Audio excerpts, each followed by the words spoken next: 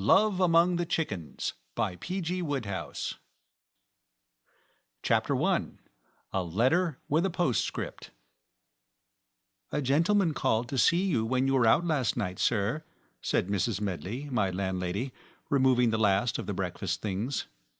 "Yes," I said, in my affable way. "A gentleman," said Mrs. Medley meditatively, "with a very powerful voice." "Caruso?" "Sir?" I said, "Did he leave a name?" "Yes, sir, Mr. Ukridge." "Oh, my sainted aunt!" "Sir?" "Nothing. "Thank you, sir," said Mrs. Medley, withdrawing from the presence. Ukridge! Oh, hang it! I had not met him for years, and, glad as I am, as a general thing, to see the friends of my youth when they drop in for a chat, I doubted whether I was quite equal to Ukridge at the moment. A stout fellow, in both the physical and moral sense of the words, he was a trifle too jumpy for a man of my cloistered and intellectual life, especially as just now I was trying to plan out a new novel, a tricky job demanding complete quiet and seclusion. It had always been my experience that when Ukridge was around, things began to happen swiftly and violently, rendering meditation impossible. Ukridge was the sort of man who asks you out to dinner, borrows the money from you to pay the bill, and winds up the evening by embroiling you in a fight with a cabman. I have gone to Covent Garden balls with Ukridge, and found myself legging it down Henrietta Street in the grey dawn, pursued by infuriated costermongers. I wondered how he got my address, and on that problem light was immediately cast by Mrs. Medley, who returned bearing an envelope. "It came by the morning post, sir, but it was left at number 20 by mistake." "Oh, thank you." "Thank you, sir," said Mrs. Medley. I recognized the handwriting. The letter, which bore a Devonshire postmark, was from an artist friend of mine, one Lickford, who was at present on a sketching tour in the West. I had seen him off at Waterloo a week before, and I remember that I had walked away from the station wishing that I could summon up the energy to pack and get off to the country somewhere. I hate London in July. The letter was a long one, but it was the postscript which interested me most. "By the way, at Yeovil I ran into an old friend of ours, Stanley Featherstonehaugh Ukridge, of all people. As large as life, quite 6'2", and tremendously filled out. I thought he was abroad. The last I heard of him was that he had started for Buenos Aires in a cattle ship, with a borrowed pipe by way of luggage. It seems he has been in England for some time. I met him in the refreshment room at Yeovil station. I was waiting for a down train. He had changed on his way to town. As I opened the door, I heard a huge voice entreating the lady behind the bar to put it in a pewter, and there was S.F.U. in a villainous old suit of grey flannels. I'll swear it was the one he had on the last time I saw him, with pince-nez tacked on to his ears with ginger-beer wire as usual, and a couple of inches of bare neck showing between the bottom of his collar and the top of his coat. You remember how he could never get a stud to do its work. He also wore a mackintosh, though it was a blazing day. He greeted me with effusive shouts, wouldn't hear of my standing in the racket, insisted on being host. When we had finished, he fumbled in his pockets, looked pained and surprised, and drew me aside. "Look here, licky old horse," he said, "you know I never borrow money. It's against my principles. But I must have a couple of bob. Can you, my dear good fellow, oblige me with a couple of bob till next Tuesday? I'll tell you what I'll do," in a voice full of emotion, "I'll let you have this," producing a beastly little 3-penny bit with a hole in it, which he had probably picked up in the street, "until I can pay you back. This is of more value to me than I can express, Licky, my boy. A very, very dear friend gave it to me when we parted, years ago. It's a wrench. Still, no, you must take it. You must take it. Licky, old man. Shake hands, old horse. Shake hands, my boy." He then tottered to the bar, deeply moved, and paid up out of the 5 shillings, which he had made it as an afterthought. He asked after you, and said you were one of the noblest men on earth. I gave him your address, not being able to get out of it. But if I were you, I should fly while there is yet time. It seemed to me that the advice was good, and should be followed. I needed a change of air. London may have suited Dr. Johnson, but in the summer-time it is not for the ordinary man. What I wanted, to enable me to give the public of my best, as the reviewer of a weekly paper dealing with my last work had expressed a polite hope that I would continue to do, was a little haven in the country somewhere. I rang the bell. "Sir," said Mrs. Medley. "I'm going away for a bit," I said. "Yes, sir." "I don't know where. I'll send you the address so that you can forward letters." "Yes, sir." "And if Mr. Ukridge calls again—" At this point a thunderous knocking on the front door interrupted me. Something seemed to tell me who was at the end of that knocker. I heard Mrs. Medley's footsteps pass along the hall. There was the click of the latch. A volume of sound rushed up the stairs. "Is Garnet in? Where is he? Show me the old horse. Where is the man of wrath? Exhibit the son of Belial." There followed a violent crashing on the stairs, shaking the house. "Garnet! Where are you, laddie? Garnet! Garnet!" Stanley Featherstonehaugh Ukridge was in my midst. Chapter 2. Mr. and Mrs. S.F. Ukridge. I have often thought that Who's Who, though a bulky and well-meaning volume, omits too many of England's greatest men. It is not comprehensive enough. I am in it, nestling among the G's. Garnet, Jeremy, O.S. of late Henry Garnet, Vicar of Much Middlefold, Salop. Author. Publications: The Outsider, The Manoeuvres of Arthur. Hobbies: cricket, football, swimming, golf. Clubs: arts. But if you search among the U's for Ukridge, Stanley Featherstonehaugh, details of whose tempestuous career would make really interesting reading, you find no mention of him. It seems unfair, though I imagine Ukridge bears it with fortitude. That much-enduring man has had a lifetime's training in bearing things with fortitude. He seemed in his customary jovial spirits now, as he dashed into the room, clinging on to the pince-nez, which even ginger-beer wire rarely kept stable for 2 minutes together. "My dear old man," he shouted, springing at me and seizing my hand in the grip like the bite of a horse. "How are you, old buck? This is good. By Jove, this is fine, what?" He dashed to the door and looked out. "Come on, Milly. Pick up the walk-keeses. Here's old Garnet, looking just the same as ever. Devilish handsome fellow. You'll be glad you came in when you see him. Beats the zoo hollow." There appeared round the corner of Ukridge a young woman. She paused in the doorway and smiled pleasantly. "Garny, old horse," said Ukridge with some pride, "this is her. The pride of the home. Companion of joys and sorrows and all the rest of it. In fact," in a burst of confidence, "my wife." I bowed awkwardly. The idea of Ukridge married was something too overpowering to be readily assimilated. "Buck up, old horse," said Ukridge encouragingly. He had a painful habit of addressing all and sundry by that title. In his schoolmaster days, at one period of his vivid career, he and I had been colleagues on the staff of a private school. He had made use of it interviewing the parents of new pupils, and the latter had gone away, as a rule, with a feeling that this must either be the easy manner of genius or due to alcohol, and hoping for the best.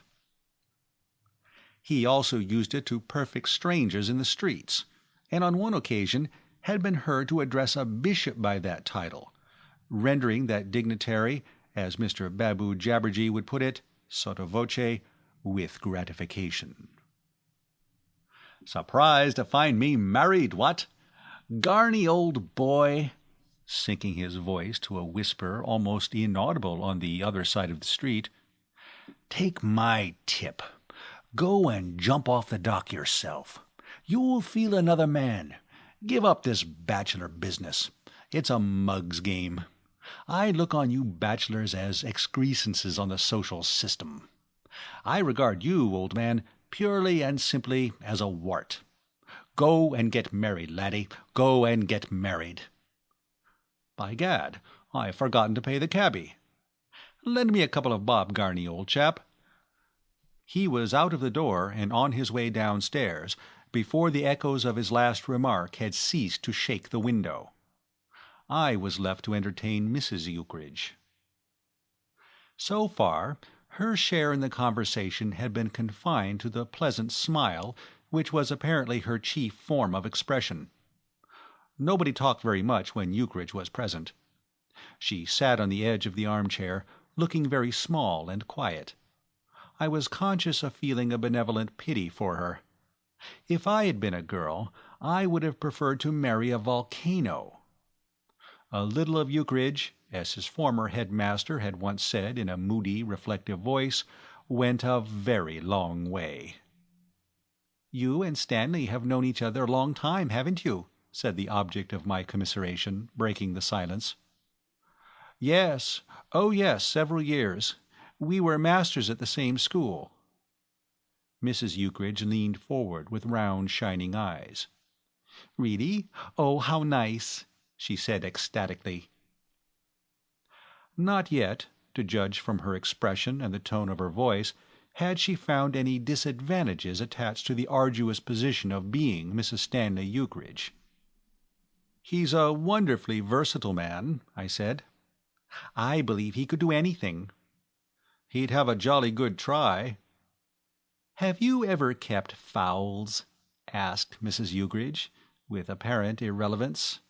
I had not. She looked disappointed. "I was hoping you might have had some experience. Stanley, of course, can turn his hand to anything, but I think experience is rather a good thing, don't you?" "Yes, but—" "I have bought a shilling book called Fowls and All About Them, and this week's copy of C.A.C. C.A.C.? Chiefly about chickens. It's a paper, you know. But it's all rather hard to understand. You see, But here is Stanley. He will explain the whole thing." "Well, Garny, old horse," said Ukridge, re-entering the room after another energetic passage of the stairs. "Years since I saw you. Still buzzing along?" "Still, so to speak, buzzing," I assented. "I was reading your last book the other day." "Yes," I said, gratified. "How did you like it?" "Well, as a matter of fact, laddie, I didn't get beyond the 3rd page, because the scurvy knave at the bookstall said he wasn't running a free library, and in one way and another there was a certain amount of unpleasantness. Still, it seemed bright and interesting up to page 3. But let's settle down and talk business. I've got a scheme for you, Garny, old man. Yes, sir, the idea of 1,000 years. Now, listen to me for a moment. Let me get a word in edgeways." He sat down on the table and dragged up a chair as a leg rest. Then he took off his pince-nez, wiped them, readjusted the ginger-beer wire behind his ears, and, having hit a brown patch on the knee of his grey flannel trousers several times, in the apparent hope of removing it, resumed. "About fowls." The subject was beginning to interest me. It showed a curious tendency to creep into the conversation of the Ukridge family. "I want you to give me your undivided attention for a moment. I was saying to my wife as we came here, Garnet's the man. Clever devil, Garnet. Full of ideas. Didn't I, Milly?" "Yes, dear." "Laddie," said Ukridge impressively, "we are going to keep fowls." He shifted himself farther onto the table and upset the ink-pot. "Never mind," he said. "It'll soak in. It's good for the texture. Or am I thinking of tobacco ash on the carpet? Well, never mind. Listen to me. When I said that we were going to keep fowls, I didn't mean in a small, piffling sort of way, 2 cocks and a couple of hens and a golf ball for a nest egg. We are going to do it on a large scale. We are going to run a chicken farm." "A chicken farm," echoed Mrs. Ukridge, with an affectionate and admiring glance at her husband. "Ah," I said, feeling my responsibilities as chorus, "a chicken farm." "I've thought it all over, laddie, and it's clear as mud. No expenses, large profits, quick returns. Chickens, eggs, and the money streaming in faster than you can bank it. Winter and summer underclothing, my bonny boy, lined with crackling bradberries. It's the idea of a lifetime. Now listen to me for a moment. You get your hen—" "1 hen?" "Call it 1 for the sake of argument. It makes my calculations clearer. Very well, then. Harriet the hen. You get her. Do you follow me so far?" "Yes, you get a hen." "I told you Garnet was a dashed bright fellow," said Ukridge approvingly to his attentive wife. "Notice the way he keeps right after one's ideas, like a bloodhound. Well, where was I?" "You'd just got a hen." "Exactly. The hen, Priscilla the pullet. Well, it lays an egg every day of the week. You sell the eggs, 6 for half a crown. Keep of hen costs nothing. Profit, at least a couple of bob on every dozen eggs. What do you think of that?" "I think I'd like to overhaul the figures in case of error." "Error!" shouted Ukridge, pounding the table till it groaned. "Error! Not a bit of it. Can't you follow a simple calculation like that? Oh, I forgot to say that you get, and here is the nub of the thing, you get your first hen on tick. Anybody will be glad to let you have the hen on tick. Well, then you get this hen, this first original hen, this on-tick hen. You let it set and hatch chickens. Now, follow me closely. Suppose you have a dozen hens. Very well, then. When each of the dozen has a dozen chickens, you send the old hens back to the chappies you borrowed them from, with thanks for the kind loan, and there you are, starting business with 144 free chickens to your name. And after that, when the chickens grow up and begin to lay, all you have to do is sit back in your chair and endorse the big checks. Isn't that so, Milly?" "Yes, dear." "We've fixed it all up. Do you know Combe Regis in Dorsetshire, on the borders of Devon? Bathing, sea air, splendid scenery. Just the place for a chicken farm. A friend of Milly's, girl she knew at school, has lent us a topping old house, with large grounds. All we've got to do is get in the fowls. I've ordered the first lot. We shall find them waiting for us when we arrive." "Well," I said, "I'm sure I wish you luck. Mind you let me know how you get on." "Let you know?" roared Ukridge. "Why, my dear old horse, you're coming with us." "Am I?" I said blankly. "Certainly you are. We shall take no refusal. Will we, Milly?" "No, dear." "Of course not. No refusal of any sort. Pack up tonight and meet us at Waterloo tomorrow." "It's awfully good of you." "Not a bit of it. Not a bit of it. This is pure business. I was saying to Milly as we came along that you were the very man for this. A man with your flow of ideas will be invaluable on a chicken farm. Absolutely invaluable. You see," proceeded Ukridge, "I'm one of those practical fellows, the hard-headed type. I go straight ahead, following my nose. What you want in a business of this sort is a touch of the dreamer to help out the practical mind. We look to you for suggestions, laddie. Flashes of inspiration and all that sort of thing. Of course, you take your share of the profits. That's understood. Yes, yes, I must insist. Strict business between friends. Now, taking it that, at a conservative estimate, the net profits for the first fiscal year amount to 5,000. No, better be on the safe side. Say 4,500 pounds. But we'll arrange all that end of it when we get down there. Millie will look after that. She's the secretary of the concern. She's been writing letters to people asking for hens. So you see it's a thoroughly organized business. How many hen letters did you write last week, old girl? 10, dear. Ukridge turned triumphantly to me. You hear? 10. 10 letters asking for hens. That's the way to succeed. Push and enterprise. 6 of them haven't answered, Stanley dear, and the rest refused. Immaterial, said Ukridge with a grand gesture. That doesn't matter. The point is that the letters were written. It shows we are solid and practical. Well now, can you get your things ready by tomorrow, Garney, old horse? Strange how one reaches an epic-making moment in one's life without recognizing it. If I had refused that invitation, I would not have, at any rate, I would have missed a remarkable experience.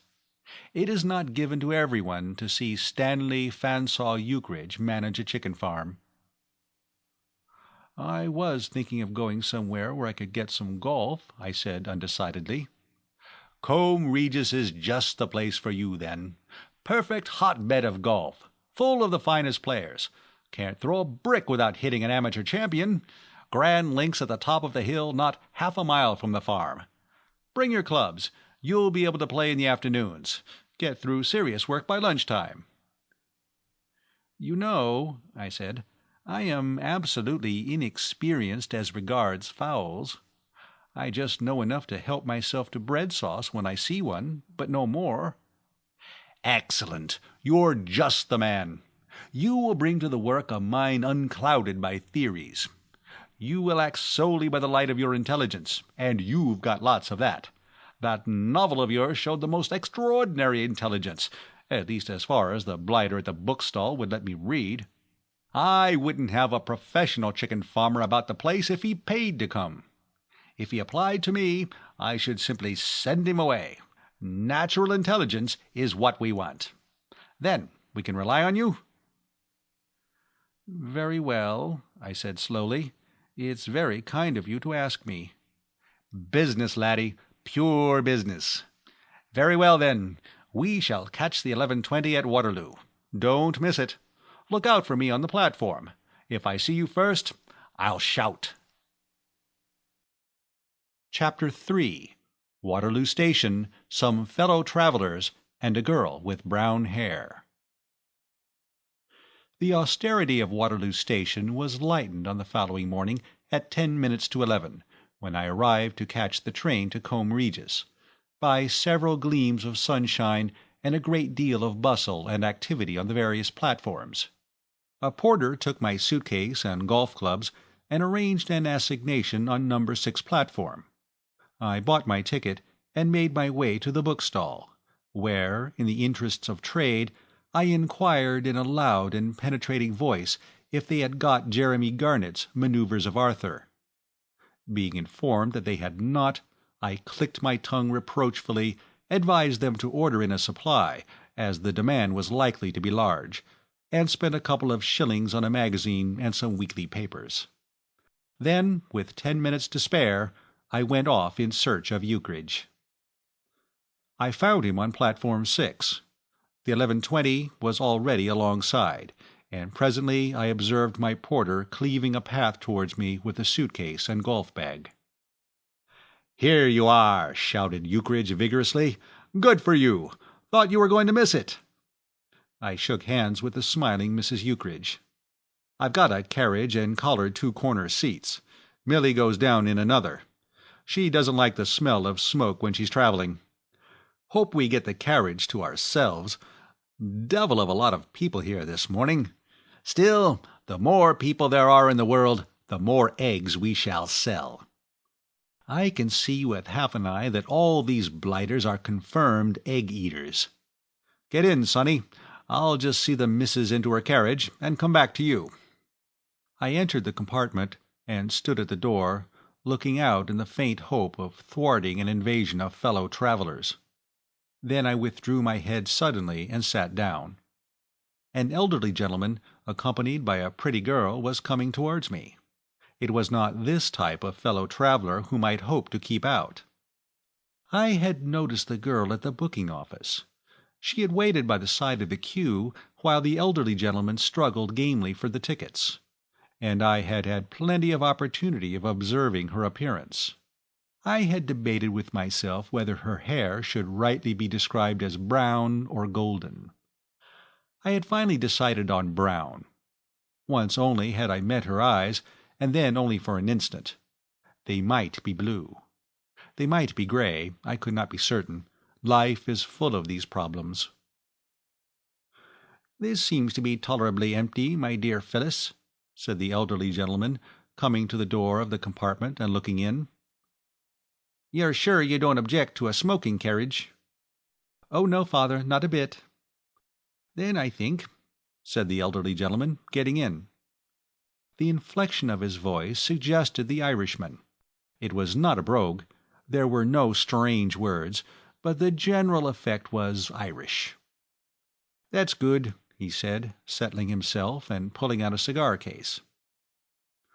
The bustle of the platform had increased momentarily, until now, when, from the snorting of the engine, it seemed likely that the train might start at any minute. The crowd's excitement was extreme. Shrill cries echoed down the platform. Lost sheep, singly and in companies, rushed to and fro, peering eagerly into carriages in search of seats. Piercing voices ordered unknown Tommies and Ernies to keep by auntie now. Just as Ukridge returned, that sauve-qui-peut of the railway crowd, the dreaded "Get in anywhere" began to be heard, and the next moment an avalanche of warm humanity poured into the carriage. The newcomers consisted of a middle-aged lady, addressed as Auntie, very stout and clad in grey alpaca dress, skin-tight; a youth called Albert, not, it was to appear, a sunny child; a niece of some 20 years, stolid and seemingly without interest in life, and one or two other camp-followers and retainers. Ukridge slipped into his corner, adroitly foiling Albert, who had made a dive in that direction. Albert regarded him fixedly and reproachfully for a space, then sank into the seat beside me and began to chew something that smelt of aniseed. Auntie, meanwhile, was distributing her substantial weight evenly between the feet of the Irish gentleman and those of his daughter, as she leaned out of the window to converse with a lady friend in a straw hat and hair-curlers, accompanied by 3 dirty and frivolous boys. It was, she stated, lucky that she had caught the train. I could not agree with her.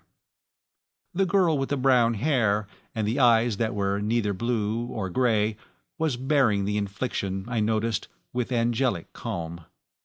She even smiled. This was when the train suddenly moved off with a jerk, and Auntie, staggering back, sat down on the bag of food which Albert had placed on the seat beside him. "Clumsy," observed Albert tersely. "Albert, you mustn't speak to Auntie so." "What'd yer want to sit on my bag for, then?" said Albert disagreeably. They argued the point. Argument in no wise interfered with Albert's power of mastication. The odour of aniseed became more and more painful. Ukridge had lighted a cigar, and I understood why Mrs. Ukridge preferred to travel in another compartment, for "in his hand he bore the brand, which none but he might smoke." I had looked across the carriage stealthily to see how the girl was enduring this combination of evils, and noticed that she had begun to read. And, as she put the book down to look out of the window, I saw with a thrill that trickled like warm water down my spine that her book was The Manoeuvres of Arthur. I gasped. That a girl should look so pretty as that, and at the same time have the rare intelligence to read me. Well, it seemed an almost superhuman combination of the excellencies. and more devoutly than ever I cursed in my heart these intrusive outsiders who had charged in at the last moment and destroyed forever my chance of making this wonderful girl's acquaintance. But for them, we might have become intimate in the first half-hour. As it was, what were we? Ships that pass in the night. She would get out at some beastly wayside station and vanish from my life without my ever having even spoken to her. Auntie, meanwhile, having retired badly worsted from her encounter with Albert, who showed a skill in logomachy that marked him out as a future Labour member, was consoling herself with meat sandwiches. The niece was demolishing sausage rolls. The atmosphere of the carriage was charged with a blend of odours, topping all Ukridge's cigar, now in full blast. The train raced on towards the sea. It was a warm day, and a torpid peace began to settle down upon the carriage. Ukridge had thrown away the stump of his cigar, and was now leaning back with his mouth open and his eyes shut. Auntie, still clutching a much-bitten section of a beef sandwich, was breathing heavily and swaying from side to side. Albert and the niece were dozing, Albert's jaws working automatically, even in sleep. "What's your book, my dear?" asked the Irishman. "The Manoeuvres of Arthur, father, by Jeremy Garnett." I would not have believed, without the evidence of my ears, that my name could possibly have sounded so musical. "Molly McEachern gave it to me when I left the Abbey. She keeps a shelf of books for her guests when they are going away. Books that she considers rubbish and doesn't want, you know." I hated Miss McEachern without further evidence. "And what do you think of it?" "I like it," said the girl decidedly. The carriage swam before my eyes. "I think it is very clever." What did it matter after that the ass in charge of the Waterloo bookstore had never heard of the Manoeuvres of Arthur, and that my publishers, whenever I slunk in to ask how it was selling, looked at me with a sort of grave paternal pity and said that it had not really begun to move? Anybody can write one of those rotten popular novels which appeal to the unthinking public, but it takes a man of intellect and refinement and taste and all that sort of thing to turn out something that will be approved of by a girl like this. "I wonder who Jeremy Garnett is," she said. "I've never heard of him before. I imagine him rather an old young man, probably with an eyeglass and conceited. And I should think he didn't know many girls. At least if he thinks Pamela is an ordinary sort of girl." "She's a creature," said Phyllis emphatically. This was a blow to me. I had always looked on Pamela as a well-drawn character, and a very attractive, kittenish little thing at that. That scene between her and the curate in the conservatory, and when she talks to Arthur at the meet of the Blankshires, I was sorry she did not like Pamela. Somehow it lowered Pamela in my estimation. "But I like Arthur," said the girl. This was better. A good chap, Arthur. A very complete and thoughtful study of myself. If she liked Arthur, why, then it followed— But what was the use? I should never get a chance of speaking to her. We were divided by a great gulf of aunties and Alberts and meat sandwiches. The train was beginning to slow down. Signs of returning animation began to be noticeable among the sleepers. Auntie's eyes opened, stared vacantly round, closed, and reopened. The niece woke, and started instantly to attack a sausage roll. Albert and Ukridge slumbered on. A whistle from the engine, and the train drew up at a station. Looking out, I saw that it was Yeovil. There was a general exodus. Auntie became instantly a thing of dash and electricity, collected parcels, shook Albert, replied to his thrusts with repartee, and finally heading a stampede out of the door. The Irishman and his daughter also rose and got out. I watched them leave stoically.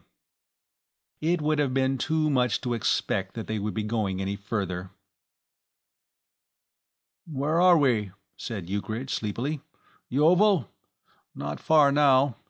I tell you what it is, old horse, I could do with a drink."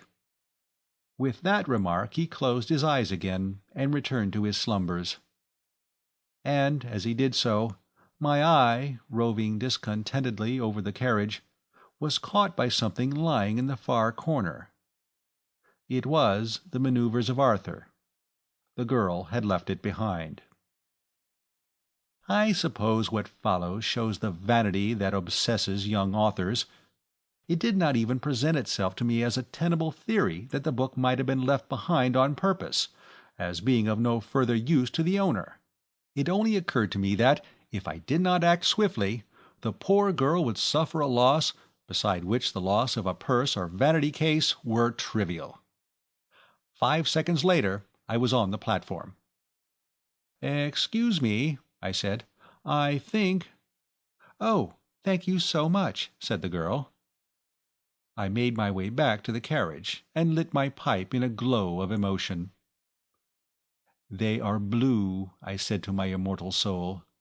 "A wonderful, deep, soft, heavenly blue, like the sea at noonday." Chapter 4. The Arrival. From Axminster to Combe Regis, the line runs through country as attractive as any that can be found in the island, and the train, as if in appreciation of this fact, does not hurry over the journey. It was late afternoon by the time we reached our destination. The arrangements for the carrying of luggage at Combe Regis border on the primitive. Boxes are left on the platform, and later, when he thinks of it, a carrier looks in and conveys them into the valley, and up the hill on the opposite side to the address written on the labels. The owner walks. Combe Regis is not a place for the halt and maimed. Ukridge led us in the direction of the farm, which lay across the valley, looking through the woods to the sea. The place was visible from the station, from which, indeed, standing as it did on the top of a hill, the view was extensive. Halfway up the slope on the other side of the valley, we left the road and made our way across a spongy field, Ukridge explaining that this was a short-cut. We climbed through a hedge, crossed a stream and another field, and after negotiating a difficult bank, topped with barbed wire, found ourselves in a garden. Ukridge mopped his forehead and restored his pince-nez to their original position from which the passage of the barbed wire had dislodged them. "This is the place," he said. "We've come in by the back way. Saves time. Tired, Milly?" "A little, dear. I should like some tea." "Same here," I agreed. "That'll be all right," said Ukridge. "A most competent man of the name of Beale and his wife are in charge at present.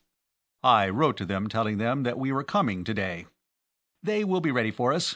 That's the way to do things, Garney, old horse. Quiet efficiency. Perfect organization." We were at the front door by this time. Ukridge rang the bell. The noise echoed through the house, but there was no answering footsteps. He rang again. There is no mistaking the note of a bell in an empty house. It was plain that the competent man and his wife were out. "Now what?" I said. Mrs. Ukridge looked at her husband with calm confidence. "This," said Ukridge, leaning against the door and endeavoring to unbutton his collar at the back, "reminds me of an afternoon in the Argentine. 2 other cheery sportsmen and myself tried for 3/4 of an hour to get into an empty house, where there looked as if there might be something to drink, and we just got the door open when the owner turned up from behind a tree with a shotgun. It was a little difficult to explain. As a matter of fact, we never did what you might call really thresh the matter out thoroughly in all its aspects, and you'd be surprised what a devil of a time it takes to pick buckshot out of a fellow. There was a dog, too." He broke off, musing dreamily on the happy past, and at this moment history partially repeated itself. From the other side of the door came a dissatisfied whine, followed by a short bark. "Hullo," said Ukridge. "Beale has a dog." He frowned, annoyed. "What right," he added in an aggrieved tone, "has a beastly mongrel belonging to a man I employ to keep me out of my own house? It's a little hard. Here am I, slaving day and night to support Beale, and when I try to get into my own house his infernal dog barks at me. Upon my Sam, it's hard." He brooded for a moment on the injustice of things. "Here, let me get to the keyhole. I'll reason with the brute." He put his mouth to the keyhole and roared, "Good dog!" through it. Instantly the door shook as some heavy object hurled itself against it. The barking rang through the house. "Come round to the back," said Ukridge, giving up the idea of conciliation. "We'll get in through the kitchen window." The kitchen window proved to be insecurely latched. Ukridge threw it open, and we climbed in. The dog, hearing the noise, raced back along the passage and flung himself at the door, scratching at the panels. Ukridge listened with growing indignation. "Milly, you know how to light a fire. Garnet and I will be collecting cups and things. When that scoundrel Beale arrives, I shall tear him limb from limb. Deserting us like this. The man must be a thorough fraud. He told me he was an old soldier. If that's the sort of discipline they used to keep in his regiment, thank God we've got a navy. Damn, I've broken a plate. How's the fire getting on, Milly?" "I'll chop Beale into little bits. What's that you've got there, Garney, old horse? Tea? Good. Where's the bread? There goes another plate. Where's Mrs. Beale, too? By Jove, that woman wants killing as much as her blackguard of a husband. Who ever heard of a cook deliberately leaving her post on the day when her master and mistress were expected back? The abandoned woman. Look, I'll give that dog 3 minutes, and if it doesn't stop scratching that door by then, I'll take a rolling pin and go out and have a heart-to-heart talk with it. It's a little hard. My own house, and the first thing I find when I arrive is somebody else's beastly dog scratching holes in the doors and ruining the expensive paint. Stop it, you brute!" The dog's reply was to continue his operations with immense vigor. Ukridge's eyes gleamed behind their glasses. "Give me a good large jug, laddie," he said with ominous calm. He took the largest of the jugs from the dresser and strode with it into the scullery, whence came a sound of running water. He returned carrying the jug with both hands, his mien that of a general who sees his way to a masterstroke of strategy. "Garney, old horse," he said, "freeze on to the handle of the door, and when I give the word, fling wide the gates. Then watch that animal get the surprise of a lifetime." I attached myself to the handle as directed. Ukridge gave the word. We had a momentary vision of an excited dog of the mongrel class framed in the doorway, all eyes and teeth. Then the passage was occupied by a spreading pool, and indignant barks from the distance told that the enemy was thinking the thing over in some safe retreat. "Settled his hash," said Ukridge complacently. "Nothing like resource, Garney, my boy. Some men would have gone on letting a good door be ruined." "And spoiled the dog for a ha'porth of water," I said. At this moment Mrs. Ukridge announced that the kettle was boiling. Over a cup of tea Ukridge became the man of business. "I wonder when those fowls are going to arrive. They should have been here today. It's a little hard. Here am I, all eagerness and anxiety, waiting to start an up-to-date chicken farm, and no fowls. I can't run a chicken farm without fowls. If they don't come tomorrow, I shall get after those people with a hatchet. There must be no slackness. They must bustle about. After tea I'll show you the garden, and we'll choose a place for a fowl run. Tomorrow we must buckle to. Serious work will begin immediately after breakfast." "Suppose," I said, "the fowls arrive before we're ready for them?" "Why, then they must wait." But you can't keep fowls cooped up indefinitely in a crate." "Oh, that'll be all right. There's a basement to this house. We'll let 'em run about there till we're ready for them. There's always a way of doing things if you look for it. Organization, my boy, that's the watchword. Quiet efficiency." "I hope you are going to let the hens hatch some of the eggs, dear," said Mrs. Ukridge. "I should love to have some little chickens." "Of course, by all means. My idea," said Ukridge, "was this. These people will send us 50 fowls of sorts. That means, call it 45 eggs a day. Let 'em—well, I'm hanged. There's that dog again. Where's the jug?" But this time an unforeseen interruption prevented the maneuver being the success it had been before. I had turned the handle and was about to pull the door open, while Ukridge, looking like some modern and dilapidated version of the Discobulus, stood beside me with his jug poised, when a voice spoke from the window. "Stand still," said the voice, "or I'll corpse you." I dropped the handle. Ukridge dropped the jug. Mrs. Ukridge dropped her teacup. At the window, with a double-barreled gun in his hands, stood a short, square, red-headed man. The muzzle of his gun, which rested on the sill, was pointed in a straight line at the third button of my waistcoat. Ukridge emitted a roar like that of a hungry lion. "Bill! You scoundrelly, unprincipled demon! What the devil are you doing with that gun? Why are you out? What have you been doing? Why did you shout like that? Look what you've made me do!" He pointed to the floor. The very old pair of tennis shoes which he wore were by this time generously soaked with the spilled water. "Lor, Mr. Ukridge, sir, is that you?" said the red-headed man calmly. "I thought you was burglars." A short bark from the other side of the kitchen door, followed by a renewal of the scratching, drew Mr. Beale's attention to his faithful hound. "That's Bob," he said. "I don't know what you call the brute," said Ukridge. "Come in and tie him up. And mind what you're doing with that gun. After you've finished with the dog, I should like a brief chat with you, laddie, if you can spare the time and have no other engagements." Mr. Beale, having carefully deposited the gun against the wall and dropped a pair of very limp rabbits on the floor, proceeded to climb in through the window. This operation concluded, he stood to one side while the besieged garrison passed out by the same route.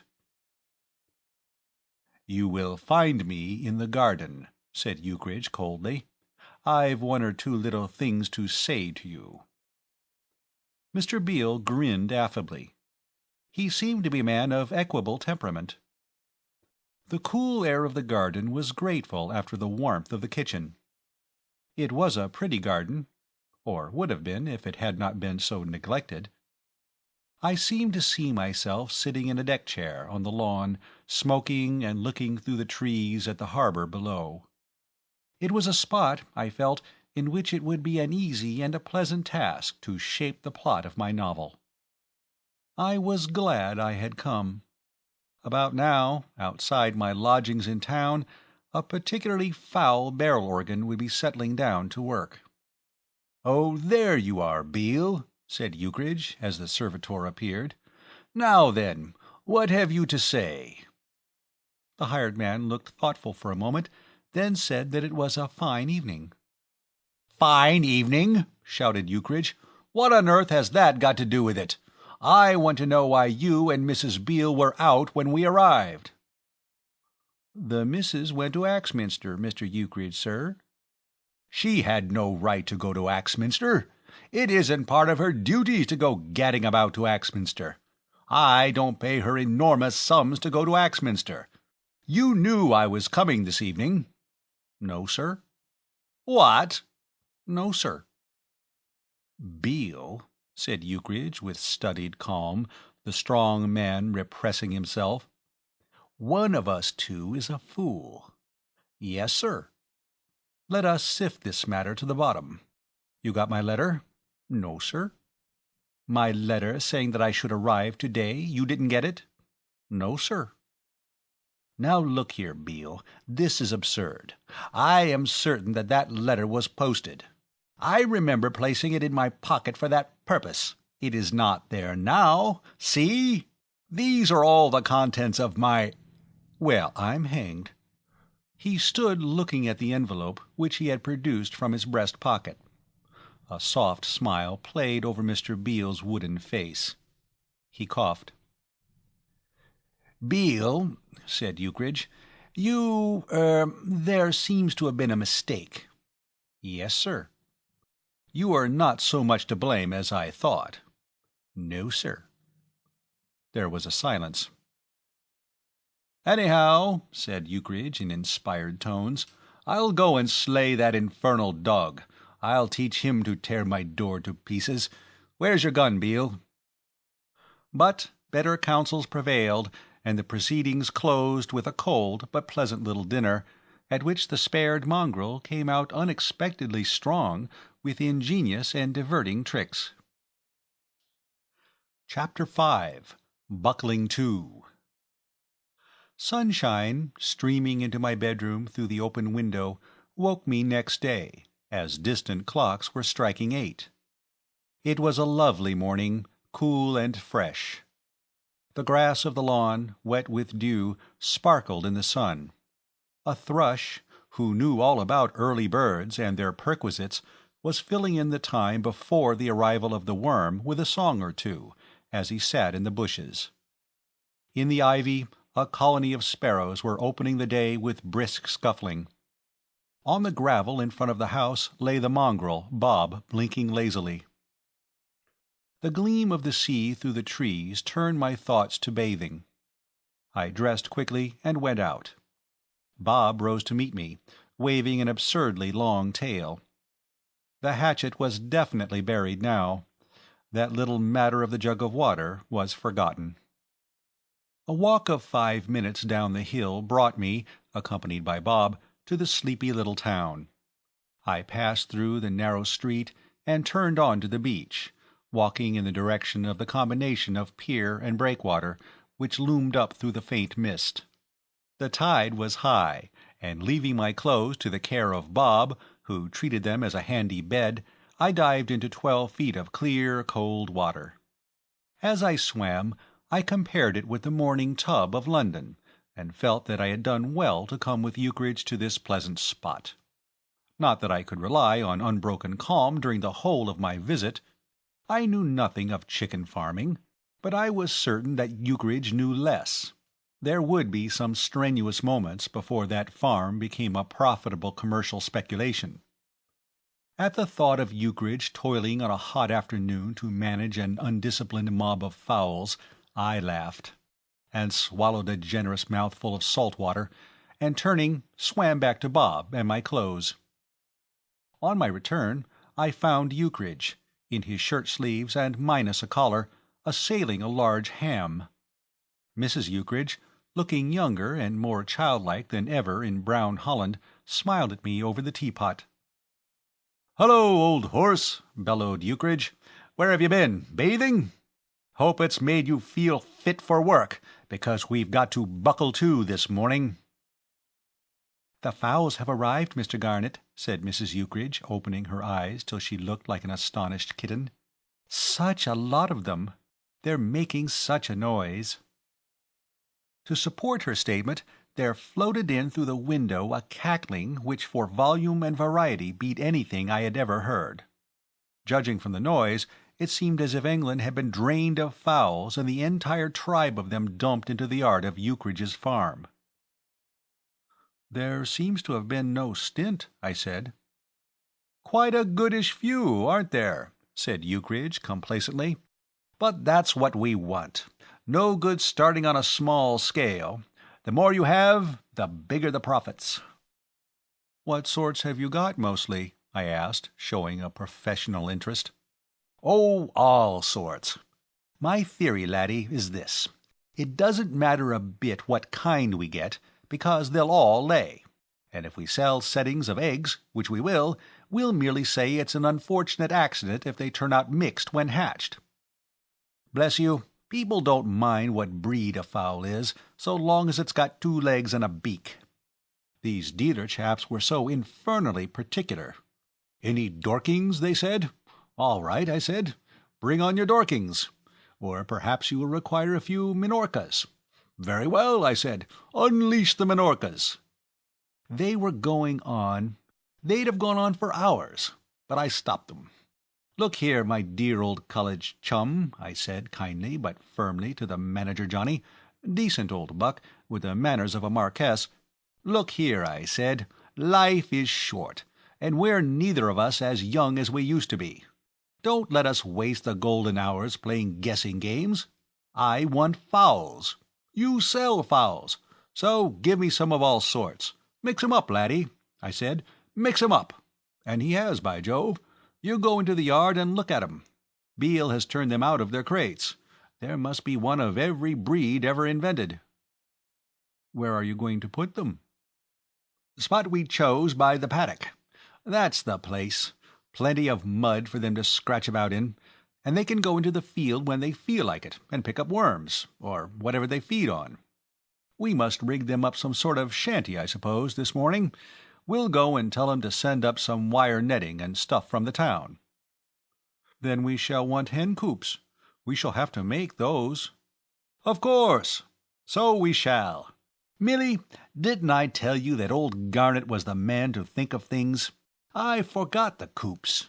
We can't buy some, I suppose, on tick, of course. Cheaper to make them. Suppose we get a lot of boxes. Sugar boxes are as good as any. It won't take long to knock up a few coops. Ukridge thumped the table with enthusiasm, upsetting his cup. Garny, old horse, you're a marvel. You think of everything. We'll buckle to right away, and get the whole place fixed up the same as Mother makes it.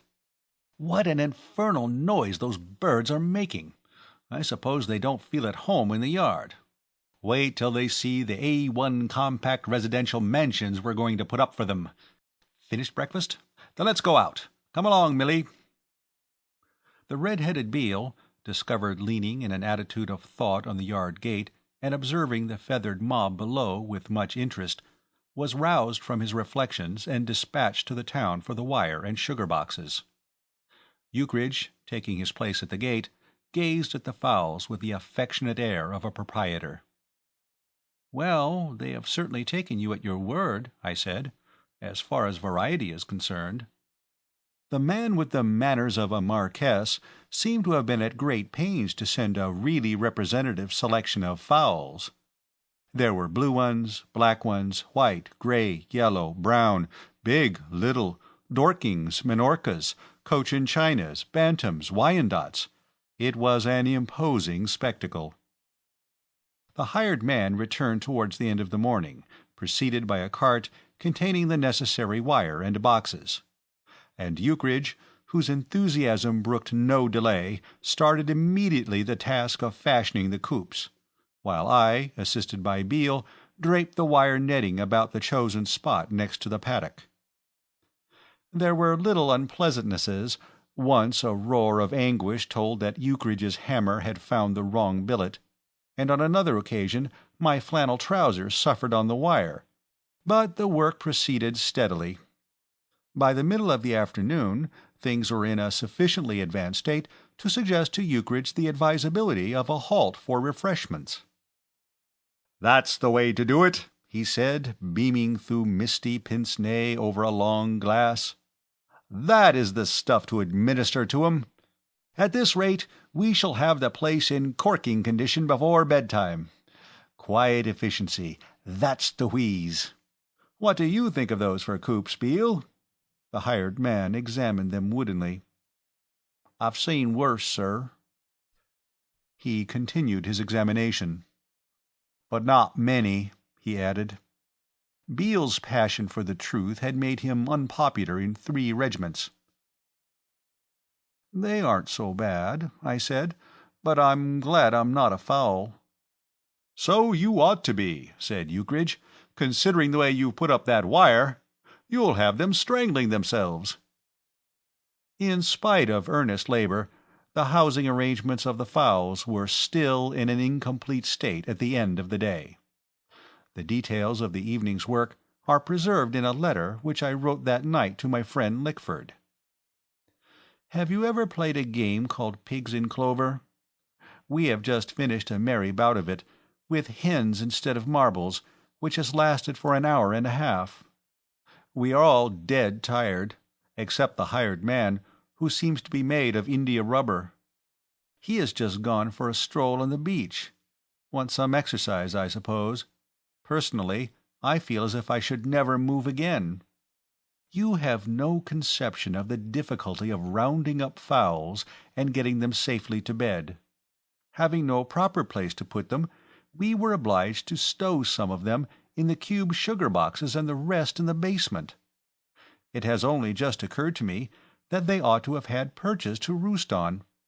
It didn't strike me before. I shan't mention it to Ukridge, or that indomitable man will start making some, and drag me into it too.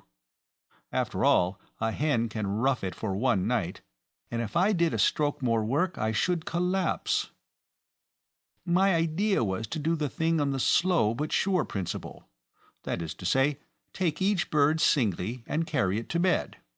It would have taken some time, but there would have been no confusion. But you can imagine that that sort of thing would not appeal to Stanley Featherstonehaugh. He likes his manoeuvres to be on a large, dashing, Napoleonic scale. He said, "Open the yard gate and let the blighters come out into the open. Then sail in and drive them in mass formation through the back door into the basement." It was a great idea, but there was one fatal flaw in it. It didn't allow for the hens scattering. We opened the gate, and out they all came like an audience coming out of a theatre. Then we closed in on them to bring off the big drive. For about 30 seconds it looked as if we might do it. Then Bob, the hired man's dog, an animal who likes to be in whatever's going on, rushed out of the house into the middle of them, barking. There was a perfect stampede, and heaven only knows where some of those fowls are now. There was one in particular, a large yellow bird, which, I should imagine, is nearing London by this time. The last I saw of it, it was navigating at the rate of knots in that direction, with Bob after it, barking his hardest. The fowl was showing a rare turn of speed and gaining rapidly. Presently Bob came back, panting, having evidently given the thing up.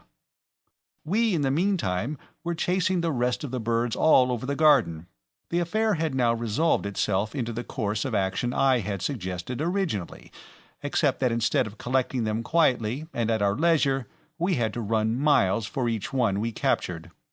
After a time, we introduced some sort of system into it. Mrs. Ukridge stood at the door. We chased the hens and brought them in. Then, as we put each through into the basement, she shut the door on it. We also arranged Ukridge's sugar-box coops in a row, and when we caught a fowl, we put it in the coop and stuck a board in front of it. By these strenuous means we gathered in about 2/3 of the lot. The rest are all over England. A few may still be in Dorsetshire, but I should not like to bet on it. So, you see, things are being managed on the up-to-date chicken farm on good, sound Ukridge principles. It is only the beginning. I look with confidence for further interesting events. I believe if Ukridge kept white mice, he would manage to get feverish excitement out of it. He is presently lying on the sofa, smoking one of his infernal brand of cigars, drinking whiskey and soda, and complaining with some bitterness because the whiskey isn't as good as some he once tasted in Belfast. From the basement I can hear faintly the murmur of innumerable fowls. Chapter 6. Mr. Garnett's narrative has to do with a reunion. The day was Thursday. The date, July the 22nd. We had been chicken farmers for a whole week, and things were beginning to settle down to a certain extent. The coops were finished. They were not masterpieces, and I have seen chickens pause before them in deep thought, as who should say, "Now what?" But they were coops within the meaning of the act, and we induced hens to become tenants. The hardest work had been the fixing of the wire netting. This was the department of the hired man and myself, Ukridge holding himself proudly aloof. While Beale and I worked ourselves to a fever in the sun, the senior partner of the firm sat on a deck chair in the shade, offering not unkindly criticism and advice, and from time to time abusing his creditors, who were numerous. For we had hardly been in residence a day before he began to order in a vast supply of necessary and unnecessary things, all on credit. Some he got from the village, others from neighboring towns. Axminster he laid heavily under contribution. He even went as far afield as Dorchester. He had a persuasive way with him, and the tradesmen seemed to treat him like a favourite son. The things began to pour in from all sides: groceries, whiskey, a piano, a gramophone, pictures, also cigars in great profusion. He was not one of those men who want but little here below. As regards the financial side of these transactions, his method was simple and masterly. If a tradesman suggested that a small cheque on account would not be taken amiss, as one or two sordid fellows did, he became pathetic. "Confound it, sir," he would say, with tears in his voice, laying a hand on the man's shoulders in a wounded way.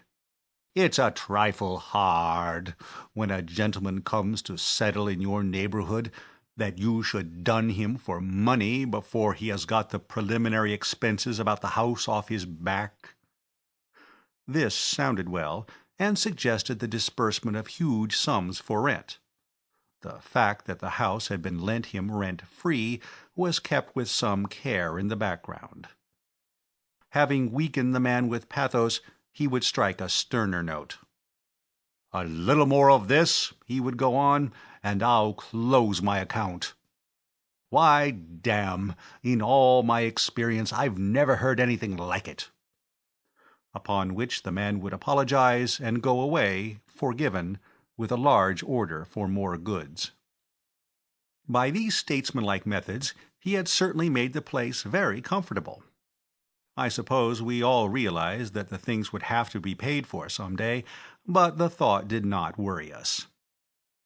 "Pay?" bellowed Ukridge on the only occasion when I ventured to bring up the unpleasant topic. "Of course we shall pay. Why not? I don't like to see this faint-hearted spirit in you, old horse. The money isn't coming in yet, I admit, but we must give it time.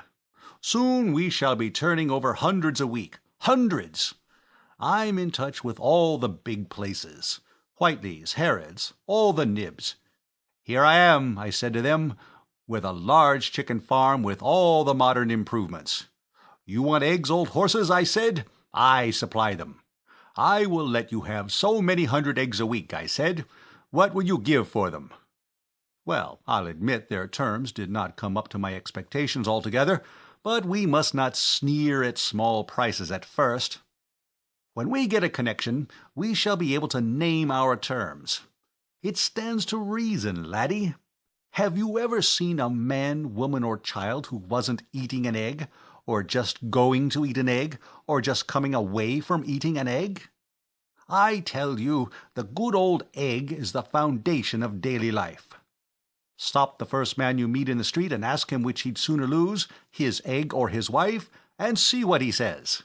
We're on to a good thing, Garney, my boy. Pass the whiskey. The upshot of it was that the firms mentioned supplied us with a quantity of goods, agreeing to receive phantom eggs in exchange. This satisfied Ukridge. He had a faith in the laying power of his hens which would have flattered them if they could have known it.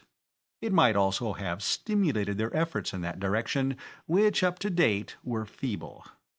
It was now, as I have said, Thursday the 22nd of July.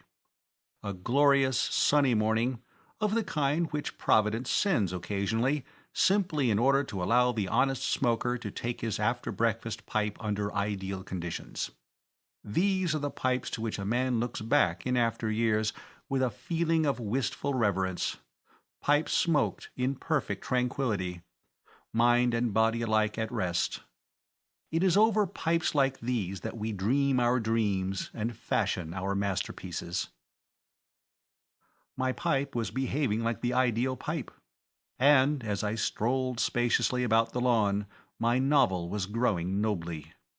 I had neglected my literary work for the past week, owing to the insistent claims of the fowls. I am not one of those men whose minds work in placid independence of the conditions of life.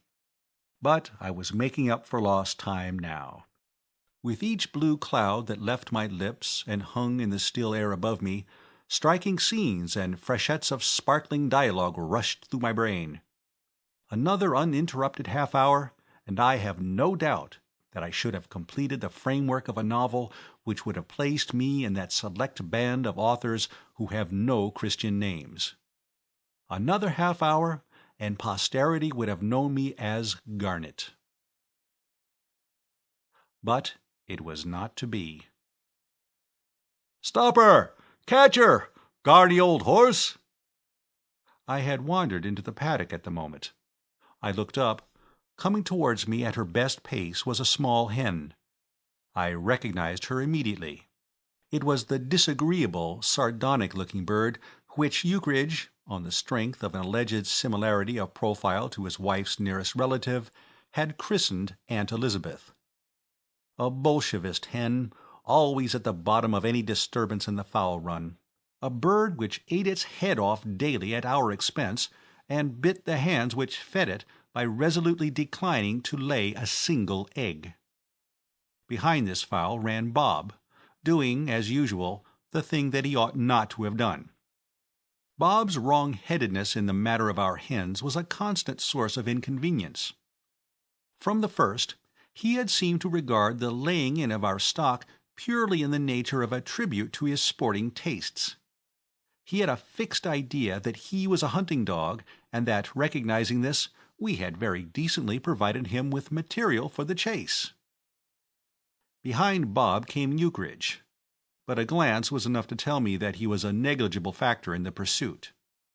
He was not built for speed. Already the pace had proved too much for him, and he had appointed me his deputy with full powers to act. "After her, Garny old horse! Valuable bird! Mustn't be lost!"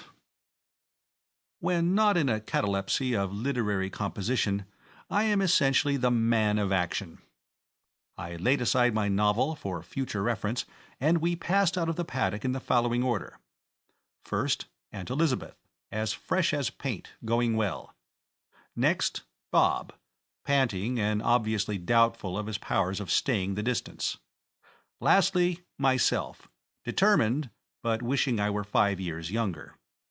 After the first field, Bob, like the dilettante and unstable dog he was, gave it up, and sauntered off to scratch at a rabbit-hole with an insufferable air of suggesting that that was what he had come out for all the time.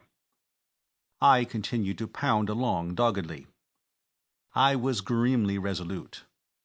I had caught Aunt Elizabeth's eye as she passed me, and the contempt in it had cut me to the quick. This bird despised me. I am not a violent or a quick-tempered man, but I have my self-respect. I will not be sneered at by hens. All the abstract desire for fame which had filled my mind 5 minutes before was concentrated now on the task of capturing this supercilious bird. We had been traveling downhill all this time, but at this point we crossed a road and the ground began to rise. I was in that painful condition which occurs when one has lost one's first wind and has not yet got one's second. I was hotter than I had ever been in my life. Whether Aunt Elizabeth, too, was beginning to feel the effects of her run, or whether she did it out of pure effrontery of her warped and unpleasant nature, I do not know. But she now slowed down to walk, and even began to peck in a tentative manner at the grass. Her behavior infuriated me. I felt that I was being treated as a cipher. I vowed that this bird should realize yet, even if, as seemed probable, I burst in the process, that it was no light matter to be pursued by J. Garnet, author of The Maneuvers of Arthur, etc., a man of whose work so capable a judge as the Peebles Advertiser had said shows promise. A judicious increase of pace brought me within a yard or two of my quarry. But Aunt Elizabeth, apparently distrait, had the situation well in hand. She darted from me with an amused chuckle and moved off rapidly again up the hill. I followed, but there was that within me that told me I had shot my bolt. The sun blazed down, concentrating its rays on my back to the exclusion of the surrounding scenery. It seemed to follow me about like a limelight. We had reached level ground. Aunt Elizabeth had again slowed to a walk, and I was capable of no better pace. Very gradually I closed in. There was a high boxwood hedge in front of us, and just as I came close enough once more to stake my all on a single grab, Aunt Elizabeth, with another of her sardonic chuckles, dived in head foremost and struggled through in the mysterious way in which birds do get through hedges. The sound of her faint spinster-like snigger came to me as I stood panting, and roused me like a bugle. The next moment I, too, had plunged into the hedge. I was in the middle of it, very hot, tired, and dirty, when from the other side I heard the sudden shout of, "Mark over! Bird to the right!" And the next moment I found myself emerging with a black face and tottering knees on the gravel path of a private garden. Beyond the path was a croquet lawn, and on this lawn I perceived, as through a glass darkly, 3 figures. The mist cleared from my eyes, and I recognized 2 of them. One was the middle-aged Irishman who had traveled down with us in the train. The other was his blue-eyed daughter. The third member of the party was a man, a stranger to me. By some miracle of adroitness he had captured Aunt Elizabeth and was holding her in spite of her protests in a workmanlike manner behind the wings. Chapter 7. The Entente Cordiale is Sealed. There are moments and moments. The present one belonged to the more painful variety. Even to my exhausted mind, it was plain that there was a need here for explanations. An Irishman's croquet lawn is his castle, and strangers cannot plunge in through hedges without inviting comment. Unfortunately, speech was beyond me.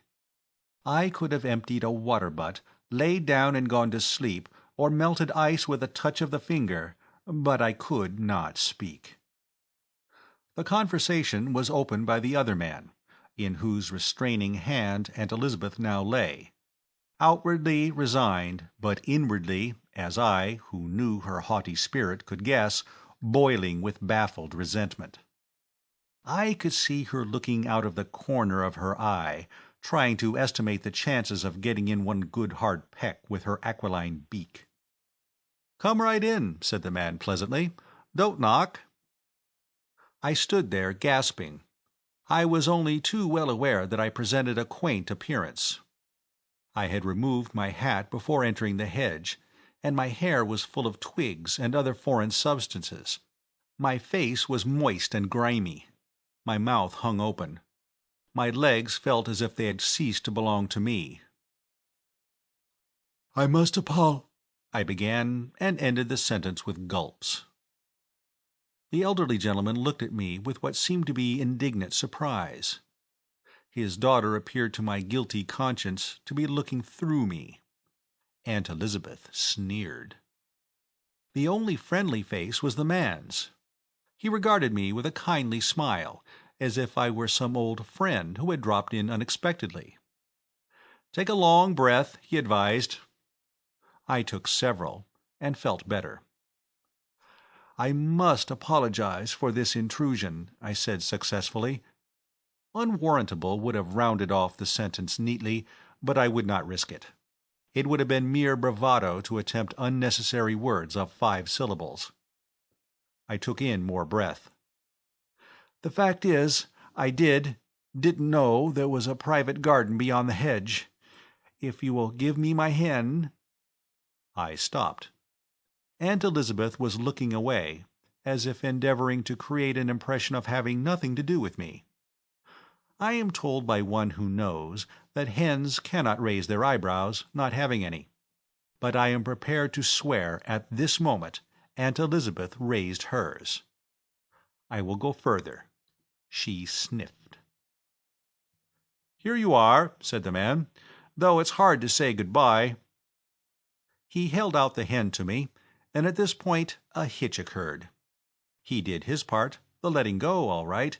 It was in my department, the taking hold, that the thing was bungled. Aunt Elizabeth slipped from my grasp like an eel, stood for a moment eyeing me satirically with her head on one side, then fled and entrenched herself in some bushes at the end of the lawn. There are times when the most resolute man feels that he can battle no longer with fate, when everything seems against him, and the only course is a dignified retreat. But there is one thing essential to a dignified retreat. You must know the way out. It was the lack of that knowledge that kept me standing there, looking more foolish than anyone ever looked since the world began. I could not retire by way of the hedge. If I could have leaped the hedge with a single debonair bound, that would have been satisfactory. But the hedge was high, and I did not feel capable at the moment of achieving a debonair bound over a footstool. The man saved the situation. He seemed to possess that magnetic power over his fellows which marks the born leader. Under his command we became an organized army. The common object, the pursuit of the elusive Aunt Elizabeth, made us friends. In the first minute of the proceedings, the Irishman was addressing me as "me dear boy," and the man, who had introduced himself as Mr. Chase, a lieutenant I learned later in His Majesty's Navy, was shouting directions to me by name.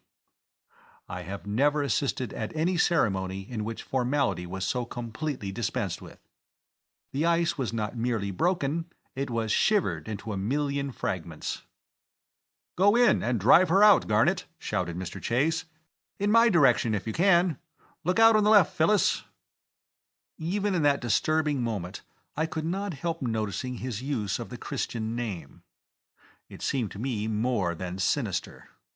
I did not like the idea of dashing young lieutenants in the senior service calling a girl Phyllis whose eyes had haunted me since I had first seen them. Nevertheless, I crawled into the bushes and administered to Aunt Elizabeth a prod in the lower ribs, if hens have lower ribs. The more I study hens, the more things they seem able to get along without, which abruptly disturbed her calm detachment. She shot out at the spot where Mr. Chase was waiting with his coat off, and was promptly enveloped in that garment and captured. "The essence of strategy," observed Mr. Chase approvingly, "is surprise. A neat piece of work." I thanked him. He deprecated my thanks. He had, he said, only done his duty as expected to by England. He then introduced me to the elderly Irishman, who was, it seemed, a professor at Dublin University, by name Derrick. Whatever it was that he professed, it was something that did not keep him for a great deal of his time at the university. He informed me that he always spent his summers at Combe Regis.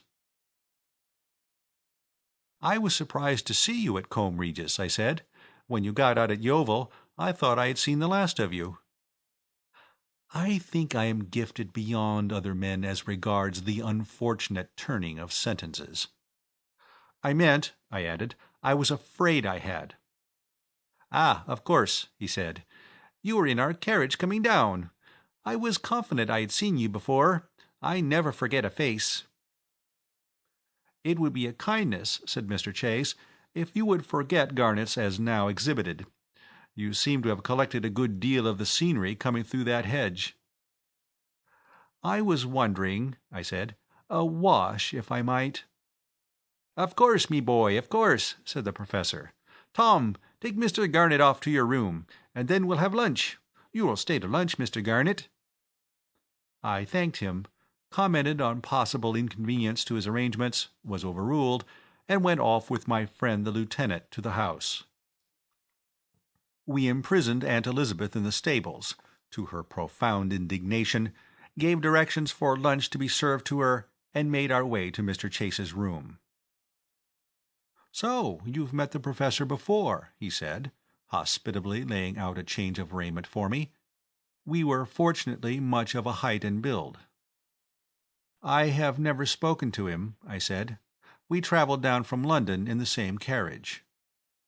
"He's a dear old boy, if you rub him the right way. But I'm telling you this for your good and guidance. A man wants a chart in a strange sea. He can cut up rough. And when he does, he goes off like a 4.7, and the population for miles round climbs trees. I think if I were you, I shouldn't mention Sir Edward Carson at lunch." I promised that I would try to avoid the temptation. "In fact, you better keep off Ireland altogether. It's the safest plan. Any other subject you like. Chatty remarks on bimetallism would meet with his earnest attention. A lecture on what to do with the cold mutton would be welcomed. But not Ireland. Shall we go down?" We got to know each other at lunch. "Do you hunt hens?" asked Tom Chase, who was mixing the salad. He was one of those men who seem to do everything a shade better than anyone else. "For amusement, or by your doctor's orders? Many doctors, I believe, insist on it." "Neither," I said, "and especially not for amusement. The fact is, I've been lured down here by a friend of mine who has started a chicken farm." I was interrupted. All three of them burst out laughing. Tom Chase allowed the vinegar to trickle onto the cloth, missing the salad bowl by a clear 2 inches. "You don't mean to tell us," he said, "that you really come from the one and only chicken farm? Why, you're the man we've all been praying to meet for days past. You're the talk of the town, if you can call Combe Regis a town. Everybody is discussing you. Your methods are new and original, aren't they?" "Probably. Ukridge knows nothing about fowls. I know less. He considers it an advantage. He says our minds ought to be unbiased." "Ukridge," said the Professor. "That was the name old Dawlish, the grocer, said. I never forget a name. He is the gentleman who lectures on the management of poultry? You do not?" I hastened to disclaim any such feat. I had never really approved of these infernal talks on the art of chicken farming which Ukridge had dropped into the habit of delivering when anybody visited our farm. I admit that it was a pleasing spectacle to see my managing director, in a pink shirt without a collar and very dirty flannel trousers, lecturing the intelligent native. But I had a feeling that the thing tended to expose our ignorance to men who had probably had to do with fowls from the cradle up. "His lectures are very popular," said Phyllis Derrick with a little splutter of mirth. "He enjoys them," I said. "Look here, Garnet," said Tom Chase. "I hope you won't consider all these questions impertinent, but you've no notion of the thrilling interest we all take, at a distance, in your farm. We have been talking of nothing else for a week. I have dreamed of it 3 nights running. Is Mr. Ukridge running this as a commercial speculation, or is he an eccentric millionaire?" "He's not a millionaire yet, but I believe he intends to be one shortly, with the assistance of the fowls. But you mustn't look on me as in any way responsible for the arrangements at the farm. I am merely a laborer. The brainwork of the business lies in Ukridge's department. As a matter of fact, I came down here principally in search of golf." "Golf?" said Professor Derrick, with the benevolent approval of the enthusiast towards a brother. "I'm glad you play golf. We must have a round together." "As soon as my professional duties will permit," I said gratefully. There was croquet after lunch, a game of which I am a poor performer. Phyllis Derrick and I played the Professor and Tom Chase. Chase was a little better than myself. The Professor, by dint of extreme earnestness and care, managed to play a fair game, and Phyllis was an expert. "I was reading a book," she said, as we stood together watching the professor shaping at his ball at the other end of the lawn. "By an author of the same surname as you, Mr. Garnet. Is he a relation of yours?" "My name is Jeremy, Miss Derrick." "Oh, you wrote it." She turned a little pink. "Then you must have— Oh, nothing." "I couldn't help it, I'm afraid." "Did you know what I was going to say?" "I guessed. You were going to say that I must have heard your criticisms in the train. You were very lenient, I thought." "I didn't like your heroine." "No. What is a creature, Miss Derrick?" "Pamela, in your book, is a creature," she replied, unsatisfactorily. Shortly after this, the game came somehow to an end. I do not understand the intricacies of croquet. But Phyllis did something brilliant and remarkable with the balls, and we adjourned for tea. The sun was setting as I left to return to the farm, with Aunt Elizabeth stored neatly in a basket in my hand. The air was deliciously cool, and full of that strange quiet which follows soothingly on the skirts of a broiling midsummer afternoon. Far away, seeming to come from another world, a sheep bell tinkled, deepening the silence. Alone in the sky of the palest blue there gleamed a small bright star. I addressed this star. She was certainly very nice to me, very nice indeed. The star said nothing. On the other hand, I take it that, having had a decent upbringing, she would have been equally polite to any other man whom she had happened to meet at her father's house. Moreover, I don't feel altogether easy in my mind about that naval chap. I fear the worst. The star winked. "He calls her Phyllis," I said. "Chirrup!" chuckled Aunt Elizabeth from her basket, in that beastly, cynical, satirical way which has made her so disliked by all right-thinking people. Chapter 8. A Little Dinner at Ukridge's. "Edwin comes today," said Mrs. Ukridge. "And the Derricks," said Ukridge, sawing at the bread in his energetic way. "Don't forget the Derricks, Milly." "No, dear. Mrs. Beale is going to give us a very nice dinner. We talked it over yesterday." "Who is Edwin?" I asked. We were finishing breakfast on the second morning after my visit to the Derricks. I had related my adventures to the staff of the farm on my return, laying stress on the merits of our neighbors and their interest in our doings, and the hired retainer had been sent off next morning with a note from Mrs. Ukridge inviting them to look over the farm and stay to dinner. "Edwin," said Ukridge. "Oh, beast of a cat." "Oh, Stanley," said Mrs. Ukridge plaintively. "He's not. He's just a dear, Mr. Garnet. A beautiful, purebred Persian. He has taken prizes." "He's always taking something. That's why he didn't come down with us."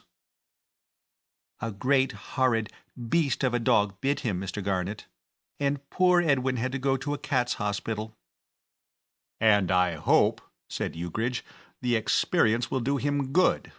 Sneak the dog's dinner, Garnet, under his very nose, if you please." Naturally, the dog lodged a protest. "I'm so afraid that he will be frightened of Bob. He will be very timid, and Bob's so boisterous. Isn't he, Mr. Garnet?" "That's all right," said Ukridge. "Bob won't hurt him, unless he tries to steal his dinner. In that case, we will have Edwin made into a rug." "Stanley doesn't like Edwin," said Mrs. Ukridge sadly. Edwin arrived early in the afternoon and was shut into the kitchen.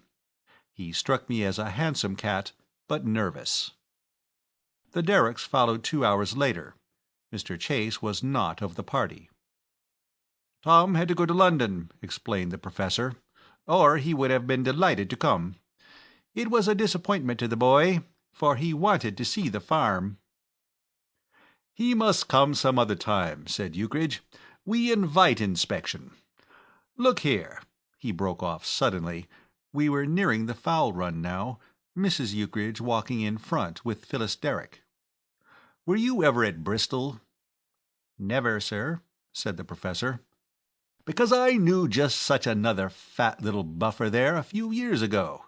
Gay old bird he was, he—" "This is the fowl run, Professor," I broke in, with a moist, tingling feeling across my forehead and up my spine. I saw the professor stiffen as he walked, while his face deepened in color. Ukridge's breezy way of expressing himself is apt to electrify the stranger. "You will notice the able way, in which the wire netting is arranged," I continued feverishly. "Took some doing that. By Jove, yes, it was hot work. Nice lot of fowls, aren't they? Rather a mixed lot, of course. That's the dealer's fault, though. We are getting quite a number of eggs now. Hens wouldn't lay at first, couldn't make them." I babbled on, till from the corner of my eye I saw the flush fade from the professor's face and his back gradually relax its poker-like attitude. The situation was saved for the moment, but there was no knowing what further excesses Ukridge might indulge in. I managed to draw him aside as we went through the fowl run, and expostulated. "For goodness' sake, be careful," I whispered. "You've no notion how touchy he is." "But I said nothing," he replied, amazed. "Hang it, you know nobody likes to be called a fat little buffer to his face." "What? My dear old man, nobody minds a little thing like that. We can't be stilted and formal. It's ever so much more friendly to relax and be chummy." Here we rejoined the others, and I was left with a leaden foreboding of gruesome things in store. I knew what manner of man Ukridge was when he relaxed and became chummy. Friendships of years' standing had failed to survive the test. For the time being, however, all went well. In his role of lecturer he offended no one, and Phyllis and her father behaved admirably. They received his strangest theories without a twitch of the mouth. "Ah," the professor would say, "now is that really so? Very interesting indeed." Only once, when Ukridge was describing some more than usually original device for furthering the interests of his fowls, did a slight spasm disturb Phyllis's look of attentive reverence. "And you really have no previous experience in chicken farming," she said. "None," said Ukridge, beaming through his glasses. "Not an atom. But I can turn my hand to anything, you know. Things seem to come naturally to me somehow." "I see," said Phyllis. It was while matters were progressing with this beautiful smoothness that I observed the square form of the hired retainer approaching us. Somehow, I cannot say why, I had a feeling that he had come with bad news. Perhaps it was his air of quiet satisfaction which struck me as ominous. "Beg pardon, Mr. Ukridge, sir." Ukridge was in the middle of a very eloquent excursus on the feeding of fowls, a subject on which he held views of his own as ingenious as they were novel. The interruption annoyed him. "Well, Beale," he said, "what is it?" "That there cat, sir, what came today." "Oh, Beale," cried Mrs. Ukridge in agitation, "what has happened?" "Having something to say to the missus." "What has happened? Oh, Beale, don't say that Edwin has been hurt. Where is he? Oh, poor Edwin." "Having something to say to the missus. If Bob has bitten him, I hope he had his nose well scratched," said Mrs. Ukridge vindictively. "Having something to say to the missus," resumed the hired retainer tranquilly. "I went into the kitchen 10 minutes back. The cat was sitting on the mat." Beale's narrative style closely resembled that of a certain book I had read in my infancy. I wish I could remember its title. It was a well-written book. "Yes, Beale, yes," said Mrs. Ukridge. "Oh, do go on." "Hullo, Puss," I says to him, "and how are you?" "Be careful," says the missus. "He's that timid," she says. "You wouldn't believe," she says. "He's only just settled down, as you may say," she says. "Ho, don't you fret," I says to her. "Him and me understands each other. Him and me," I says, "is old friends. He's my dear old pal, Corporal Banks." She grinned at that, ma'am, Corporal Banks being a man we'd had many a early laugh at in their old days. He was, in a manner of speaking, a joke between us. "Oh, do go on, Beale. What has happened to Edwin?" The hired retainer proceeded in calm, even tones. "We was talking there, ma'am, when Bob, what had followed me unknown, trotted in. When the cat catched sight of him sniffing about, there was such a spitting and swearing as you never heard. And blowed," said Mr. Beale amusedly, "blowed if the old cat didn't give one jump and move in quick time up the chimney, where he now remains, paying no heed to the missus' attempts to get him down again." Sensation, as they say in the reports. "But he'll be cooked," cried Phyllis, open-eyed. "No, he won't, nor will our dinner. Mrs. Beale always lets the kitchen fire out during the afternoon, and how she's going to light it with that—" There was a pause while one might count 3. It was plain that the speaker was struggling with himself. "That cat," he concluded safely, "up the chimney. It's a cold dinner we'll get tonight if that cat doesn't come down." The professor's face fell. I had remarked on the occasion when I had lunched with him his evident fondness for the pleasures of the table. Cold impromptu dinners were plainly not to his taste. We went to the kitchen in a body. Mrs. Beale was standing in front of the empty grate, making seductive cat noises up the chimney. "What's all this, Mrs. Beale?" said Ukridge. "He won't come down, sir, not while he thinks Bob's about. And how I'm to cook dinner for 5 with him up the chimney, I don't see, sir." "Prod at him with the broom handle, Mrs. Beale," said Ukridge. "Oh, don't hurt poor Edwin," said Mrs. Ukridge. "I have tried that, sir, but I can't reach him, and I'm only been and drove him up further. What must be," added Mrs. Beale philosophically, "must be. He may come down of his own accord in the night, being hungry." "Then what we must do," said Ukridge in a jovial manner, which to me at least seemed out of place, "is to have a regular jolly picnic dinner, what? Whack up whatever we have in the larder and eat that." "A regular jolly picnic dinner," repeated the professor gloomily. I could read what was passing in his mind. Remorse for having come at all, and a faint hope that it might not be too late to back out of it. "That would be splendid," said Phyllis. I think, my dear sir," said her father, "it would be hardly fair for us to give any further trouble to Mrs. Ukridge and yourself. If you will allow me, therefore, I will—" Ukridge became gushingly hospitable. He refused to think of allowing his guest to go empty away. He would be able to whack up something, he said. There was quite a good deal of the ham left, he was sure. He appealed to me to endorse his view that there was a tin of sardines, and a part of a cold fowl, and plenty of bread and cheese. "And after all," he said, speaking for the whole company in the generous, comprehensive way enthusiasts have, "what more do we want in weather like this?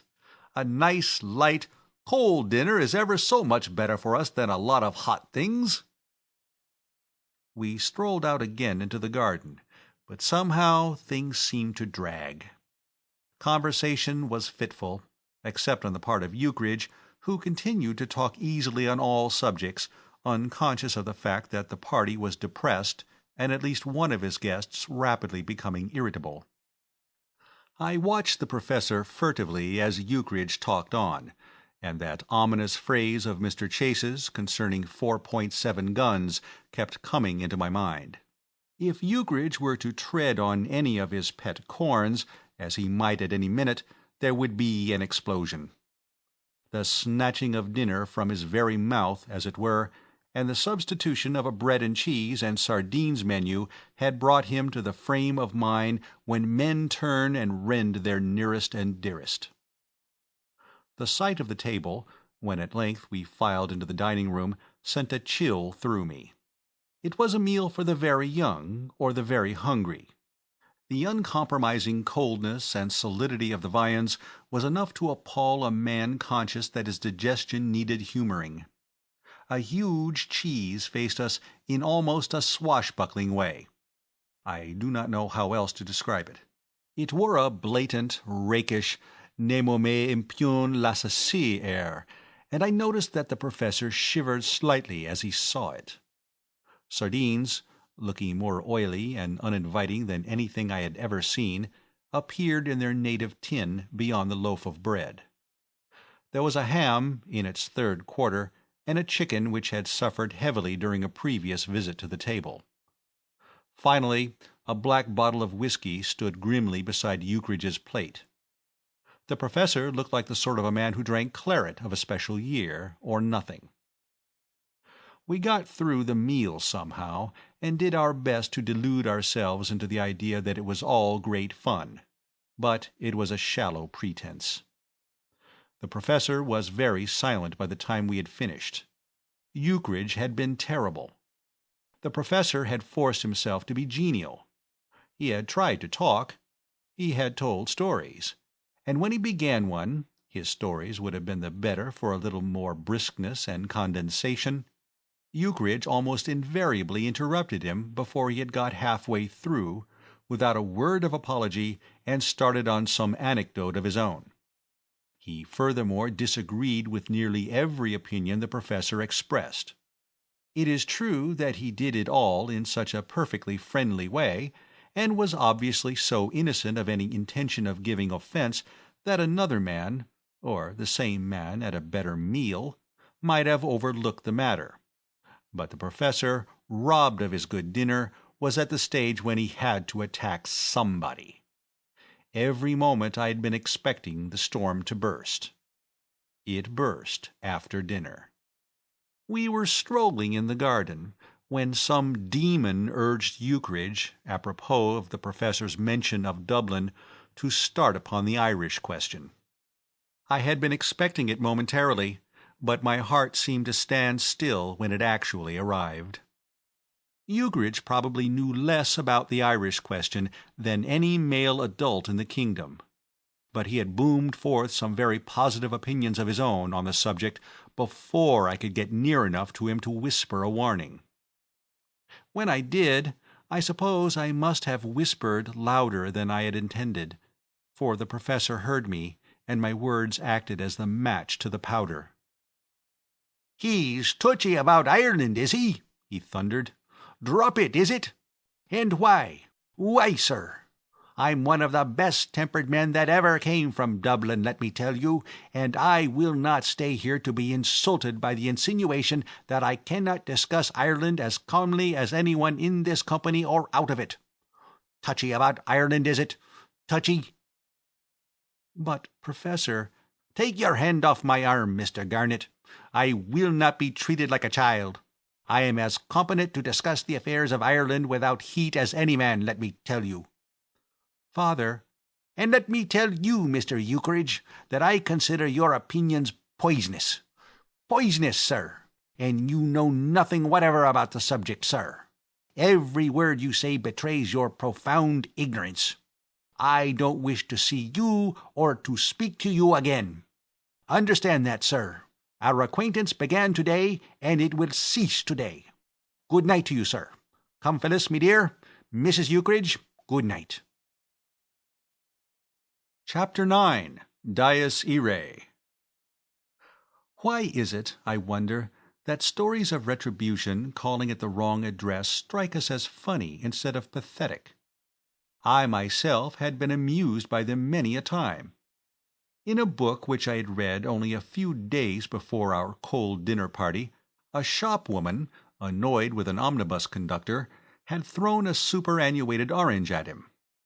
It had found its billet not on him, but on a perfectly inoffensive spectator.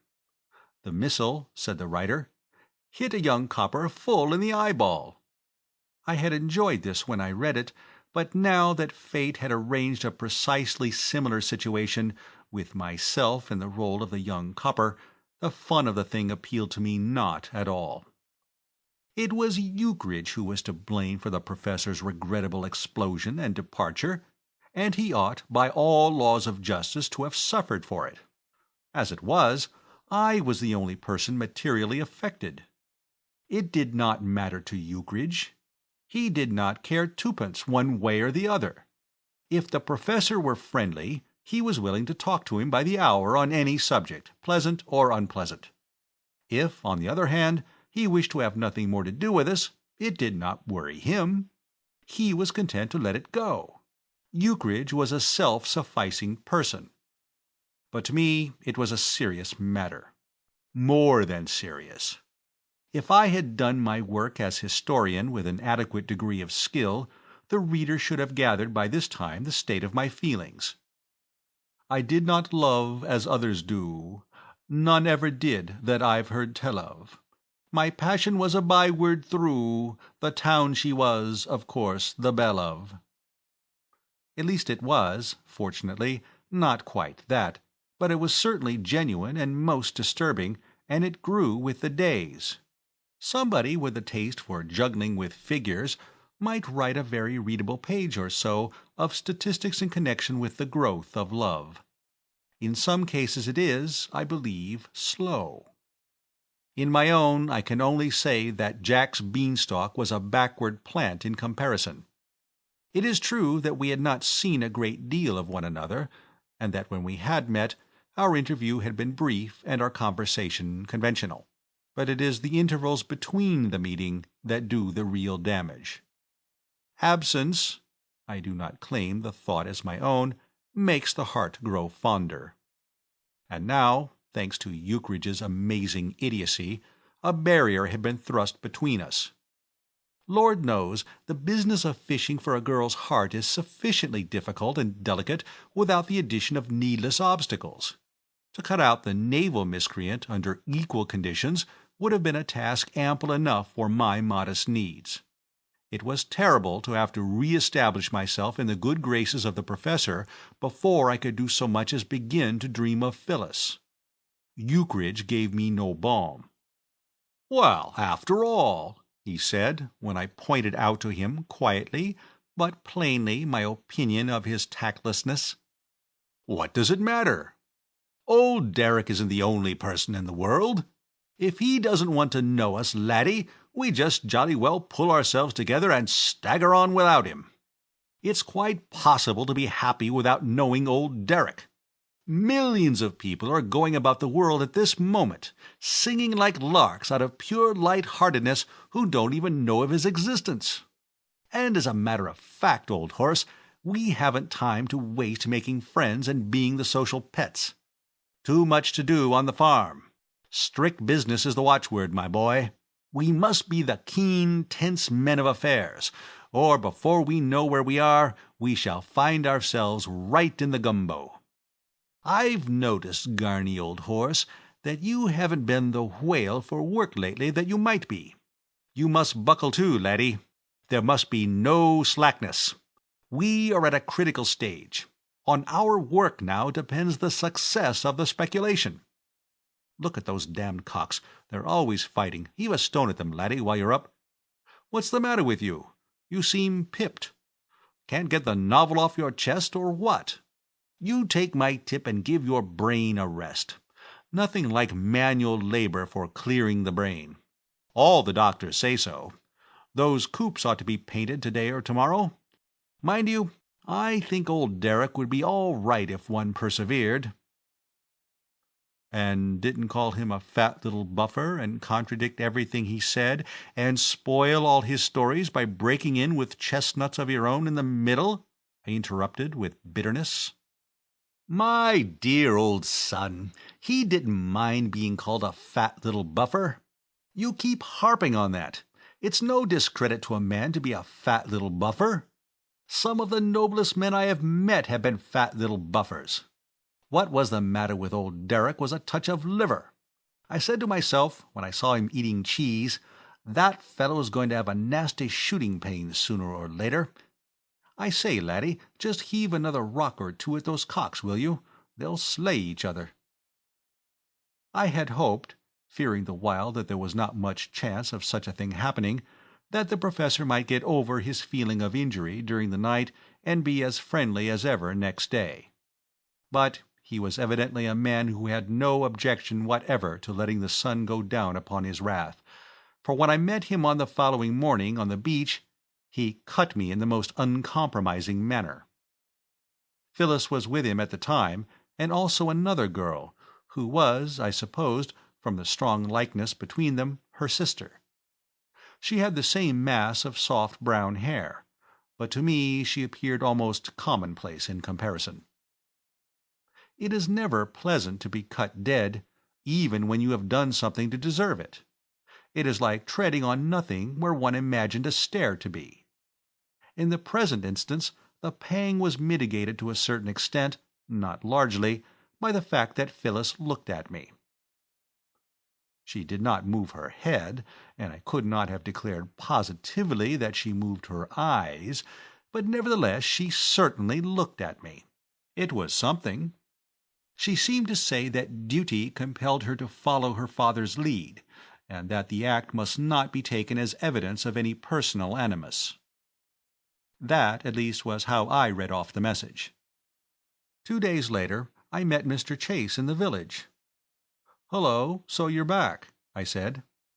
"You've discovered my secret," he admitted. "Will you have a cigar or a coconut?" There was a pause. "Trouble, I hear, while I was away," he said. I nodded. "The man I live with, Ukridge, did what you warned me against, touched on the Irish question." "Home Rule?" "He mentioned it, among other things." "And the Professor went off?" "Like a bomb." "He would. So now you have parted brass rags. It's a pity." I agreed. I am glad to say that I suppressed the desire to ask him to use his influence, if any, with Mr. Derrick to effect a reconciliation. I felt that I must play the game. To request one's rival to give one assistance in the struggle, to the end that he may be the more readily cut out, can hardly be considered cricket. "I ought not to be speaking to you, you know," said Mr. Chase. "You're under arrest." "He's still—" I stopped for a word. "Very much so. I'll do what I can." "It's very good of you." "But the time is not yet ripe. He may be said at present to be simmering down." "I see. Thanks. Goodbye." "So long." And Mr. Chase walked on with long strides to the cob. The days passed slowly. I saw nothing more of Phyllis or her sister. The Professor I met once or twice on the links. I had taken earnestly to golf in this time of stress. Golf is the game of disappointed lovers. On the other hand, it does not follow that because a man is a failure as a lover, he will be any good at all on the links. My game was distinctly poor at first, but a round or two put me back into my proper form, which is fair. The Professor's demeanor at these accidental meetings on the links was a faithful reproduction of his attitude on the beach. Only by a studied imitation of the absolute stranger did he show that he had observed my presence. Once or twice, after dinner, when Ukridge was smoking one of his special cigars, while Mrs. Ukridge nursed Edwin, now moving in society once more and in his right mind, I lit my pipe and walked out across the fields through the cool summer night till I came to the hedge that shut off the Derricks' grounds. Not the hedge through which I had made my first entrance, but another lower and nearer the house. Standing there under the shade of a tree, I could see lighted windows of the drawing-room. Generally there was music inside, and the windows being opened on account of the warmth of the night, I was able to make myself a little more miserable by hearing Phyllis sing. It deepened the feeling of banishment. I shall never forget those furtive visits. The intense stillness of the night, broken by the occasional rustling in the grass or the hedge, the smell of the flowers in the garden beyond, the distant drone of the sea. God makes such nights all white and still, for's yous to look and listen.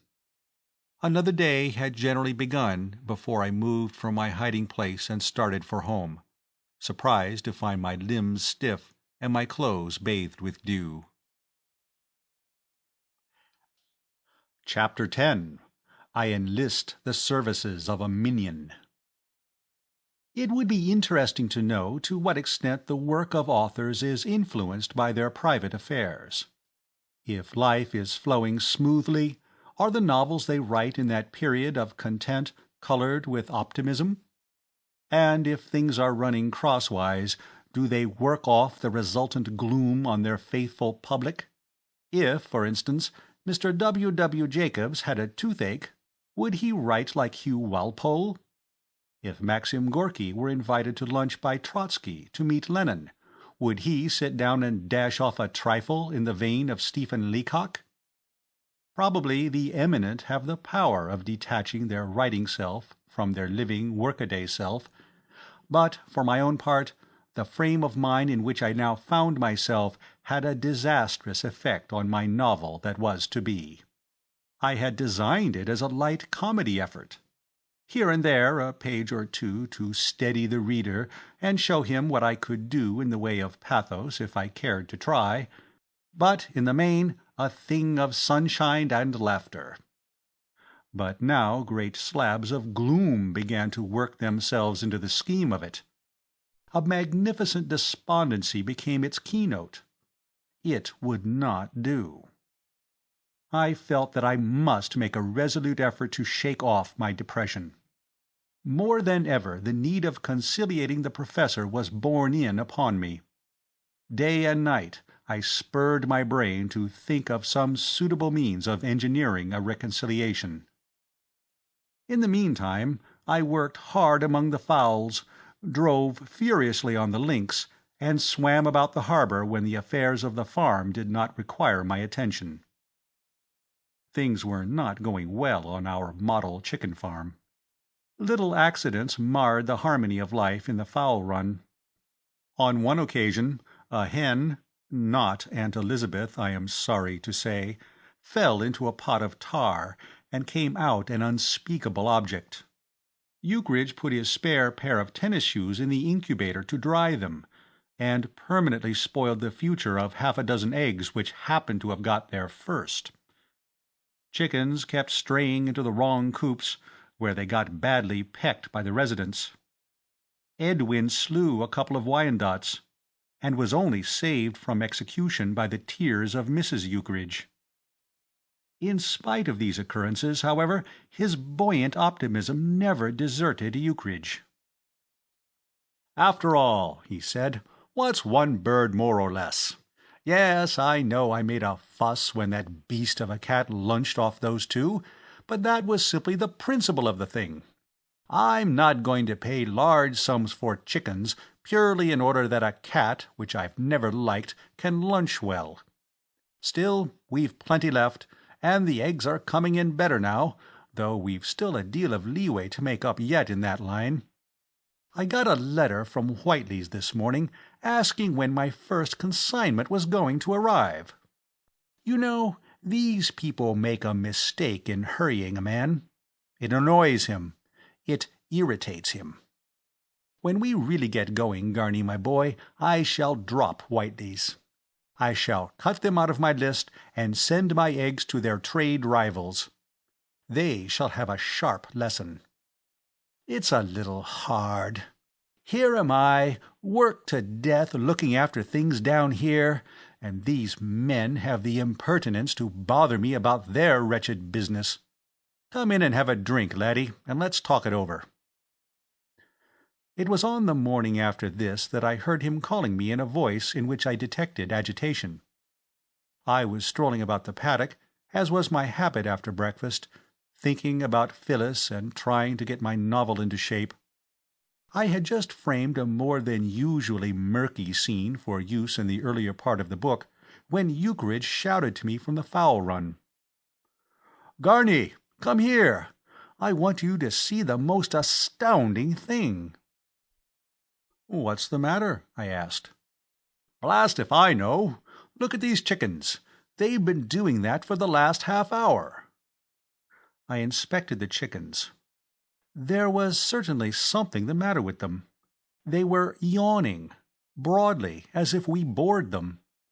They stood about singly and in groups, opening and shutting their beaks. It was an uncanny spectacle. "What's the matter with them?" "Can a chicken get a fit of the blues?" I asked. "Because if so, that's what they've got. I've never seen a more bored-looking lot of birds." "Oh, do look at that poor little brown one by the coop," said Mrs. Ukridge sympathetically. "I'm sure it's not well. See, it's lying down. What can be the matter with it?"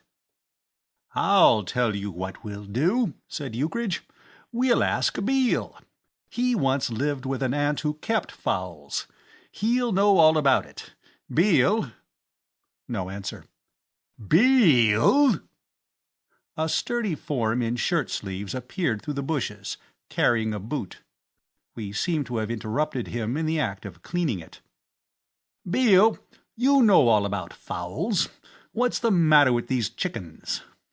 The hired retainer examined the blasé birds with a wooden expression on his face. "Well?" said Ukridge. "The old thing here," said the hired retainer, "is these 'ere fowls have been and got the roup." I had never heard of the disease before, but it sounded bad. "Is that what makes them yawn like that?" said Mrs. Ukridge. "Yes, ma'am." "Poor things." "Yes, ma'am." "And have they all got it?" "Yes, ma'am." "What ought we to do?" asked Ukridge.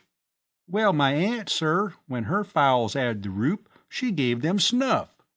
"Gave them snuff, she did," he repeated with relish, "every morning."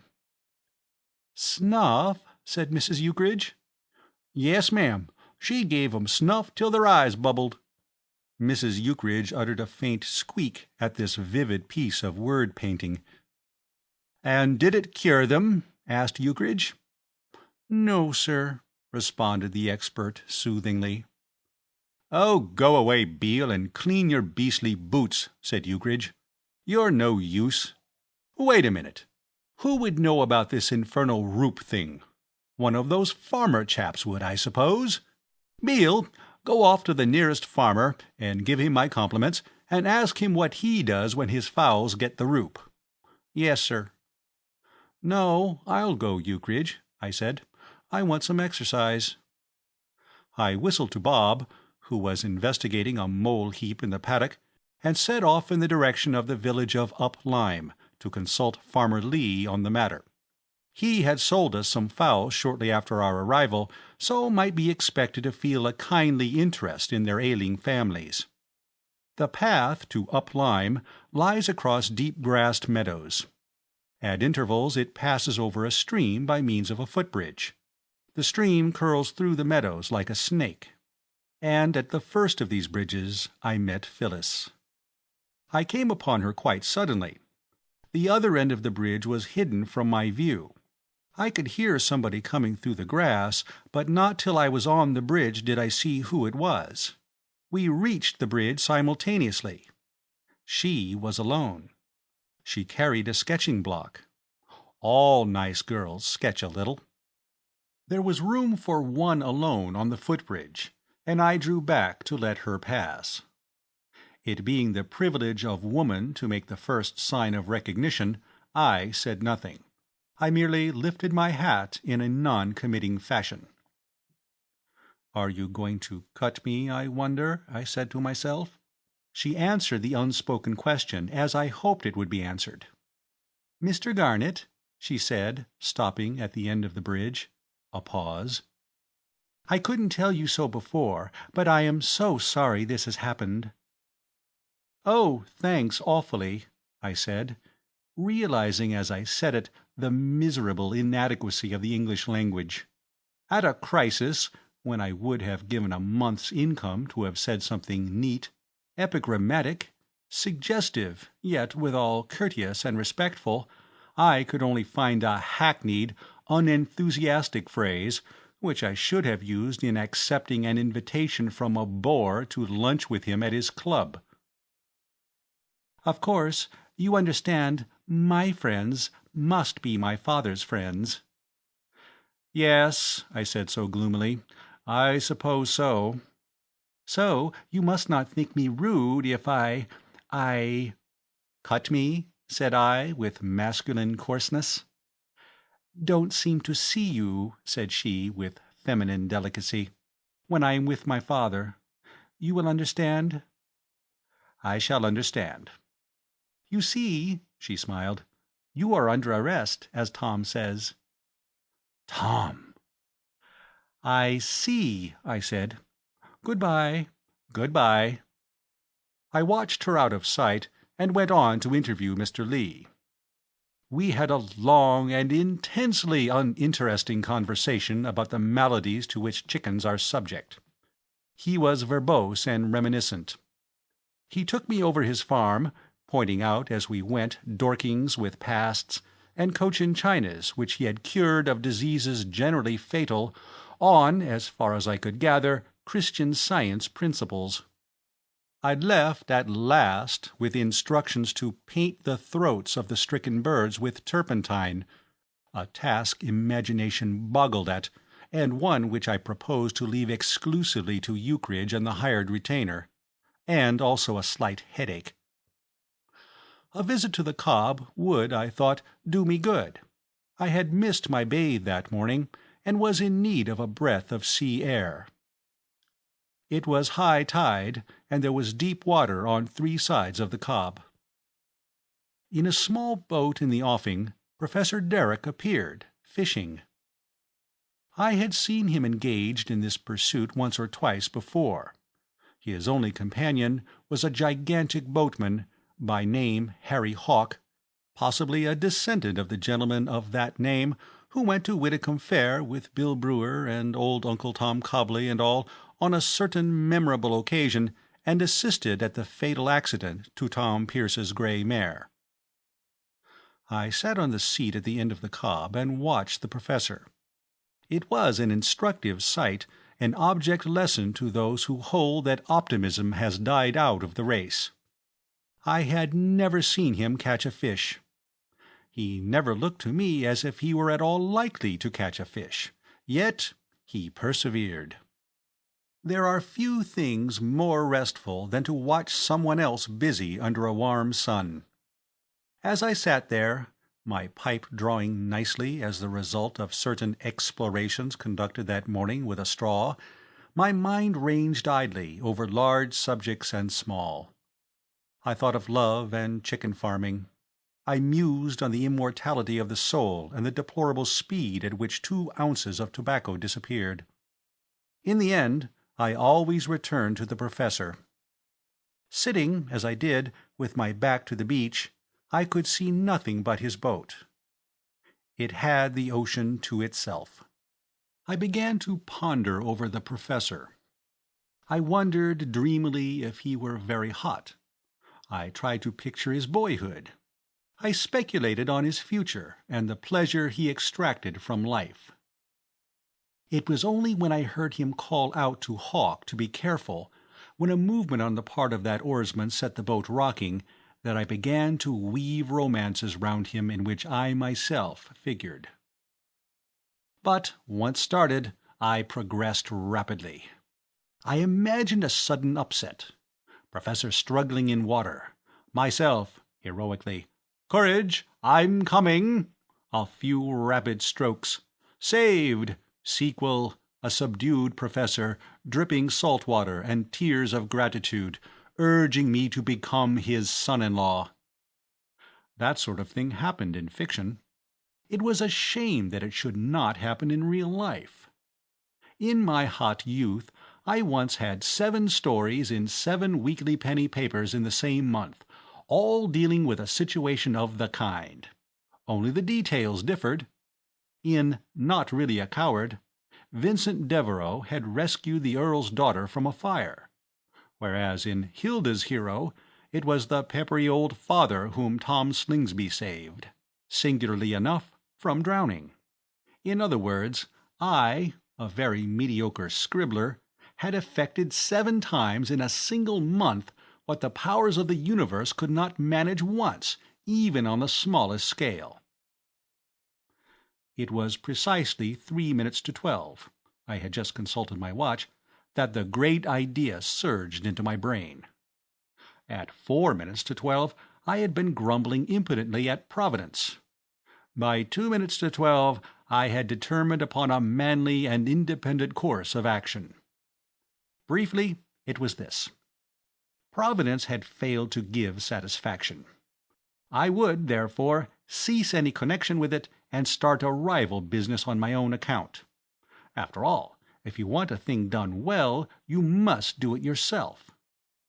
In other words, since a dramatic accident and rescue would not happen of its own accord, I would arrange one for myself. Hawk looked to me the sort of man who would do anything in a friendly way for a few shillings.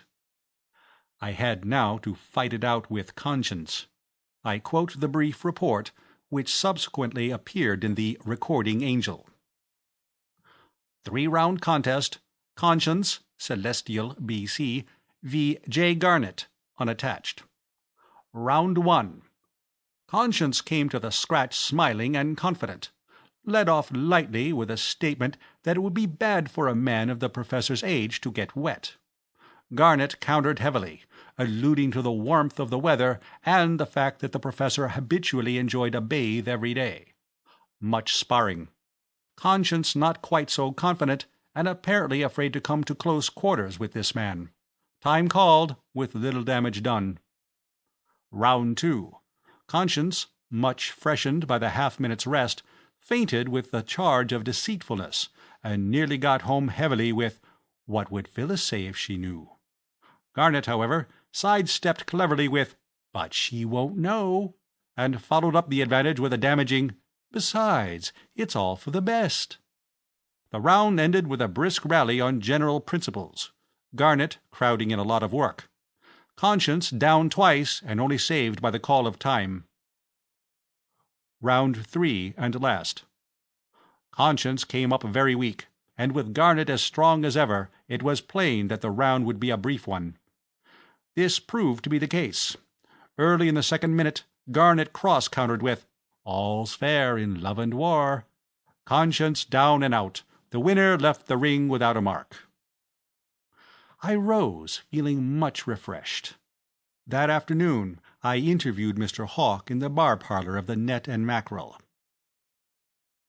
"Hawk," I said to him darkly, over a mystic and conspirator-like pot of ale, "I want you, next time you take Professor Derrick out fishing—" Here I glanced round, to make sure that we were not overheard.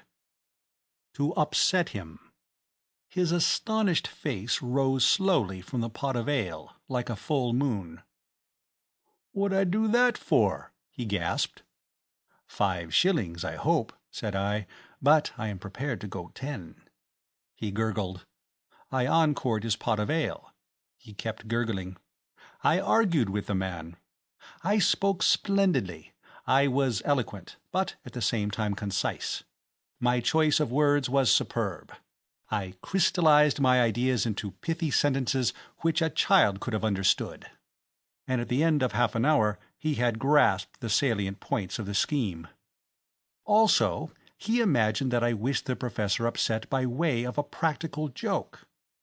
He gave me to understand that this was the type of humour which was to be expected from a gentleman from London. I am afraid he must at one period in his career have lived at one of those watering places at which trippers congregate.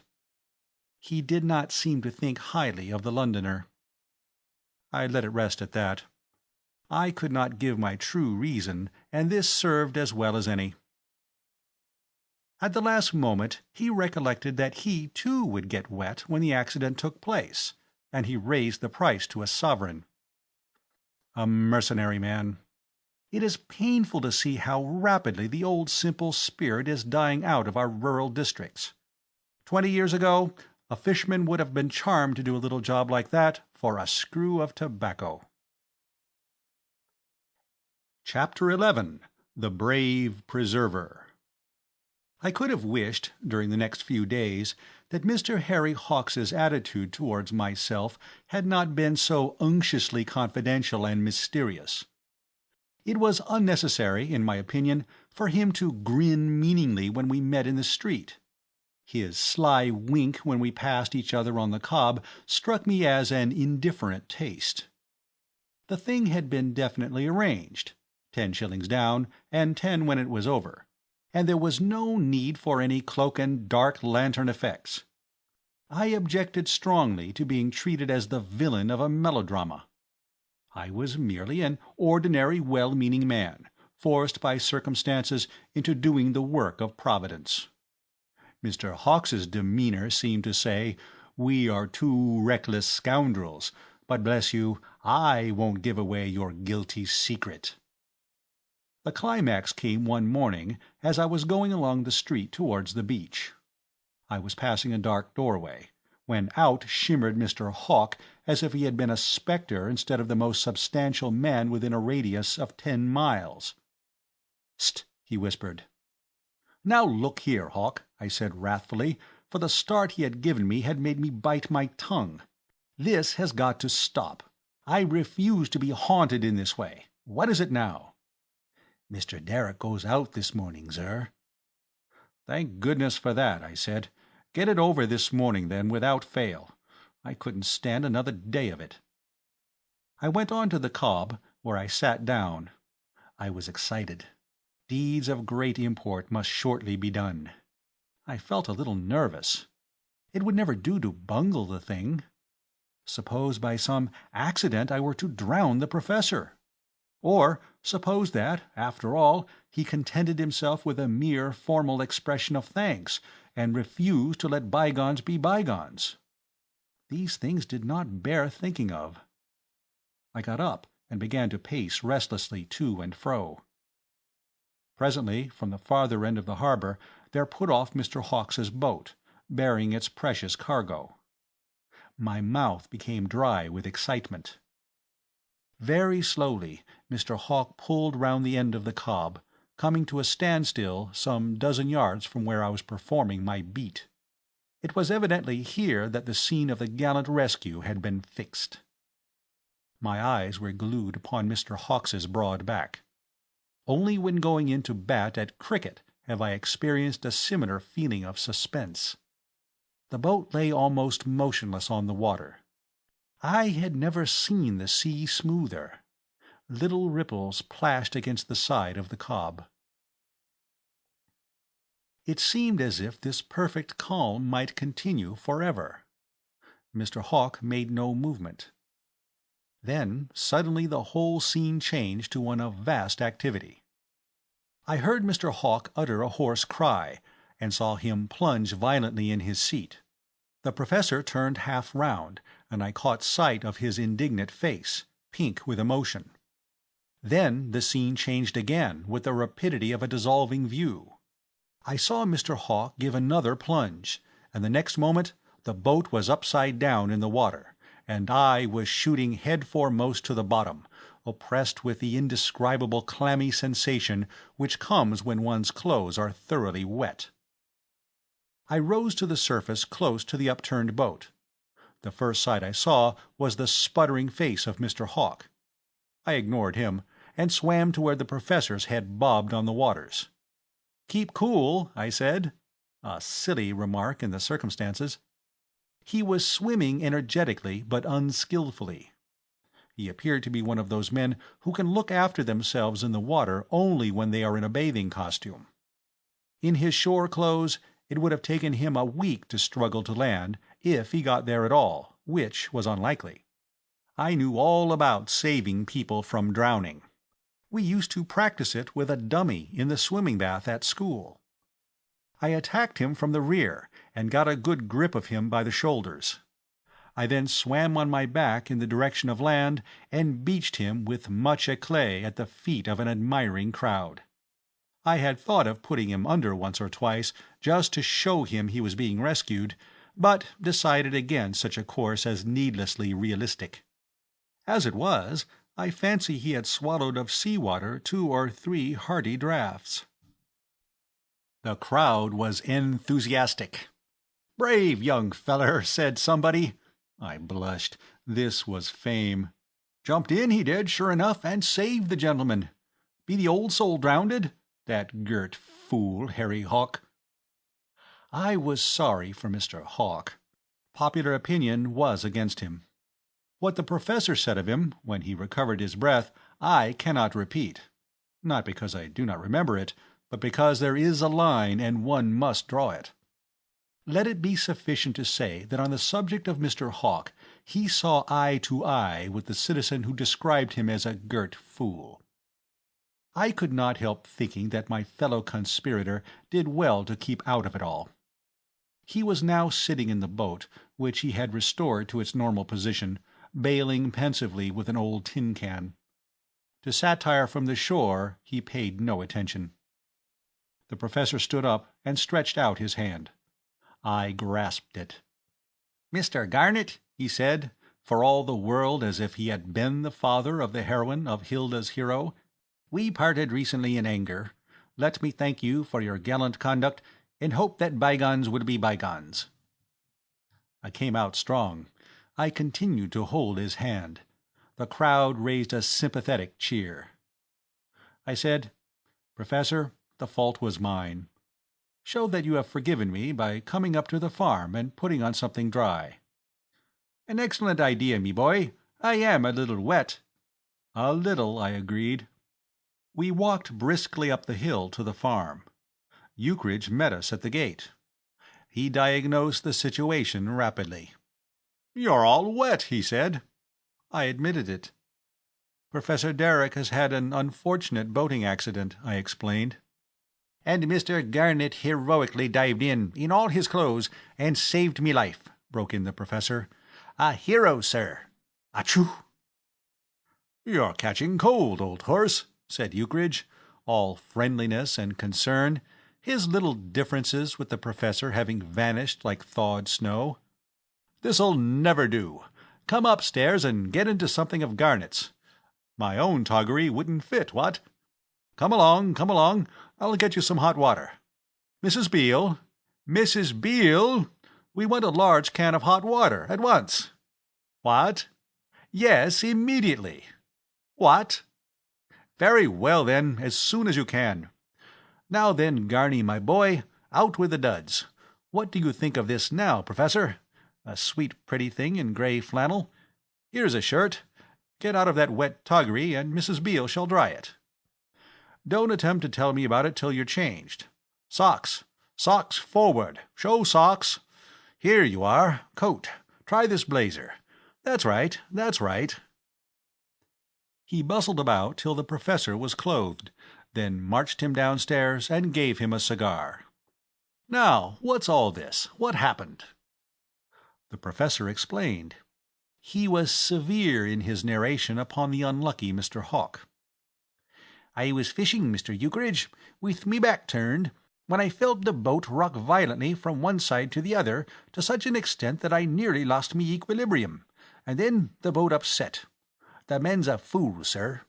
I could not see what had happened, my back being turned, as I say." "Garnet must have seen. What happened, old horse?" "It was very sudden," I said. "It seemed to me as if the man had got an attack of cramp. That would account for it. He has the reputation of being a most sober and trustworthy fellow." "Never trust that sort of man," said Ukridge. "They are always the worst. It's plain to me that this man was beastly drunk, and upset the boat while trying to do a dance." "A great curse, drink," said the professor. "Why, yes, Mr. Ukridge, I think I will, thank you, thank you. That will be enough. Not all the soda, if you please. Ah, this tastes pleasanter than salt water, Mr. Garnet, eh? Eh? Ha ha!" He was in the best of tempers, and I worked strenuously to keep him so. My scheme had been so successful that its iniquity did not worry me. I have noticed that this is usually the case in matters of this kind. It is the bungled crime that brings remorse. "We must go round the links together one of these days, Mr. Garnet," said the Professor.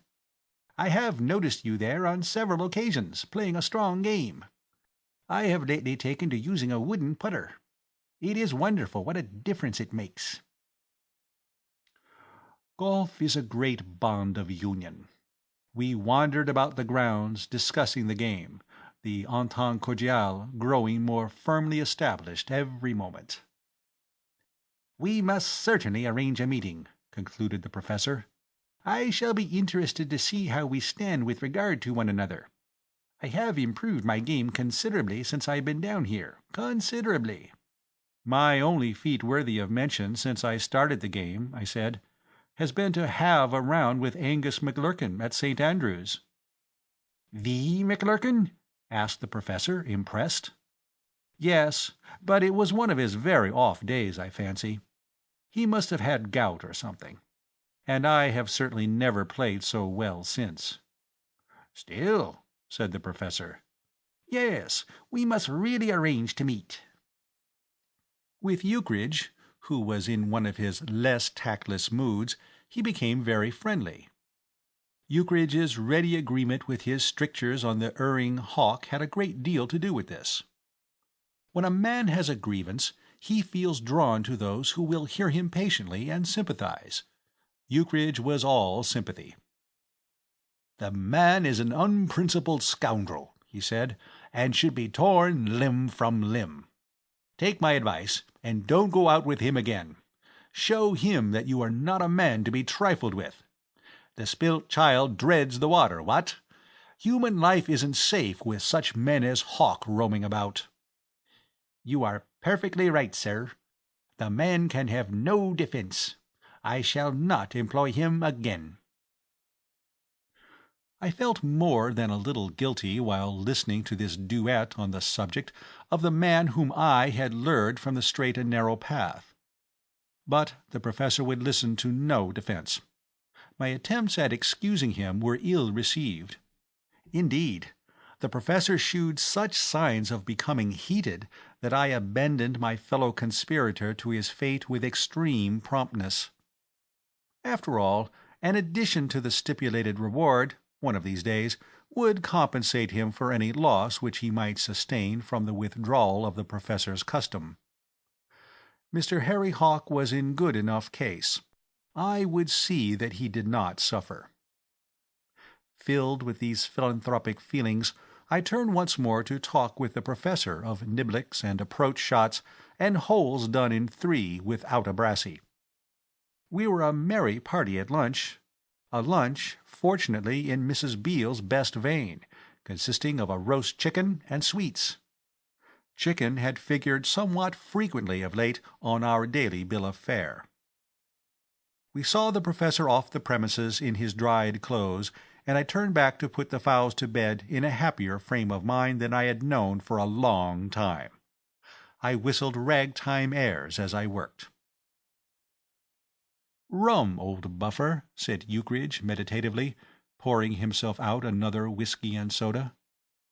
"My goodness, I should have liked to have seen him in the water. Why do I miss these good things?" Chapter 12. Some Emotions and Yellow Lupin. The fame which came to me through that gallant rescue was a little embarrassing. I was a marked man. Did I walk through the village, heads emerged from windows, and eyes followed me out of sight. Did I sit on the beach, groups formed behind me and watched in silent admiration. I was the man of the moment. "If we'd wanted an advertisement for the farm," said Ukridge on one of these occasions, "we couldn't have had a better one than you, Garney, my boy.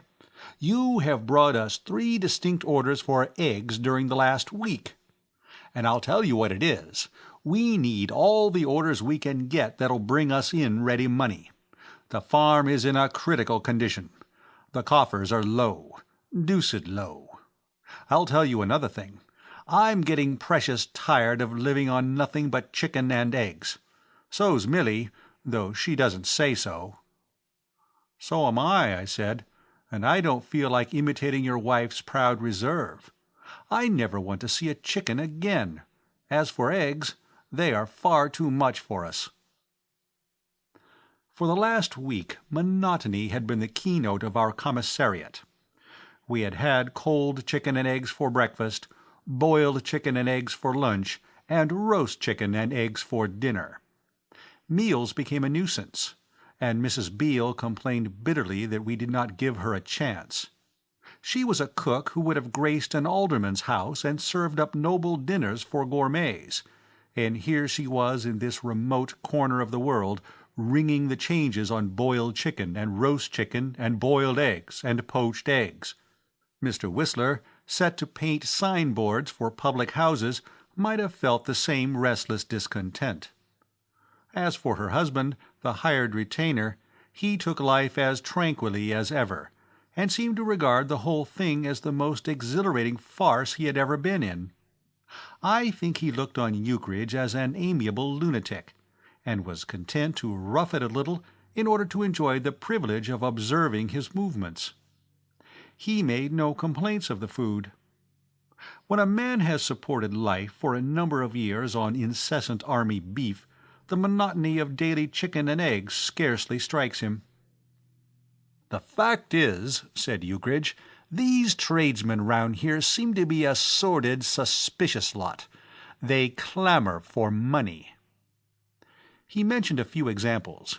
Vickers, the butcher, had been the first to strike, with the remark that he would like to see the colour of Mr. Ukridge's money before supplying further joints. Dawlish, the grocer, had expressed almost exactly similar sentiments 2 days later, and the ranks of these passive resisters had been receiving fresh recruits ever since. To a man, the tradesmen of Combe Regis seemed as deficient in simple faith as they were in Norman blood. "Can't you pay some of them a little on account?" I suggested. "It would set them going again." "My dear old man," said Ukridge impressively, "we need every penny of ready money we can raise for the farm. The place simply eats money. That infernal Roop let us in for I don't know what." That insidious epidemic had indeed proved costly. We had painted the throats of the chickens with the best turpentine, at least Ukridge and Beale had, but in spite of their efforts, dozens had died, and we had been obliged to sink much more money than was pleasant in restocking the run. The battle which took place on the first day after the election of the new members was a sight to remember. The results of it were still noticeable in the depressed aspect of certain of the recently enrolled. "No," said Ukridge, summing up, "these men must wait. We can't help their troubles. Why, good gracious, it isn't as if they've been waiting for the money long. We've not been down here much over a month. I never heard of such a scandalous thing. 'Pon my word, I've a good mind to go round and have a straight talk with one or two of them. I come and settle down here, and stimulate trade, and give them large orders, and they worry me with bills when they know I'm up to my eyes in work looking after the fowls. One can't attend to everything. The business is just now at its most crucial point. It would be fatal to pay any attention to anything else with things as they are. These scoundrels will get paid all in good time." It is a peculiarity of situations of this kind that the ideas of debtor and creditor as to what constitutes a good time never coincide. I am afraid that, despite the urgent need for strict attention to business, I was inclined to neglect my duties about this time. I had got into the habit of wandering off, either to the links, where I generally found the professor, sometimes Phyllis, or on long walks by myself. There was one particular walk along the cliffs, through some of the most beautiful scenery I have ever set eyes on, which more than any other suited my mood. I would work my way through the woods till I came to a small clearing on the very edge of the cliff. There I would sit and smoke by the hour. If ever I am stricken with smoker's heart, or staggers, or tobacco amblyopia, or any other of the cheery things which doctors predict for the devotee of the weed, I shall feel that I sowed the seeds of it that summer in that little clearing overlooking the sea. A man in love needs much tobacco. A man thinking out a novel needs much tobacco. I was in the grip of both maladies. Somehow I found that my ideas flowed more readily in that spot than in any other. I had not been inside the professor's grounds since the occasion when I had gone in through the boxwood hedge. But on the afternoon following my financial conversation with Ukridge, I made my way thither, after a toilet which, from its length, should have produced better results than it did. Not for 4 whole days had I caught so much as a glimpse of Phyllis. I had been to the links 3 times, and had met the professor twice, but on both occasions she had been absent. I had not the courage to ask after her. I had an absurd idea that my voice or my manner would betray me in some way. I felt that I should have put the question with such an exaggerated show of indifference that all would have been discovered. The professor was not at home, nor was Mr. Chase, nor was Miss Nora Derrick, the lady I'd met on the beach with the professor. Miss Phyllis, said the maid, was in the garden. I went into the garden. She was sitting under the cedar by the tennis lawn, reading. She looked up as I approached. I said it was a lovely afternoon, after which there was a lull in the conversation. I was filled with a horrid fear that I was boring her. I had probably arrived at the very moment when she was most interested in her book. She must, I thought, even now be regarding me as a nuisance, and was probably rehearsing bitter things to say to the maid for not having had the sense to explain that she was out. "I called in the hope of seeing Professor Derrick," I said. "You will find him on the links," she replied. It seemed to me that she spoke wistfully. "Oh, it doesn't matter," I said. "It wasn't anything important." This was true. If the professor had appeared then and there, I should have found it difficult to think of anything to say to him which would have accounted to any extent for my anxiety to see him. "How are the chickens, Mr. Garnet?" said she. The situation was saved. Conversationally, I am like a clockwork toy. I have to be set going. On the affairs of the farm I could speak fluently. I sketched for her the progress we had made since her visit. I was humorous concerning Roop, epigrammatic on the subject of hired retainer and Edwin. "Then the cat did come down from the chimney?" said Phyllis. We both laughed, and, I can answer for myself, I felt the better for it. "He came down the next day," I said, "and made an excellent lunch of one of our best fowls. He also killed another, and only just escaped death himself at the hands of Ukridge." "Mr. Ukridge doesn't like him, does he?" "If he does, he dissembles his love. Edwin is Mrs. Ukridge's pet. He is the only subject on which they disagree. Edwin is certainly in the way on a chicken farm. He has got over his fear of Bob, and is now perfectly lawless. We have to keep a steady eye on him." "And have you had any success with the incubator? I love incubators. I have always wanted to have one of my own, but we have never kept fowls." "The incubator has not done all that it should have done," I said.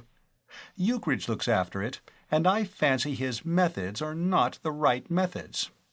I don't know if I've got the figures absolutely correct, but Ukridge reasons on these lines. He says you are supposed to keep the temperature up to 105 degrees. I think he said 105. Then the eggs are supposed to hatch in a week or so. He argues that you may just as well keep the temperature at 72 and wait a fortnight for your chickens. I am certain there's a fallacy in the system somewhere, because we never seem to get as far as the chickens. But Ukridge says his theory is mathematically sound, and he sticks to it." "Are you quite sure that the way you are doing it is the best way to manage a chicken farm?" "I should very much doubt it. I am a child in these matters. I had only seen a chicken in its wild state once or twice before we came down here. I had never dreamed of being an active assistant on a real farm. The whole thing began like Mr. George Ade's Fable of the Author. An author, myself, was sitting at his desk trying to turn out any old thing that could be converted into breakfast food, when a friend came in and sat down on the table, and told him to go right on and not mind him. Did Mr. Ukridge do that? Very nearly that. He called at my rooms one beautiful morning when I was feeling desperately tired of London and overworked and dying for a holiday, and suggested that I should come to Combe Regis with him and help him farm chickens. I have not regretted it. It's a lovely place, isn't it? The loveliest I have ever seen. How charming your garden is. Shall we go and look at it? You have not seen the whole of it. As she rose, I saw her book, which she had laid face downwards on the grass beside her. It was the same much-enduring copy of The Manoeuvres of Arthur. I was thrilled. This patient perseverance must surely mean something. She saw me looking at it. "Did you draw Pamela from anybody?" she asked suddenly. I was glad now that I had not done so. The wretched Pamela, once my pride, was for some reason unpopular with the only critic about whose opinion I cared, and had fallen accordingly from her pedestal. As we wandered down from the garden path, she gave me her opinion of the book. In the main, it was appreciative.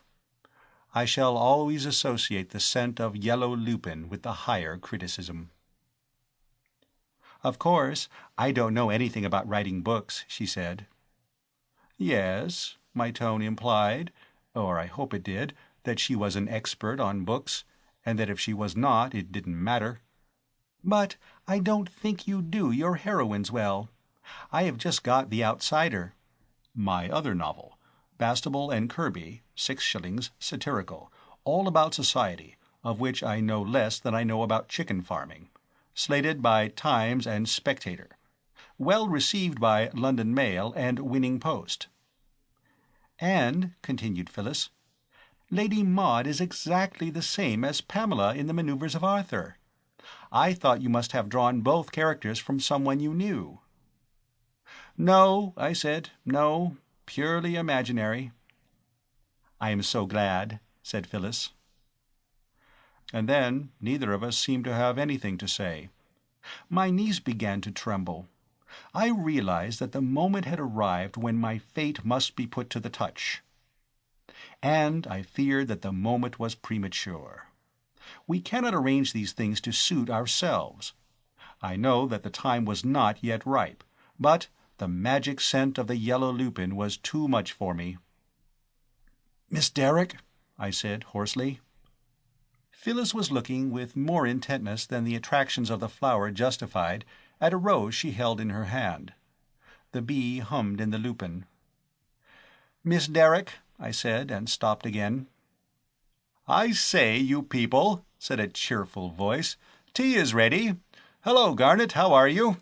That medal arrived yet from the Humane Society?" I spun around. Mr. Tom Chase was standing at the end of the path. The only word that could deal adequately with the situation slapped against my front teeth. I grinned a sickly grin. "Well, Tom," said Phyllis. And there was, I thought, just the faintest tinkle of annoyance in her voice. "I've been bathing," said Mr. Chase, apropos de botte. "Oh," I replied. "And I wish," I added, "that you'd drowned yourself." But I added it silently to myself. Chapter 13. Tea and Tennis. "Met the professor's late boatman on the Cobb," said Mr. Chase, dissecting a chocolate cake. "Clumsy man," said Phyllis. "I hope he was ashamed of himself. I shall never forgive him for trying to drown Papa." My heart bled for Mr. Henry Hawke, that modern martyr. "When I met him," said Tom Chase, "he looked as if he had been trying to drown his sorrow as well." "I knew he drank," said Phyllis severely, "the very first time I saw him." "You might have warned the professor," murmured Mr. Chase. "He couldn't have upset the boat if he had been sober." "You never know. He may have done it on purpose." "Tom, how absurd." "Rather rough on the man, aren't you?" I said. "Merely a suggestion," continued Mr. Chase airily. "I've been reading sensational novels lately, and it seems to me that Mr. Hawk's cut out to be a minion. Probably some secret foe of the professor's bribed him." My heart stood still. Did he know, I wondered, and was this all a roundabout way of telling me he knew? "The professor may be a member of an anarchist league or something, and this is punishment for refusing to assassinate some sportsman." "Have another cup of tea, Tom, and stop talking nonsense." Mr. Chase handed in his cup. "What gave me the idea that the upset was done on purpose was this. I saw the whole thing from the Wear Cliff. The spill looked to me just like dozens I had seen at Malta." "Why do they upset themselves on purpose at Malta particularly?" inquired Phyllis. "Listen carefully, my dear, and you'll know more about the ways of the Navy that guards your coast than you did before. When men are allowed on shore at Malta, the owner has a fancy to see them snugly on board again at a certain reasonable hour. After that hour, any Maltese policeman who brings them aboard gets 1 sovereign, cash. But he has to do all the bringing part of it on his own. Consequence is, you see, boats rowing out to the ship carrying men who have overstayed their leave. And when they get near enough, the able-bodied gentleman in custody jumps to his feet, upsets the boat, and swims for the gangway. The policemen, if they aren't drowned, they sometimes are, race him, and whichever gets there first wins. If it's the policeman, he gets his sovereign. If it's the sailor, he is considered to have arrived not in a state of custody and gets off easier. What a judicious remark that was of the governor of North Carolina to the governor of South Carolina respecting the length of time between drinks. Just one more cup, please, Phyllis." "But how does all that apply?" I asked, dry-mouthed. "Mr. Hawk upset the professor just as those Maltese were upset. There's a patent way of doing it. Furthermore, by judicious questioning, I found that Hawk was once in the Navy and stationed at Malta. Now, who's going to drag in Sherlock Holmes?" "You don't really think," I said, feeling like a criminal in the dock when the case is going against him. "I think friend Hawk has been reenacting the joys of his vanished youth, so to speak." "He ought to be prosecuted," said Phyllis, blazing with indignation. "Alas, poor Hawk." "Nobody's safe with a man of that sort hiring out a boat." "Oh, miserable Hawk." "But why on earth should he play a trick like that on Professor Derrick, Chase?" "Pure animal spirits, probably. Or he may, as I say, be a minion." I was hot all over. "I shall tell father that," said Phyllis in her most decided voice, "and see what he says. I don't wonder at the man taking to drink after doing such a thing." I think you're making a mistake," I said. "I never make mistakes," Mr. Chase replied.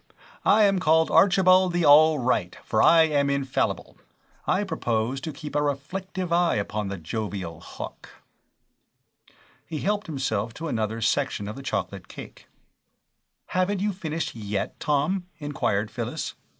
"I'm sure Mr. Garnett's getting tired of sitting talking here," she said. I shot out a polite negative. Mr. Chase explained with his mouth full that he had by no means finished.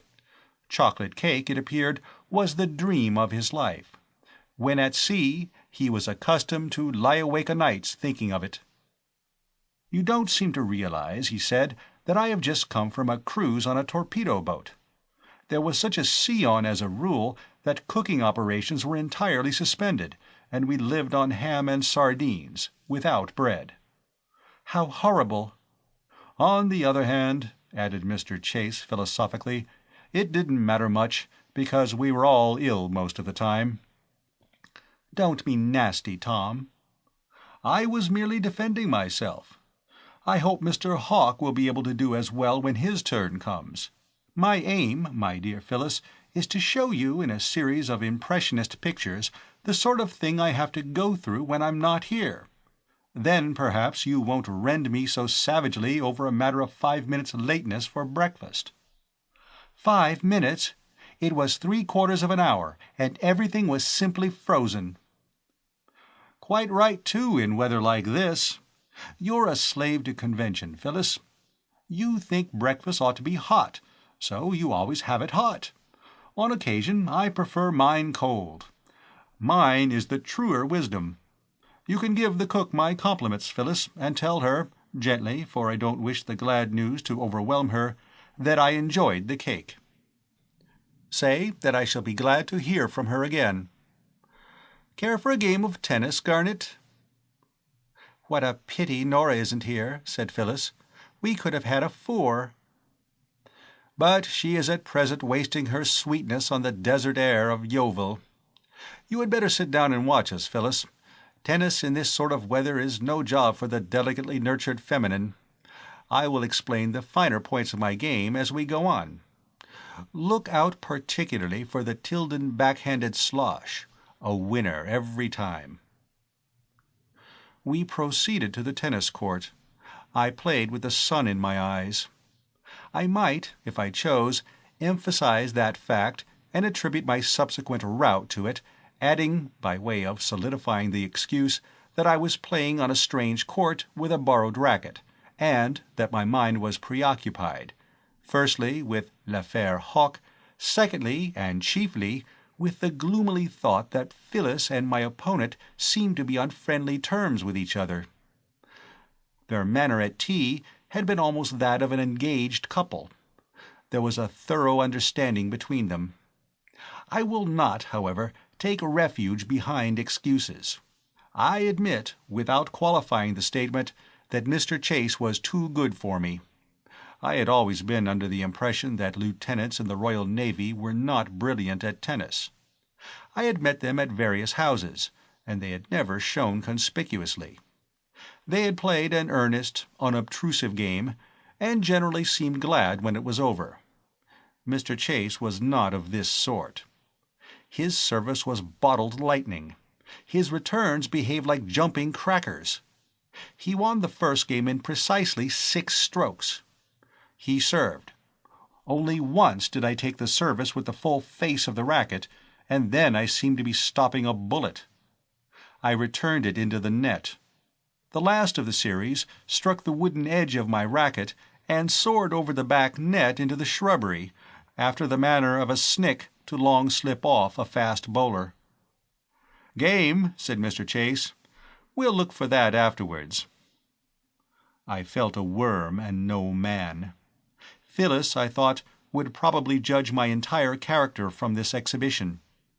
A man, she would reflect, who could be so feeble and miserable a failure at tennis could not be good for much in any department of life. She would compare me instinctively with my opponent, and contrast his dash and brilliance with my own inefficiency. Somehow the massacre was beginning to have a bad effect on my character. All my self-respect was ebbing.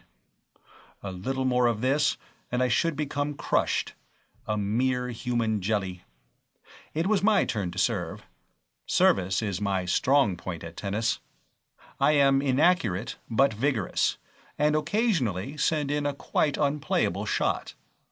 1 or 2 of these, even at the expense of a fault or so, and I might be permitted to retain at least a portion of my self-respect. I opened with a couple of faults. The sight of Phyllis, sitting calm and cool in her chair under the cedar, unnerved me. I served another fault, and yet another. "Here, I say, Garnet," observed Mr. Chase plaintively, "do put me out of this hideous suspense. I'm becoming a mere bundle of quivering ganglions." I loathe facetiousness in moments of stress. I frowned austerely, made no reply, and served another fault, my 5th. matters had reached a crisis. Even if I had to lob it underhand, I must send the ball over the net with the next stroke. I restrained myself this time, eschewing the careless vigor which had marked my previous efforts. The ball flew in a slow semicircle and pitched inside the correct court. At least, I told myself, I had not served a fault. What happened then, I cannot exactly say. I saw my opponent spring forward like a panther and whirl his racket. The next moment, the back net was shaking violently, and the ball was rolling swiftly along the ground on a return journey to the other court. "Love 40, said Mr. Chase. "Phyllis." "Yes." "That was the Tilden slosh." "I thought it must be," said Phyllis. In the third game I managed to score 15. By the merest chance I returned one of his red-hot serves, and, probably through surprise, he failed to send it back again. In the fourth and fifth games I omitted to score. Phyllis had left the cedar now, and was picking flowers from the beds behind the court. We began the sixth game. And now, for some reason, I played really well. I struck a little vein of brilliance. I was serving, and this time a proportion of my serves went over the net instead of trying to get through. The score went from 15 all to 40-15. Hope began to surge through my veins. If I could keep this up, I might win yet. The Tilden slosh diminished my lead by 15. Then I got in a really fine serve, which beat him. Vantage in, another slosh. Deuce, another slam. Vantage out. It was an awesome moment. There was a tide in the affairs of men, which, taken by the flood, I served. Fault. I served again. A beauty. He returned it like a flash into the corner of the court. With a supreme effort, I got to it. We rallied. I was playing like a professor. Then whiz! The slosh had beaten me on the post. "Game and," said Mr. Chase, tossing his racket into the air and catching it by the handle. "Good game, that last one." I turned to see what Phyllis thought of it. At the 11th hour I had shown her of what stuff I was made. She had disappeared. "Looking for Miss Derrick?" said Chase, jumping the net and joining me in my court. "She's gone into the house." "When did she go?" "At the end of the fifth game," said Chase. "Gone to dress for dinner, I suppose," he continued. "It must be getting late. I think I ought to be going too, if you don't mind. The professor gets a little restive if I keep him waiting for his daily bread. Great Scott! That watch can't be right. What do you make of it?" "Yes, so do I. I really think I must run. You won't mind. Good night, then. See you tomorrow, I hope." I walked slowly out across the fields. That same star, in which I had confided on a former occasion, was at its post. It looked placid and cheerful. It never got beaten by 6 games to love under the very eyes of a lady star. It was never cut out ignominiously by infernally capable lieutenants in His Majesty's Navy. No wonder it was cheerful. Chapter 14. A Council of War. "The fact is," said Ukridge, "if things go on as they are now, my lad, we shall be in the cart. This business wants bucking up. We don't seem to be making any headway. Why it is, I don't know, but we are not making headway. Of course, what we want is time. If only these scoundrels of tradesmen would leave us alone for a spell, we could get things going properly. But we're hampered and rattled and worried all the time, aren't we, Milly?" "Yes, dear." "You don't let me see the financial side of the thing enough," I complained. "Why don't you keep me thoroughly posted? I didn't know we were in such a bad way. The fowls look fit enough, and Edwin hasn't had one for a week." "Edwin knows as well as possible when he's done wrong, Mr. Garnet," said Mrs. Ukridge. "He was so sorry after he had killed those other two." "Yes," said Ukridge, "I saw to that." "As far as I can see," I continued, "we are going strong. Chicken for breakfast, lunch, and dinner is a shade monotonous, perhaps, but look at the business we're doing. We sold a whole heap of eggs last week." "But not enough, Garney, old man. We aren't making our presence felt. England isn't ringing with our name. We sell a dozen eggs where we ought to be selling them by the 100, carting them off in trucks for the London market and congesting the traffic. Harrods and Whiteleys and the rest of them are beginning to get on their hind legs and talk. That's what they're doing. Devilish unpleasant they're making themselves. You see, laddie, there's no denying it. We did touch them for the deuce of a lot of things on account, and they agreed to take it out in eggs. All they've done so far is to take it out in apologetic letters from Milly. Now, I don't suppose there's a woman alive who can write a better apologetic letter than her nibs, but if you're broad-minded and can face facts, you can't help seeing that the juiciest apologetic letter is not an egg. I meant to say, look at it from their point of view. Harrod, or Whiteley, comes into his store in the morning, rubbing his hands expectantly. "Well," he says, "how many eggs from Combe Regis today?" And instead of leading him off to a corner piled up with bursting crates, they show him a 4-page letter telling him it'll all come right in the future. I've never run a store myself, but I should think that would jar a chap. Anyhow, the blighters seem to be getting tired of waiting. "The last letter from Harrods was quite pathetic," said Mrs. Ukridge sadly. "I had a vision of an eggless London. I seemed to see homes rendered desolate, and lives embittered by the slump, and millionaires bidding against one another for the few rare specimens which Ukridge had actually managed to dispatch to Brompton and Bayswater. Ukridge, having induced himself to be broad-minded for 5 minutes, now began to slip back to his own personal point of view and became once more the man with a grievance. His fleeting sympathy with the wrongs of Mr. Harrod and Mr. Whiteley disappeared. "What it all amounts to," he said complainingly, "is that they're infernally unreasonable. I've done everything possible to meet them. Nothing could have been more manly and straightforward than my attitude.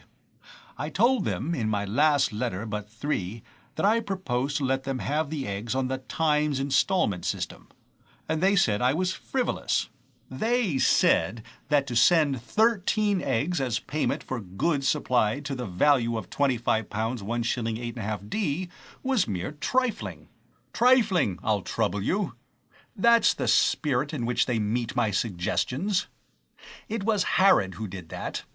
I've never met Harrod personally, but I'd like to, just to ask him if that's his idea of cementing amiable business relations. He knows just as well as anyone else that without credit commerce has no elasticity. It's an elementary rule. I'll bet he'd have been sick if chappies had refused to let him have tick when he was starting his store. Do you suppose Harrod, when he started in business, paid cash down on the nail for everything? Not a bit of it. He went about taking people by the coat button and asking them to be good chaps and wait till Wednesday week. Trifling! Why, those 13 eggs were absolutely all we had over after Mrs. Beale had taken what she wanted for the kitchen. As a matter of fact, if it's anybody's fault, it's Mrs. Beale's. That woman literally eats eggs." "The habit is not confined to her," I said. "Well, what I mean to say is, she seems to bathe in them." "She says she needs so many for puddings, dear," said Mrs. Ukridge. "I spoke to her about it yesterday, and, of course, we often have omelettes." "She can't make omelettes without breaking eggs," I urged. "She can't make them without breaking us, damn it," said Ukridge. "1 or 2 more omelettes and we're done for. No fortune on earth could stand it. We mustn't have any more omelettes, Milly. We must economize. Millions of people get on all right without omelets. I suppose there are families where if you suddenly produce an omelet, the whole strength of the company would get up and cheer, led by father. Cancel the omelets, old girl, from now onward. Yes, dear, but Well? I don't think Mrs. Beale would like that very much, dear. She has been complaining a good deal about chicken at every meal. She says that the omelets are the only things that give her a chance. She says there are always possibilities in an omelet. In short, I said, what you propose to do is deliberately to remove from this excellent lady's life the one remaining element of poetry. You mustn't do it. Give Mrs. Beale her omelets, and let's hope for a larger supply of eggs. Another thing, said Ukridge. It isn't only that there's a shortage of eggs. That wouldn't matter so much if only we kept hatching our fresh squads of chickens. I'm not saying the hens aren't doing their best. I take off my hat to the hens. As nice a hard-working lot as I ever want to meet, full of vigor and earnestness. It's that damned incubator that's letting us down all the time. The rotten thing won't work. I don't know what's the matter with it. The long and the short of it is, it simply declines to incubate. Perhaps it's your dodge of letting down the temperature. You remember, you were telling me? I forget the details. My dear old boy, he said earnestly, there's nothing wrong with my figures. It's a mathematical certainty. What's the good of mathematics if not to help you work out that sort of thing? No, there's something deuced wrong with the machine itself, and I shall probably make a complaint to the people I got it from. Where did we get the incubator, old girl? Harrod's, I think, dear. Yes, it was Harrod's. It came down with the first lot of things. Then, said Ukridge, banging the table with his fist while his glasses flashed triumph, we've got 'em. The Lord has delivered Harrod's into our hand. Write and answer that letter of theirs tonight, Milly. Sit on them.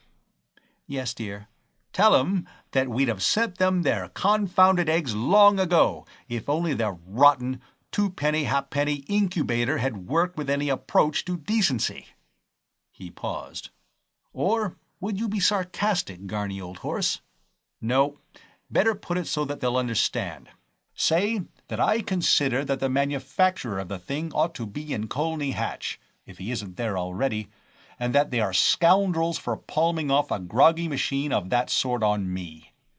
The ceremony of opening the morning's letters at Harrod's ought to be full of interest and excitement tomorrow, I said. This dashing counterstroke seemed to relieve Ukridge. His pessimism vanished. He seldom looked on the dark side of things for long at a time. He began now to speak hopefully of the future. He planned out ingenious improvements. Our fowls were to multiply so rapidly and consistently that within a short space of time Dorsetshire would be paved with them. Our eggs were to increase in size till they broke records and got 3-line notices in the items of interest column in the Daily Mail.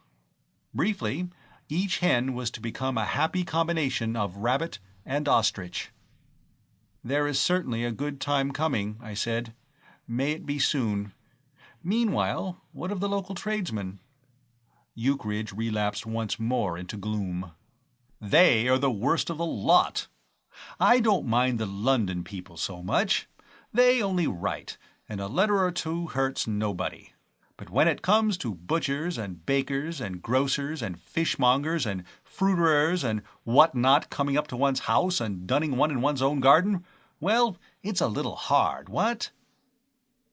Oh, then those fellows I found you talking to yesterday were duns? I thought they were farmers, come to hear your views on the rearing of poultry. Which were they? Little chap with black whiskers and long, thin man with beard? That was Dawlish the grocer, and Curtis the fishmonger. The others had gone before you came. It may be wondered why, before things came to such a crisis, I had not placed my balance at the bank at the disposal of the senior partner for use on behalf of the farm. The fact was that my balance was at the moment small. I have not yet, in the course of this narrative, gone into my pecuniary position, but I may state here that it was an inconvenient one. It was big with possibilities, but of ready cash there was but a meagre supply. My parents had been poor, but I had a wealthy uncle. Uncles are notoriously careless of the comfort of their nephews. Mine was no exception. He had views. He was a great believer in matrimony, as, having married 3 wives, not simultaneously, he had every right to be. He was also of opinion that the less money the young bachelor possessed, the better. The consequence was that he announced his intention of giving me a handsome allowance from the day that I married, but not an instant before. Till that glad day I would have to shift for myself. And I am bound to admit that, for an uncle, it was a remarkably sensible idea. I am also of the opinion that it is greatly to my credit, and a proof of my pure and unmercenary nature, that I did not instantly put myself up to be raffled for, or rush out into the streets and propose marriage to the first lady I met. But I was making quite enough with my pen to support myself, and, be it never so humble, there is something pleasant in a bachelor existence. Or so I had thought until very recently. I had thus no great stake in Ukridge's chicken farm. I had contributed a modest £5 to the preliminary expenses, and another 5 after the roup incident. But further I could not go with safety. When his income is dependent on the whims of editors and publishers, the prudent man keeps something up his sleeve against a sudden slump in his particular wares. I did not wish to have to make a hurried choice between matrimony and the workhouse. Having exhausted the subject of finance, or rather, when I began to feel that it was exhausting me, I took my clubs and strolled up the hill to the links to play off a match with a sportsman from the village. I had entered some days previously for a competition for a trophy, I quote the printed notice, presented by a local supporter of the game, in which, up to the present, I was getting on nicely. I had survived 2 rounds, and expected to beat my present opponent, which would bring me into the semi-final. Unless I had bad luck, I felt that I ought to get into the final and win it. As far as I could gather from watching the play of my rivals, the professor was the best of them, and I was convinced that I should have no difficulty with him. But he had the most extraordinary luck at golf, though he never admitted it. He also exercised quite an uncanny influence on his opponent. I have seen men put completely off their stroke by his good fortune. I disposed of my man without difficulty. We parted a little coldly. He had decapitated his brassy on the occasion of his striking Dorsetshire instead of his ball, and he was slow in recovering from the complex emotions which such an episode induces. In the clubhouse I met the professor, whose demeanour was a welcome contrast to that of my late opponent. The professor had just routed his opponent, and so won through to the semi-final. He was warm, but jubilant. I congratulated him and left the place. Phyllis was waiting outside. She often went round the course with him. "Good afternoon," I said. "Have you been round with the professor?" "Yes. We must have been in front of you. Father won his match."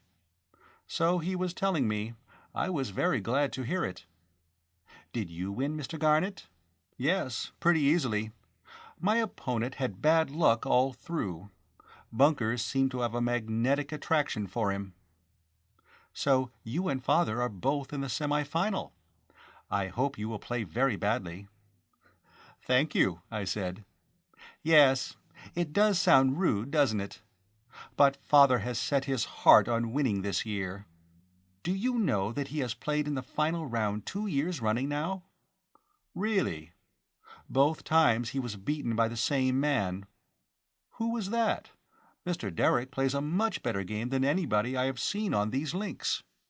"It was nobody who is here now. It was a Colonel Jervis. He has not come to Combe Regis this year. That's why Father is hopeful." "Logically," I said, "he ought to be certain to win." "Yes, But you see, you were not playing last year, Mr. Garnet." "Oh, the professor can make rings round me," I said. "What did you go round in today?" "We were playing match play, and only did the first dozen holes. But my average round is somewhere in the late 80s. The best my father has ever done is 90, and that was only once. So you see, Mr. Garnet, there's going to be another tragedy this year." "You make me feel a perfect brute. But it's more than likely, you must remember, that I shall fail miserably if I ever do play your father in the final. There are days when I play golf as badly as I play tennis. You'll hardly believe me." She smiled reminiscently. "Tom is much too good at tennis. His service is perfectly dreadful."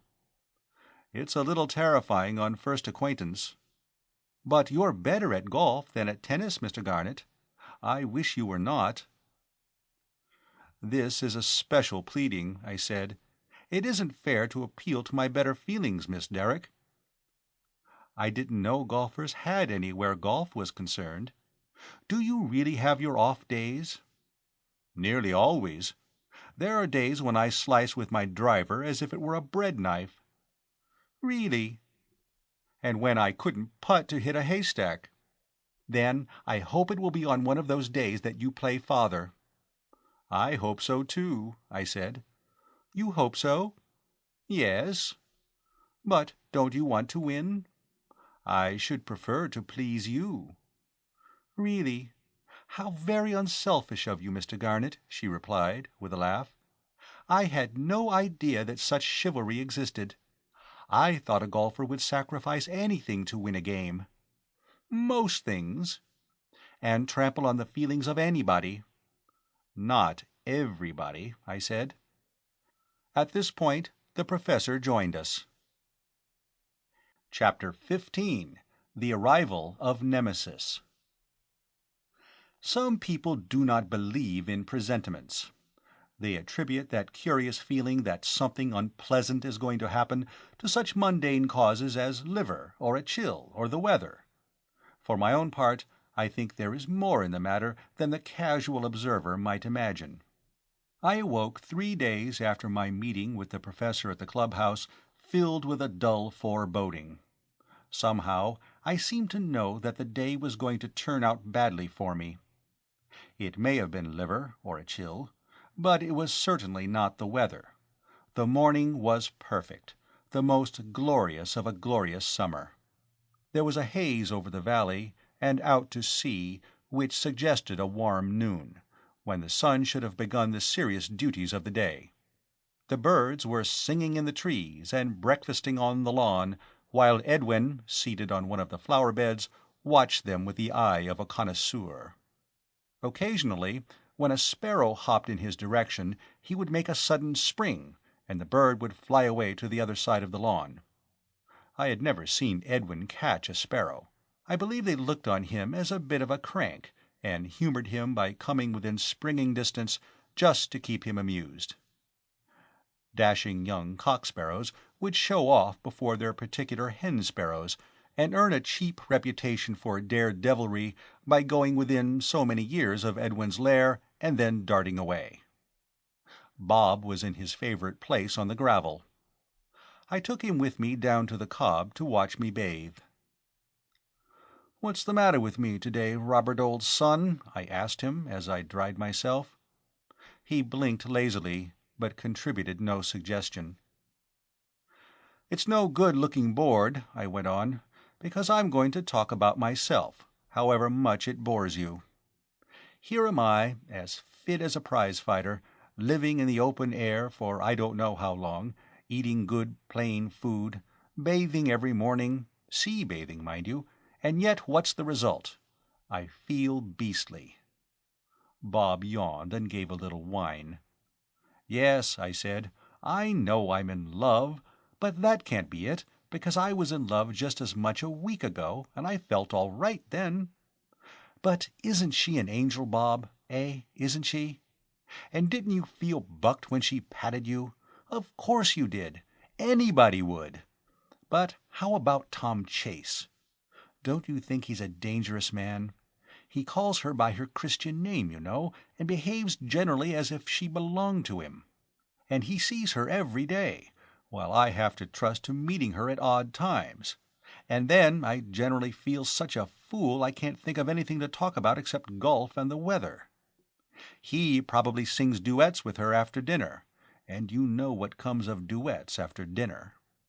Here Bob, who had been trying for some time to find a decent excuse for getting away, pretended to see something of importance at the other end of the cob, and trotted off to investigate it, leaving me to finish dressing by myself.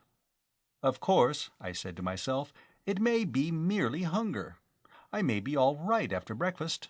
But at present I seem to be working up for a really fine fit of the blues. I feel bad." I whistled to Bob and started for home. On the beach I saw the Professor some little distance away, and waved my towel in a friendly manner. He made no reply. Of course, it was possible that he had not seen me, but for some reason his attitude struck me as ominous. As far as I could see, he was looking straight at me, and he was not a short-sighted man. I could think of no reason why he should cut me. We had met on the links on the previous morning, and he had been friendliness itself. He had called me dear boy, supplied me with a gin and ginger beer at the clubhouse, and generally behaved as if he had been David and I Jonathan. Yet in certain moods we are inclined to make mountains out of molehills, and I went on my way, puzzled and uneasy, with a distinct impression that I had received the cut direct. I felt hurt. What had I done that Providence should make things so unpleasant for me?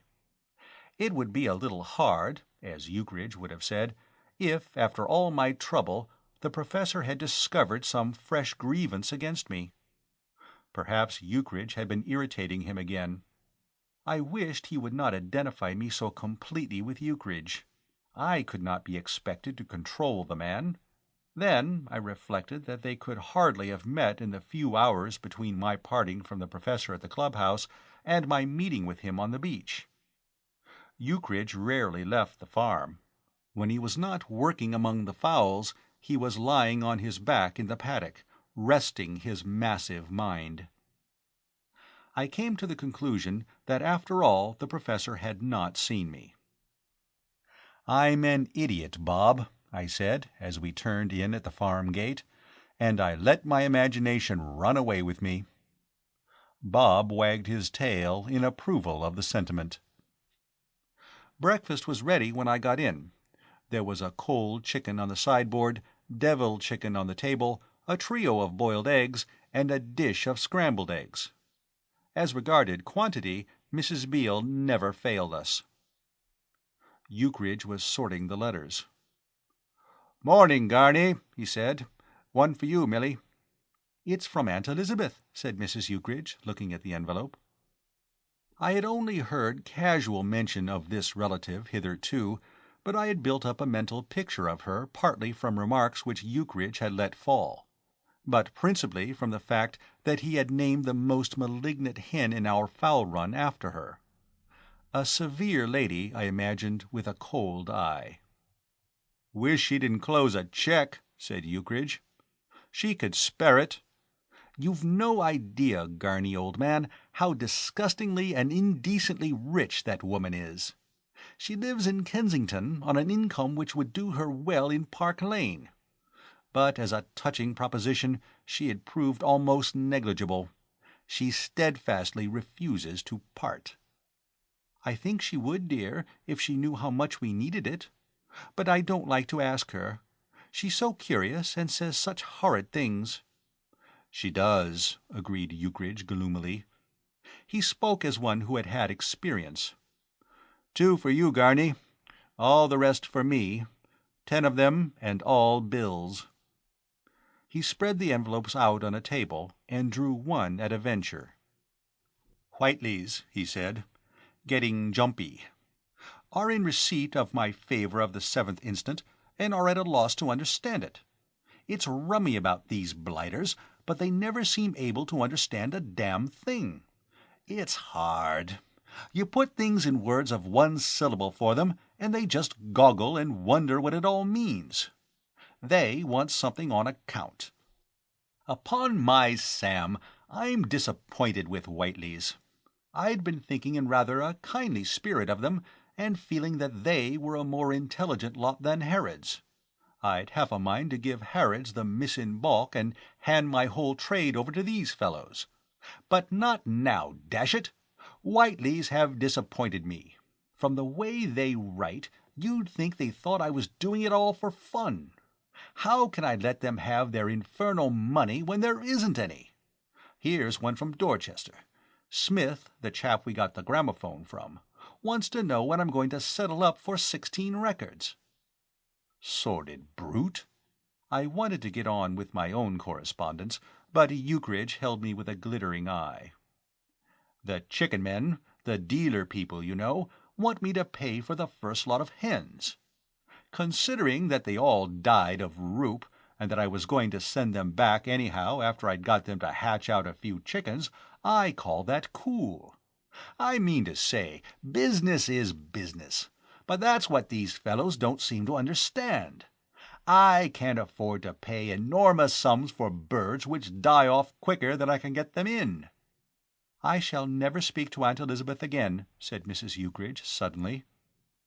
She had dropped the letter she had been reading and was staring indignantly in front of her.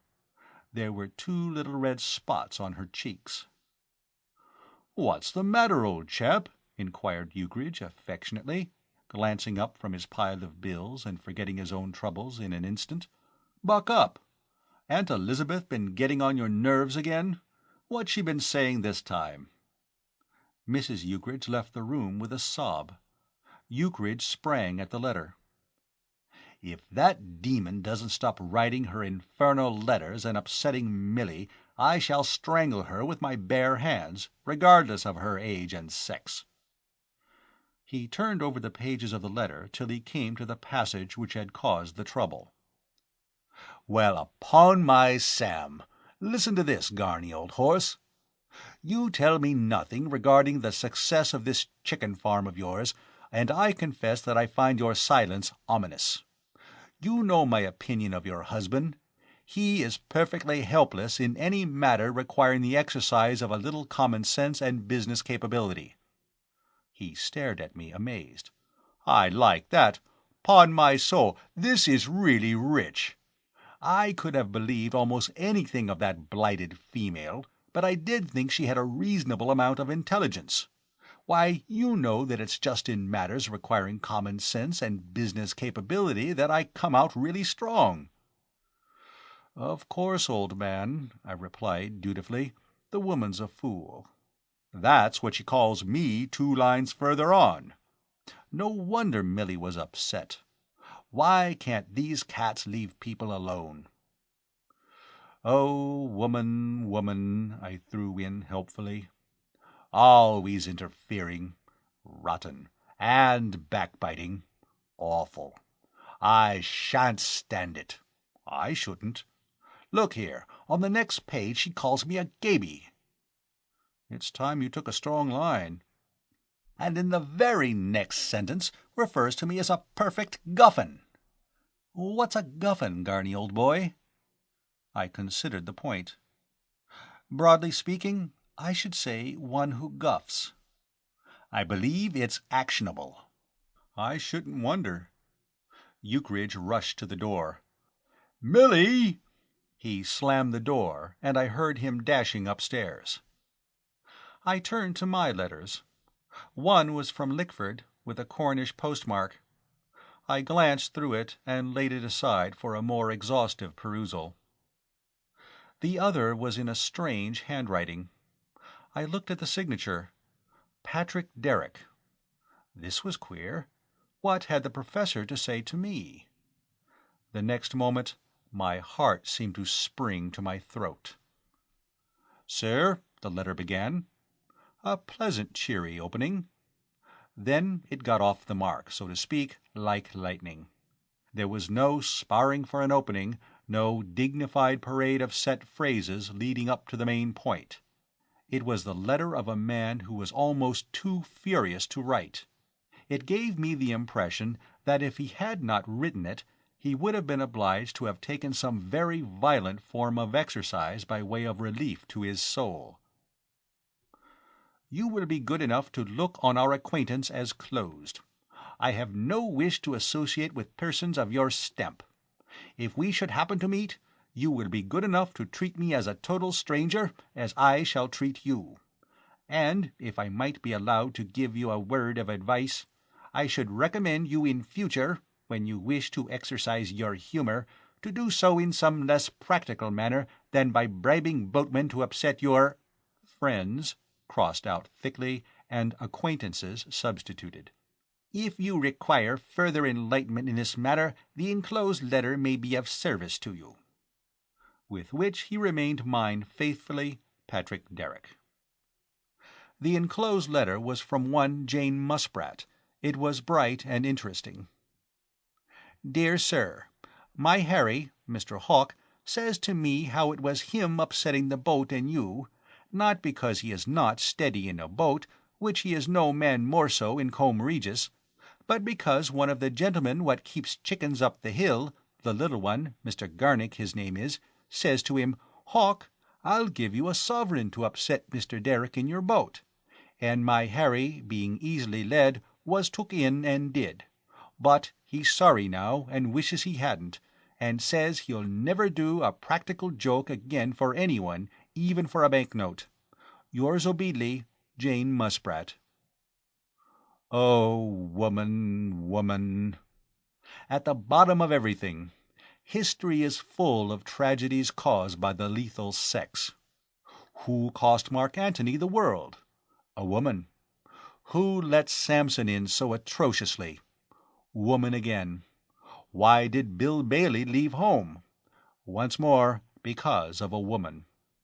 And here was I, Jerry Garnett, harmless, well-meaning writer of minor novels, going through the same old mill. I cursed Jane Musprat. What chance had I with Phyllis now? Could I hope to win over the professor again? I cursed Jane Musprat for the second time. My thoughts wandered to Mr. Harry Hawk. The villain, the scoundrel! What business had he to betray me? Well, I could settle with him. The man who lays a hand upon a woman, save in the way of kindness, is justly disliked by society. So the woman Musprat, culpable as she was safe from me. But what of the man Hawk? There no such consideration swayed me. I would interview the man Hawk. I would give him the most hectic 10 minutes of his career. I would say things to him the recollection of which would make him start up shrieking in his bed in the small hours of the night. I would arise and be a man and slay him. Take him grossly, full of bread, with all his crimes broad blown, as flush as May, at gaming, swearing, or about some act that had no relish of salvation in it. The demon! My life ruined. My future grey and black. My heart shattered. And why? Because of the scoundrel Hawk. Phyllis would meet me in the village, on the cob, on the links, and pass by as if I were the invisible man. And why? Because of the reptile Hawk, the worm Hawk, the dastard and varlet Hawk. I crammed my hat on and hurried out of the house towards the village. Chapter 16. A Chance Meeting.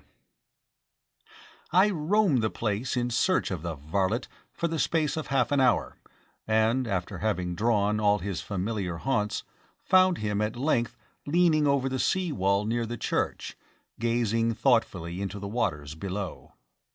I confronted him. "Well," I said, "you're a beauty, aren't you?" He eyed me owlishly. Even at this early hour I was grieved to see he showed signs of having looked on the bitter while it was brown. His eyes were filmy, and his manner aggressively solemn. "Beauty?" he echoed. "What have you got to say for yourself?" "Say for self." It was plain that he was engaged in pulling his faculties together by some laborious process known only to himself. At present my words conveyed no meaning to him.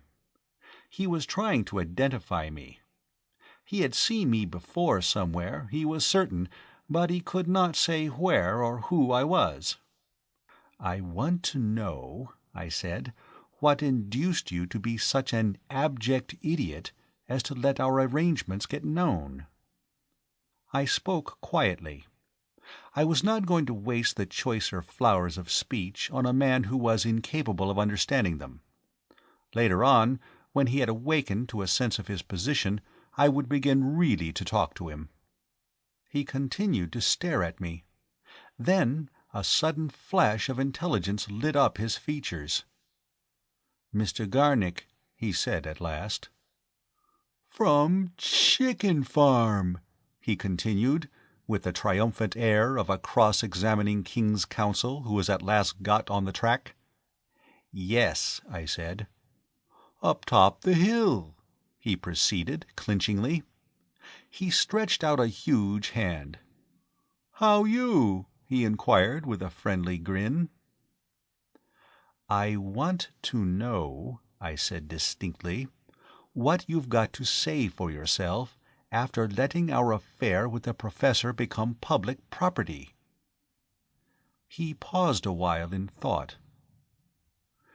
"Dear Sir," he said at last, as if he were dictating a letter, "Dear Sir, I owe you He waved his hand as who should say, "It's a stiff job, but I'm going to do it." "Explation," he said. "You do," I said grimly. "I should like to hear it." "Dear Sir, listen me." "Go on, then." "You came me. You said, 'Hawk, ol' friend, listen me. You tip this old bufflehead into water,' you said, 'and gormed if I don't give 'ee a pound note.' That's what you said me. Isn't that what you said me?" I did not deny it. "Very well, I said you. Right, I said. I tipped the old soul into water, and got the pound note." "Yes, you took care of that. All this is quite true. But it's beside the point. We're not disputing about what happened. What I want to know, for the third time, is what made you let the cat out of the bag. Why couldn't you keep quiet about it?" He waved his hand. "Dear Sir," he replied, "this way. Listen me." It was a tragic story that he unfolded. My wrath ebbed as I listened. After all, the fellow was not so greatly to blame. I felt that in his place I should have acted as he had done. It was fate's fault, and fate's alone. It appeared that he had not come well out of the matter of the accident. I had not looked at it hitherto from his point of view. While the rescue had left me the popular hero, it had had quite the opposite result for him. He had upset his boat and would have drowned his passenger, said public opinion, if the young hero from London, myself, had not plunged in and at the risk of his life brought the Professor ashore. Consequently, he was despised by all as an inefficient boatman. He became a laughing-stock. The local wags made laborious jests when he passed. They offered him fabulous sums to take their worst enemies out for a row with him. They wanted to know when he was going to school to learn his business. In fact, they behaved as wags do and always have done at all times all over the world. Now, all this, it seemed, Mr. Hawk would have borne cheerfully and patiently for my sake, or, at any rate, for the sake of my crisp pound note I had given him. But a fresh factor appeared in the problem, complicating it grievously. To wit, Miss Jane Musprat. "She said to me," explained Mr. Hawk with pathos, "'Harry Hawk,' she said, "You'm a girt fool, and I don't marry no one as ain't to be trusted in a boat by hisself, and what has jokes made about him by that Tom Lee." "I punch Tom Lee," observed Mr. Hawk parenthetically. "So she said me, you can go away, and I don't want to see you again." This heartless conduct on the part of Miss Musprat had had the natural result of making him confess in self-defense, and she had written to the Professor the same night. I forgave Mr. Hawk. I think he was hardly sober enough to understand, for he betrayed no emotion. "It is fate, Hawk," I said, "simply fate. There is a divinity that shapes our ends, rough-hew them how we will, and it's no good grumbling." "Yes," said Mr. Hawk, after chewing this sentiment for a while in silence. "So she said me, 'Hawk,' she said like that, 'you're a girt fool.'" "That's all right," I replied. "I quite understand. As I say, it's simply fate. Good-bye," and I left him. As I was going back, I met the Professor and Phyllis. They passed me without a look. I wandered on in quite a fervour of self-pity. I was in one of those moods when life suddenly seems to become irksome, when the future stretches black and grey in front of me. I should have liked to have faded almost imperceptibly from the world, like Mr. Bardell, even if, as in his case, it had involved being knocked on the head with a pint pot in a public-house cellar. In such a mood it is imperative that one should seek distraction. The shining example of Mr. Harry Hawk did not lure me. Taking to drink would be a nuisance. Work was what I wanted. I would toil like a navvy all day among the fowls, separating them when they fought, gathering in the eggs when they laid, chasing them across country when they got away, and even, if necessity arose, painting their throats with turpentine when they were stricken with roup. Then, after dinner, when the lamps were lit, and Mrs. Ukridge nursed Edwin and sewed, and Ukridge smoked cigars and incited the gramophone to murder mumbling Mose, I would steal away to my bedroom and write, and write, and write, and go on writing till my fingers were numb and my eyes refused to do their duty. And when time had passed, I might come to feel that it was all for the best. A man must go through the fire before he can write his masterpiece. We learn in suffering what we teach in song. What we lose on the swings we make up on the roundabouts. Jerry Garnett, the man, might become a depressed, hopeless wreck, with the iron planted immovably in his soul, but Jeremy Garnett, the author, should turn out such a novel of gloom that strong critics would weep and the public jostle for copies till Muty's doorway became a shambles. Thus might I some day feel that all this anguish was really a blessing, effectively disguised. But I doubted it. We were none of us very cheerful now at the farm. Even Ukridge's spirit was a little daunted by the bills which poured in by every post. It was as if the tradesmen of the neighbourhood had formed a league, and were working it in concert. Or it may have been due to thought waves. Little accounts came not in single spies, but in battalions.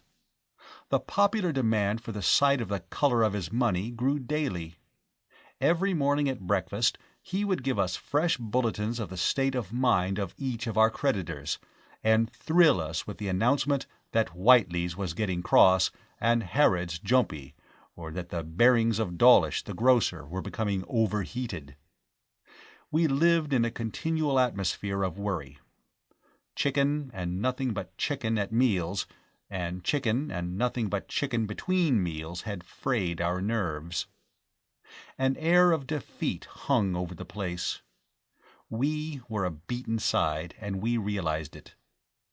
We had been playing an uphill game for nearly 2 months, and the strain was beginning to tell. Ukridge became uncannily silent. Mrs. Ukridge, though she did not understand, I fancy, the details of the matter, was worried because Ukridge was. Mrs. Beale had long since been turned into a soured cynic by the lack of chances vouchsafed her for the exercise of her art. And as for me, I have never since spent so profoundly miserably a week. I was not even permitted the anodyne of work. There seemed to be nothing to do on the farm.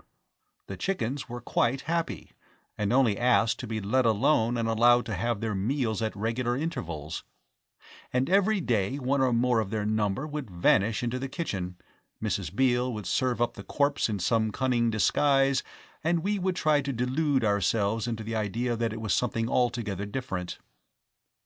There was one solitary gleam of variety in our menu. An editor sent me a cheque for a set of verses. We cashed that cheque and trooped round the town in a body, laying out the money. We bought a leg of mutton and a tongue and sardines and pineapple chunks and potted meat and many other noble things, and had a perfect banquet. Mrs. Beale, with the scenario of a smile on her face, the first that she had worn in these days of stress, brought in the joint and uncovered it with an air. "Thank God," said Ukridge as he began to carve.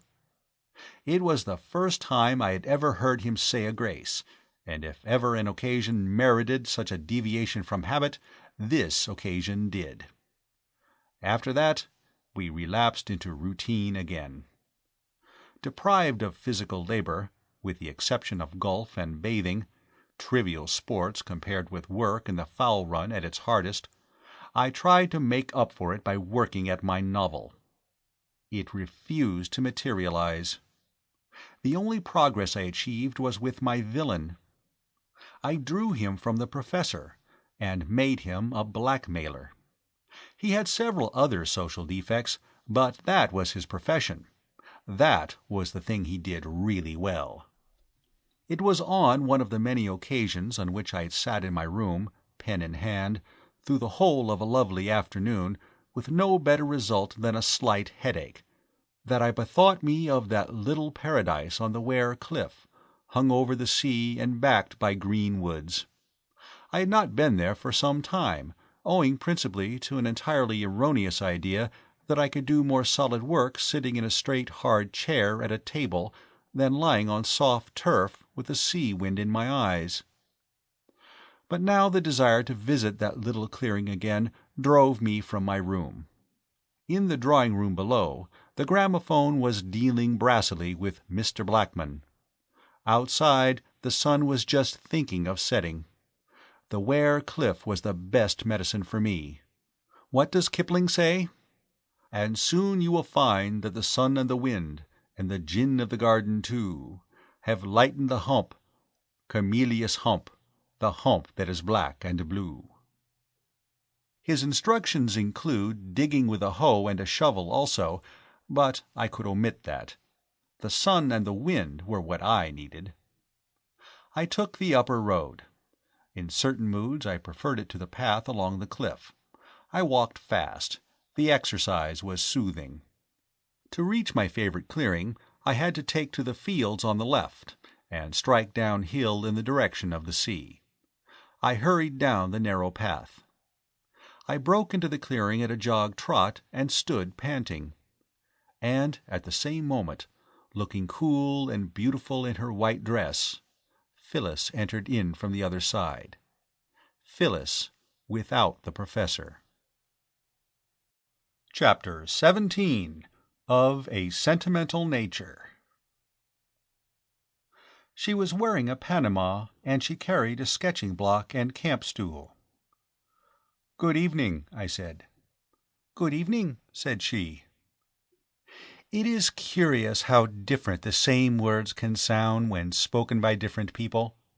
My good evening might have been that of a man with a particularly guilty conscience, caught in the act of doing something more than usually ignoble. She spoke like a rather offended angel. "It's a lovely evening," I went on pluckily. "Very." "The sun set?" "Yes." She raised a pair of blue eyes, devoid of all expression save a faint suggestion of surprise, and gazed through me for a moment at some object a couple of 1,000 miles away, and lowered them again, leaving me with a vague feeling there was something wrong with my personal appearance. Very calmly she moved to the edge of the cliff, arranged her camp stool, and sat down. Neither of us spoke a word. I watched her while she filled a little mug with water from a little bottle, opened her paint box, selected a brush, and placed her sketching block in position. She began to paint. Now, by all the laws of good taste, I should before this have made a dignified exit. It was plain that I was not to be regarded as an essential ornament of this portion of the Wear Cliff. By now, if I had been the perfect gentleman, I ought to have been a quarter of a mile away. But there is a definite limit to what a man can do. I remained. The sinking sun flung a carpet of gold across the sea. Phyllis' hair was tinged with it. Little waves tumbled lazily on the beach below. Except for the song of a distant blackbird running through its repertoire before retiring for the night, everything was silent.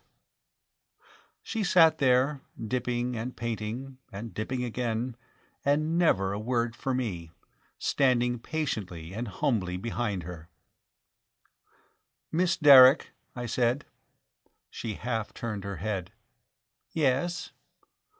"Why won't you speak to me?" I said. "I don't understand you." "Why won't you speak to me?" "I think you know, Mr. Garnet." "It is because of the boat accident." "Accident?" "Episode," I amended. She went on painting in silence. From where I stood, I could see her profile.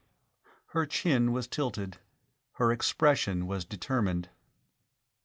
"Is it?" I said. "Need we discuss it?" "Not if you do not wish it." I paused. "But," I added, "I should have liked a chance to defend myself. What glorious sunsets there have been these last few days. I believe we shall have this sort of weather for another month." "I should not have thought that possible." "The glass is going up," I said. I was not talking about the weather. It was dull of me to introduce such a worn-out topic. "You said you could defend yourself." "I said I should like the chance to do so." "You have it." "That's very kind of you. Thank you." "Is there any reason for gratitude?" "Every reason." "Go on, Mr. Garnet. I can listen while I paint. Please sit down. I don't like being talked to from a height." I sat down on the grass in front of her, feeling as I did so that the change of position in a manner clipped my wings. It is difficult to speak movingly while sitting on the ground. Instinctively I avoided eloquence. Standing up, I might have been pathetic and pleading. Sitting down, I was compelled to be matter-of-fact. "You remember, of course, the night you and Professor Derrick dined with us. When I say dined, I use the word in a loose sense." For a moment I thought she was going to smile. We were both thinking of Edwin. But it was only for a moment, and then her face grew cold once more, and the chin resumed its angle of determination. "Yes," she said. "You remember the unfortunate ending of the festivities?" "Well?" "If you recall that at all clearly, you will also remember that the fault was not mine, but Ukridge's." "Well?" "It was his behavior that annoyed Professor Derrick. The position then was this, that I was to be cut off from the pleasantest friendship I had ever formed." I stopped for a moment. She bent a little lower over the easel, but remained silent. "Simply through the tactlessness of a prize idiot." "I like Mr. Ukridge." "I like him too, but I can't pretend that he is anything but an idiot at times." "Well?" "I naturally wished to mend matters. It occurred to me that an excellent way would be by doing your father a service. It was seeing him fishing that put the idea of a boat accident into my head. I hoped for a genuine boat accident, but those things only happen when one does not want them, so I determined to engineer one.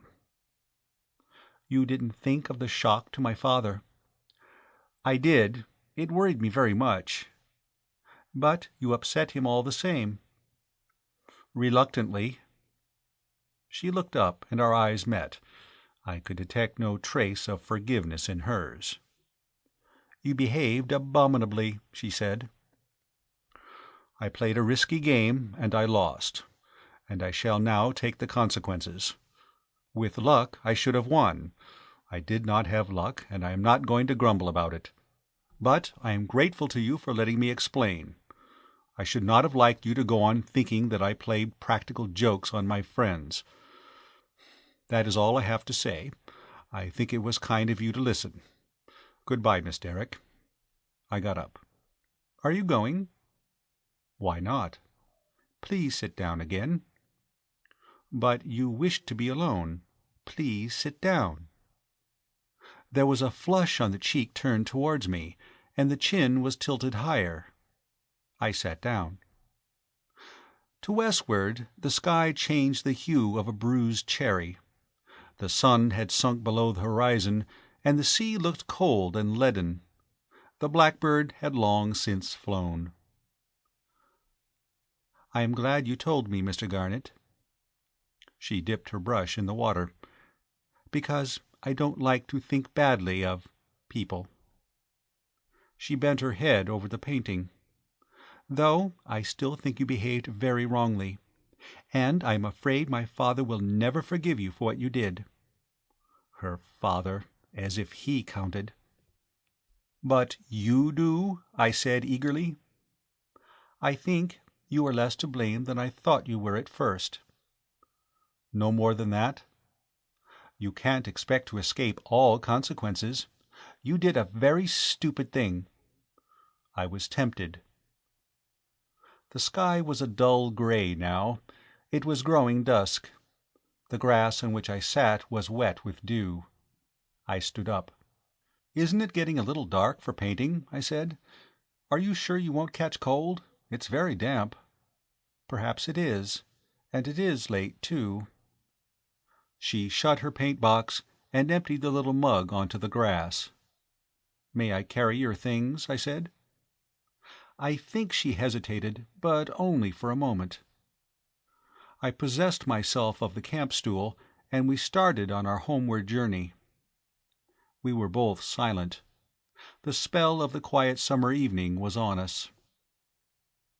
And all the air a solemn stillness holds, she said softly. I love this cliff, Mr. Garnet.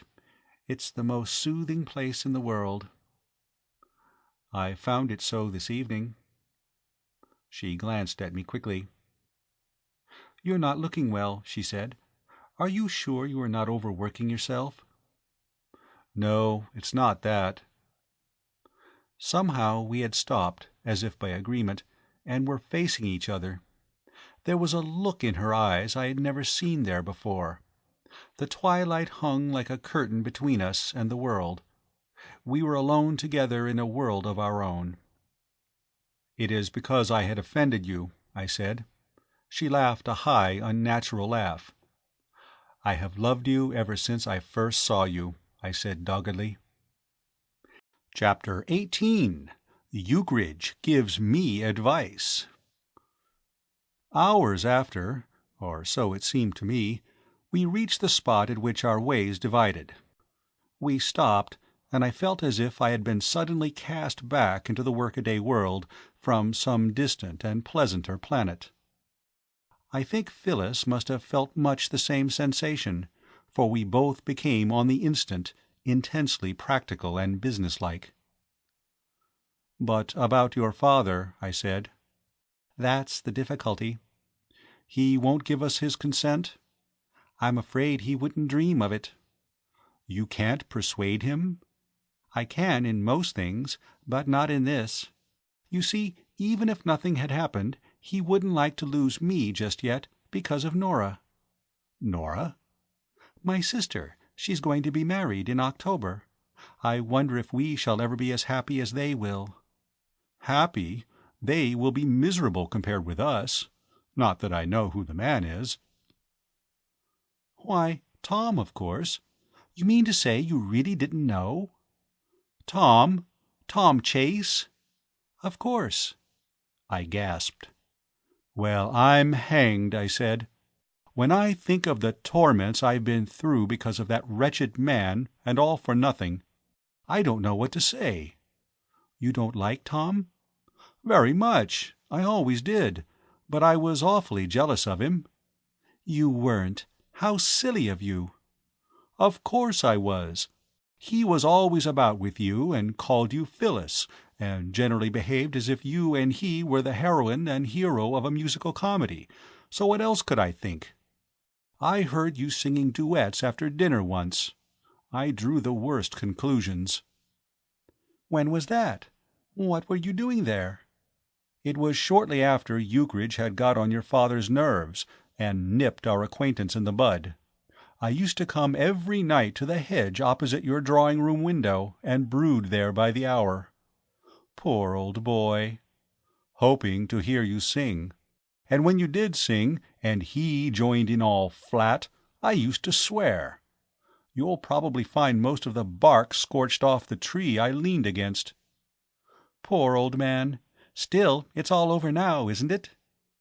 "And when I was doing my very best to show off before you at tennis, you went away just as I got into form." "I'm very sorry, but I couldn't know, could I? I thought you always played like that." "I know. I knew you would. It nearly turned my hair white. I didn't see how a girl could ever care for a man who was so bad at tennis." "One doesn't love a man because he's good at tennis." "What does a girl see to love in a man?" I inquired abruptly, and paused on the verge of a great discovery. "Oh, I don't know," she replied, most unsatisfactorily. And I could draw no views from her. "But about father," she said, "what are we to do?" "He objects to me. He's perfectly furious with you." "Blow, blow," I said, "thou winter wind, thou art not so unkind." "He'll never forgive you." "As man's ingratitude." I saved his life, at the risk of my own. Why, I believe I've got a legal claim on him. Who ever heard of a man having his life saved, and not being delighted when his preserver wanted to marry his daughter? Your father is striking at the very root of the short story writer's little earnings. He mustn't be allowed to do it." "Jerry," I started. "Again," I said. "What?" "Say it again, do, please, now." "Very well. Jerry." It was the first time you had called me by my Christian name. I don't suppose you've the remotest notion how splendid it sounds when you say it. There is something poetical, almost holy about it." "Jerry, please." "Say on." "Do be sensible. Don't you see how serious this is? We must think how we can make father consent." "All right," I said. "We'll tackle the point. I'm sorry to be frivolous, but I'm so happy I can't keep it all in. I've got you, and I can't think of anything else." "Try." "I'll pull myself together. Now, say on once more." "We can't marry without his consent." "Why not?" I said, not having a marked respect for the Professor's whims. "Gretna Green is out of date, but there are registrars." "I hate the very idea of a registrar," she said with decision. "Besides—" "Well?" "Poor father would never get over it. We've always been such friends. If I married against his wishes, he would—oh, you know—not let me near him again, and not write to me. And he would hate it all the time he was doing it. He would be bored to death without me." "Who wouldn't?" I said. because, you see, Nora has never been quite the same. She has spent such a lot of her time on visits to people that she and Father don't understand each other so well as he and I do. She would try and be nice to him, but she wouldn't know him as I do. And besides, she will be with him such a little now that she is going to be married." "But look here," I said, "this is absurd. You say your father would never see you again and so on if you married me. Why? It's nonsense. It isn't as if I were a sort of social outcast. We were the best of friends till that man Hawke gave me away like that." "I know, but he's very obstinate about some things. You see, he thinks the whole thing has made him look ridiculous, and it will take him a long time to forgive you for that." I realized the truth of this. One can pardon any injury to oneself unless it hurts one's vanity. Moreover, even in a genuine case of rescue, the rescued man must always feel a little aggrieved with his rescuer when he thinks the matter over in cold blood. He must regard him unconsciously as the super regards the actor-manager, indebted to him for the means of supporting existence, but grudging him the limelight and the centre of the stage and the applause. Besides, everyone instinctively dislikes being under an obligation which they can never wholly repay. And when a man discovers that he has experienced all these mixed sensations for nothing, as the Professor had done, his wrath is likely to be no slight thing. Taking everything into consideration, I could not but feel that it would require more than a little persuasion to make the Professor bestow his blessing with that genial warmth with which we like to see in our fathers-in-laws elect.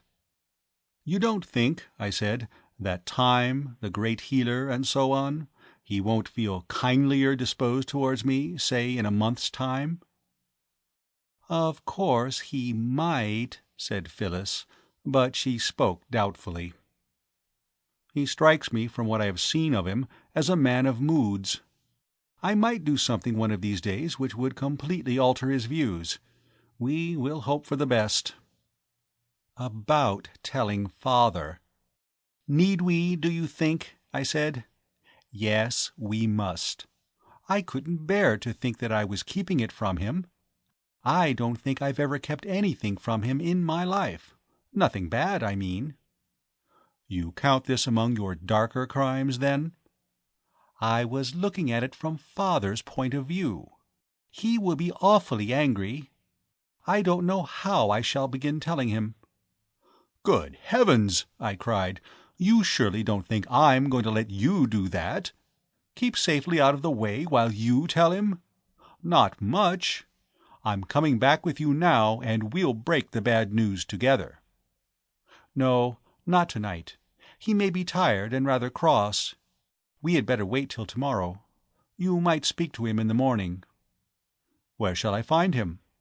"He is certain to go to the beach before breakfast for a swim." "Good. I'll be there." "Ukridge," I said when I got back, "I want your advice." It stirred him like a trumpet blast. I suppose when a man is in the habit of giving unsolicited counsel to every one he meets, it is as invigorating as an electric shock to him to be asked for it spontaneously. "Bring it out, laddie," he replied cordially. "I'm with you. Here, come along into the garden, and state your case." This suited me. It is always easier to talk intimately in the dark, and I did not wish to be interrupted by the sudden entrance of the hired man or Mrs. Beale, of which there was always a danger indoors. We walked down to the paddock. Ukridge lit a cigar. "Ukridge," I said, "I'm engaged." "What?" A huge hand whistled through the darkness and smote me heavily between the shoulder blades. "By Jove, old boy, I wish you luck. 'Pon my Sam I do. Best thing in the world for you. Bachelors are mere excrescences. Never knew what happiness was till I'm married. When's the wedding to be?" "That's where I want your advice. What you might call a difficulty has arisen about the wedding. It's like this. I'm engaged to Phyllis Derrick." "Derrick? Derrick? You can't have forgotten her. Good Lord, what eyes some men have! Why, if I'd only seen her once, I should have remembered her all my life." "I know now. Rather a pretty girl, with blue eyes." I stared at him blankly.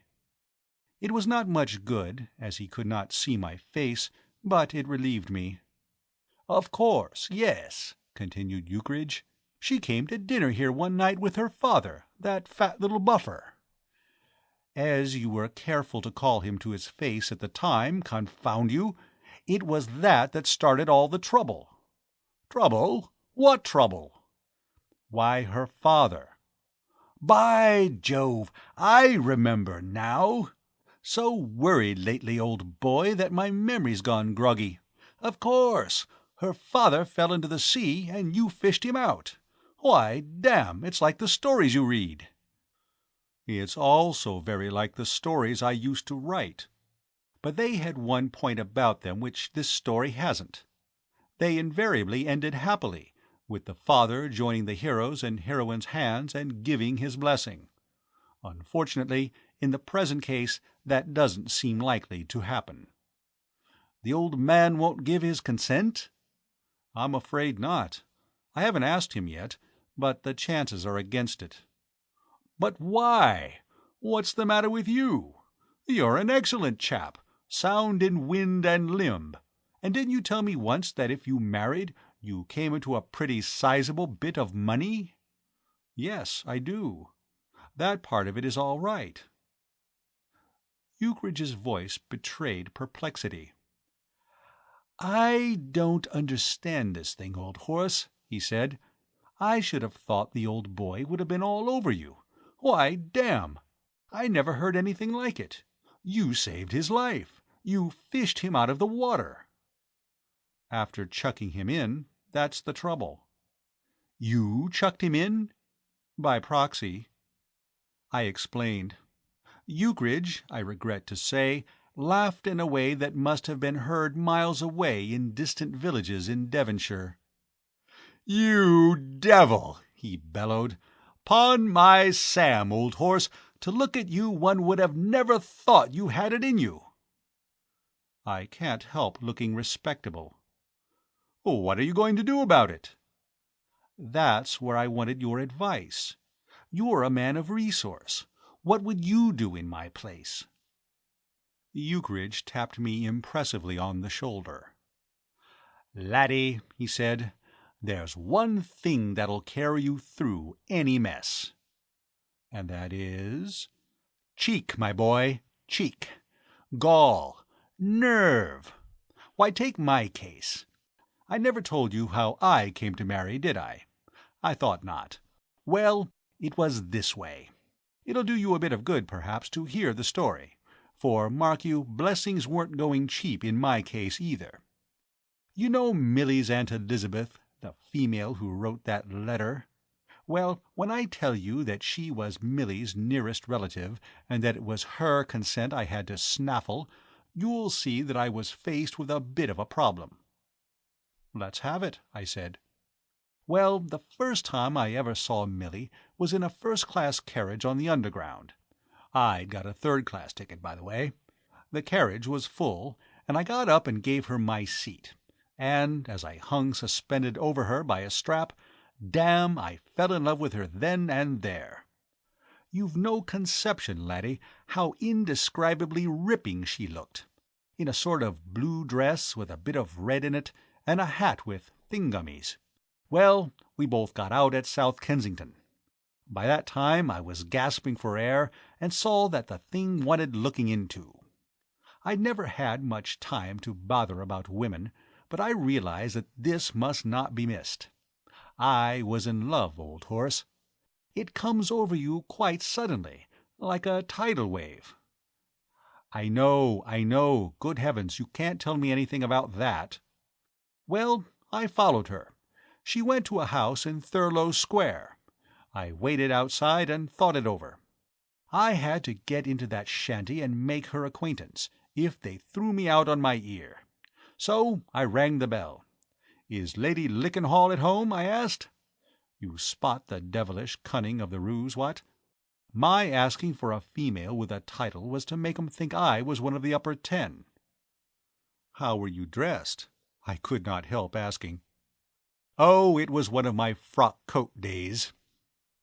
I'd been to see a man about tutoring his son, and by a merciful dispensation of Providence there was a fellow living in the same boarding-house with me who was about my build, and had a frock-coat, and he had lent it to me. At least, he hadn't exactly lent it to me, but I knew where he kept it, and he was out at the time. There was nothing the matter with my appearance.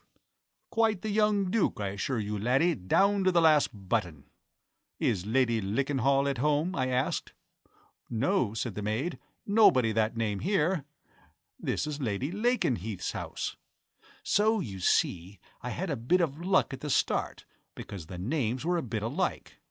Well, I got the maid to show me in somehow, and once in, you can bet I talked for all I was worth. Kept up a flow of conversation about being misdirected and coming to the wrong house. Went away and called a few days later. Gradually wormed my way in. Called regularly, spied on their movements, met 'em at every theatre they went to, and bowed, and finally got away with Milly before her aunt knew what was happening, or who I was, or what I was doing, or anything. And what's the moral? Why, go in like a mighty rushing wind. Bustle 'em. Don't give 'em a moment's rest or time to think or anything. Why, if I'd given Milly's Aunt Elizabeth time to think, where should we have been? Not at Combe Regis together, I'll bet. You heard that letter, and know what she thinks of me now, on reflection. If I'd gone slow and played a timid waiting game, she'd have thought that before I married Milly instead of afterwards. I give you my honest word, laddie, that there was a time, towards the middle of our acquaintance, after she had stopped mixing me up with the man who had came to wind the clocks, when that woman ate out of my hand. Twice, on 2 separate occasions, she actually asked my advice about feeding her toy Pomeranian. Well, that shows you. Bustle 'em, laddie, bustle 'em. "Ukridge," I said, "you inspire me. You would inspire a caterpillar. I will go to the professor. I was going anyhow, but now I shall go aggressively. I will prize a father's blessing out of him, if I have to do it with a crowbar." "That's the way to talk, old horse. Don't beat about the bush. Tell him exactly what you want, and stand no nonsense. If you don't see what you want in the window, ask for it. Where did you think of tackling him?"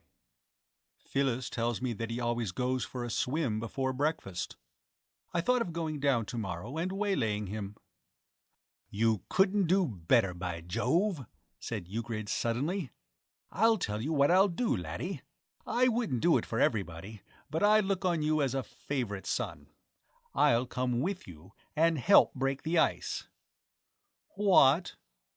"Don't you be under any delusion, old horse," said Ukridge paternally.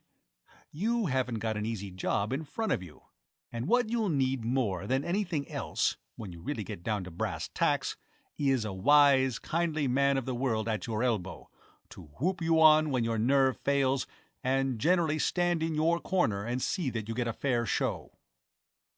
"But it's rather an intimate business." "Never mind. Take my tip and have me at your side. I can say things about you that you would be too modest to say for yourself. I can plead your case, laddie. I can point out in detail all that the old boy will be missing if he gives you the miss in baulk. Well, that's settled then. About 8 tomorrow morning, what? I'll be there, my boy. A swim will do me good. Chapter 19. Asking Papa. Reviewing the matter later, I could see that I made 1 or 2 blunders in my conduct of the campaign to win over Professor Derrick. In the first place, I made a bad choice of time and place. At the moment this did not strike me. It is a simple matter, I reflected, for a man to pass another by haughtily and without recognition when they meet on dry land. But when the said man, being, it should be remembered, an indifferent swimmer, is accosted in the water and out of his depth, the feat becomes a hard one. It seemed to me that I should have a better chance with the professor in the water than out of it. My second mistake, and this was brought home to me almost immediately, was in bringing Ukridge along. Not that I really brought him along, it was rather a case of being unable to shake him off. When he met me on the gravel outside the house at 7:45 on the following morning, clad in a dingy mackintosh, which, swinging open, revealed a purple bathing suit, I confess that my heart sank. Unfortunately, all my efforts to dissuade him from accompanying me were attributed by him to a pardonable nervousness, or, as he put it, to the needle. "Buck up, laddie," he roared encouragingly. "I had anticipated this. Something seemed to tell me that your nerve would go when it came to the point.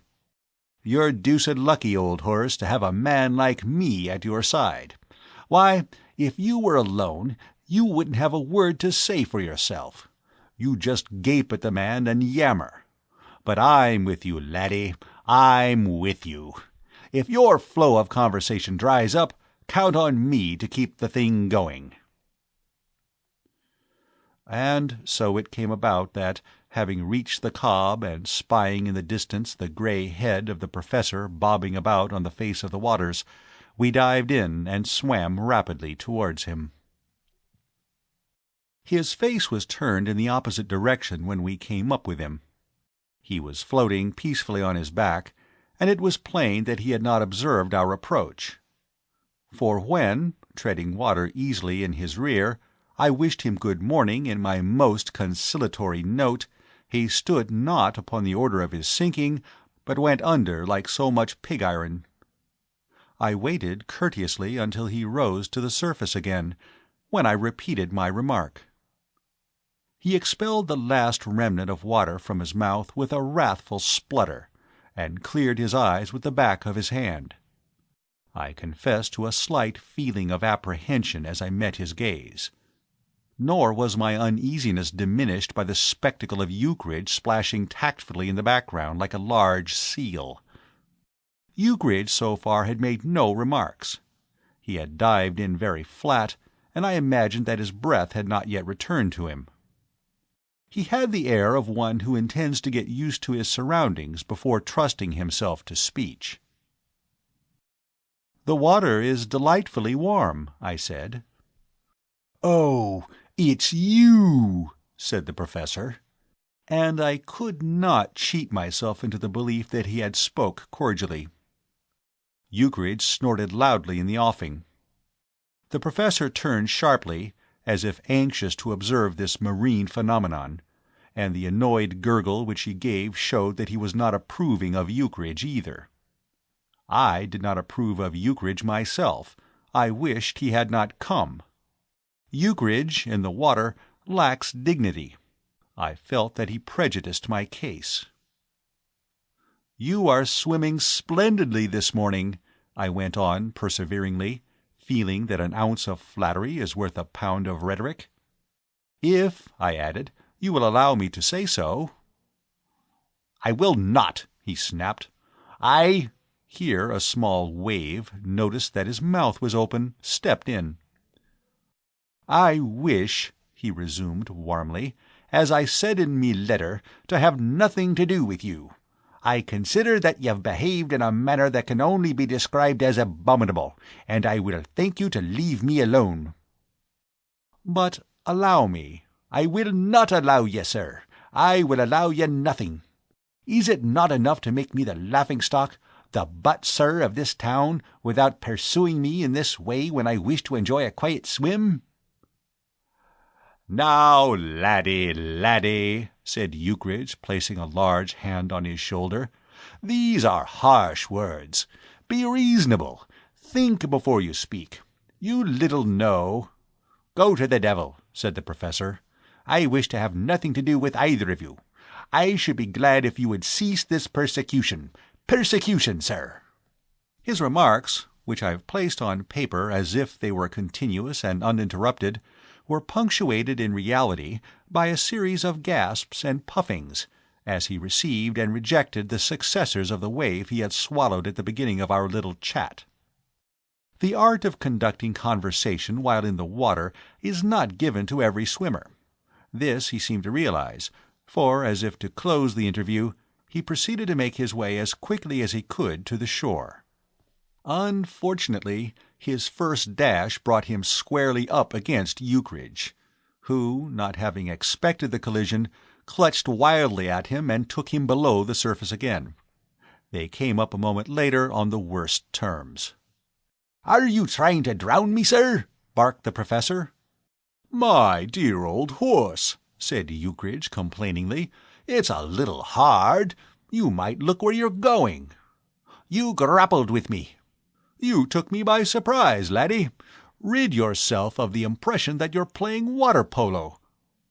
"But, Professor," I said, joining the group and treading water, "one moment." I could have ducked him, but for the reflection that my prospects of obtaining his consent to my engagement would scarcely have been enhanced thereby. "But, Professor," I said, "one moment." "Go away, sir. I have nothing to say to you." "But he has lots to say to you," said Ukridge. "Now's the time, old horse," he added encouragingly to me. "Spill the news." Without preamble, I gave out the text of my address.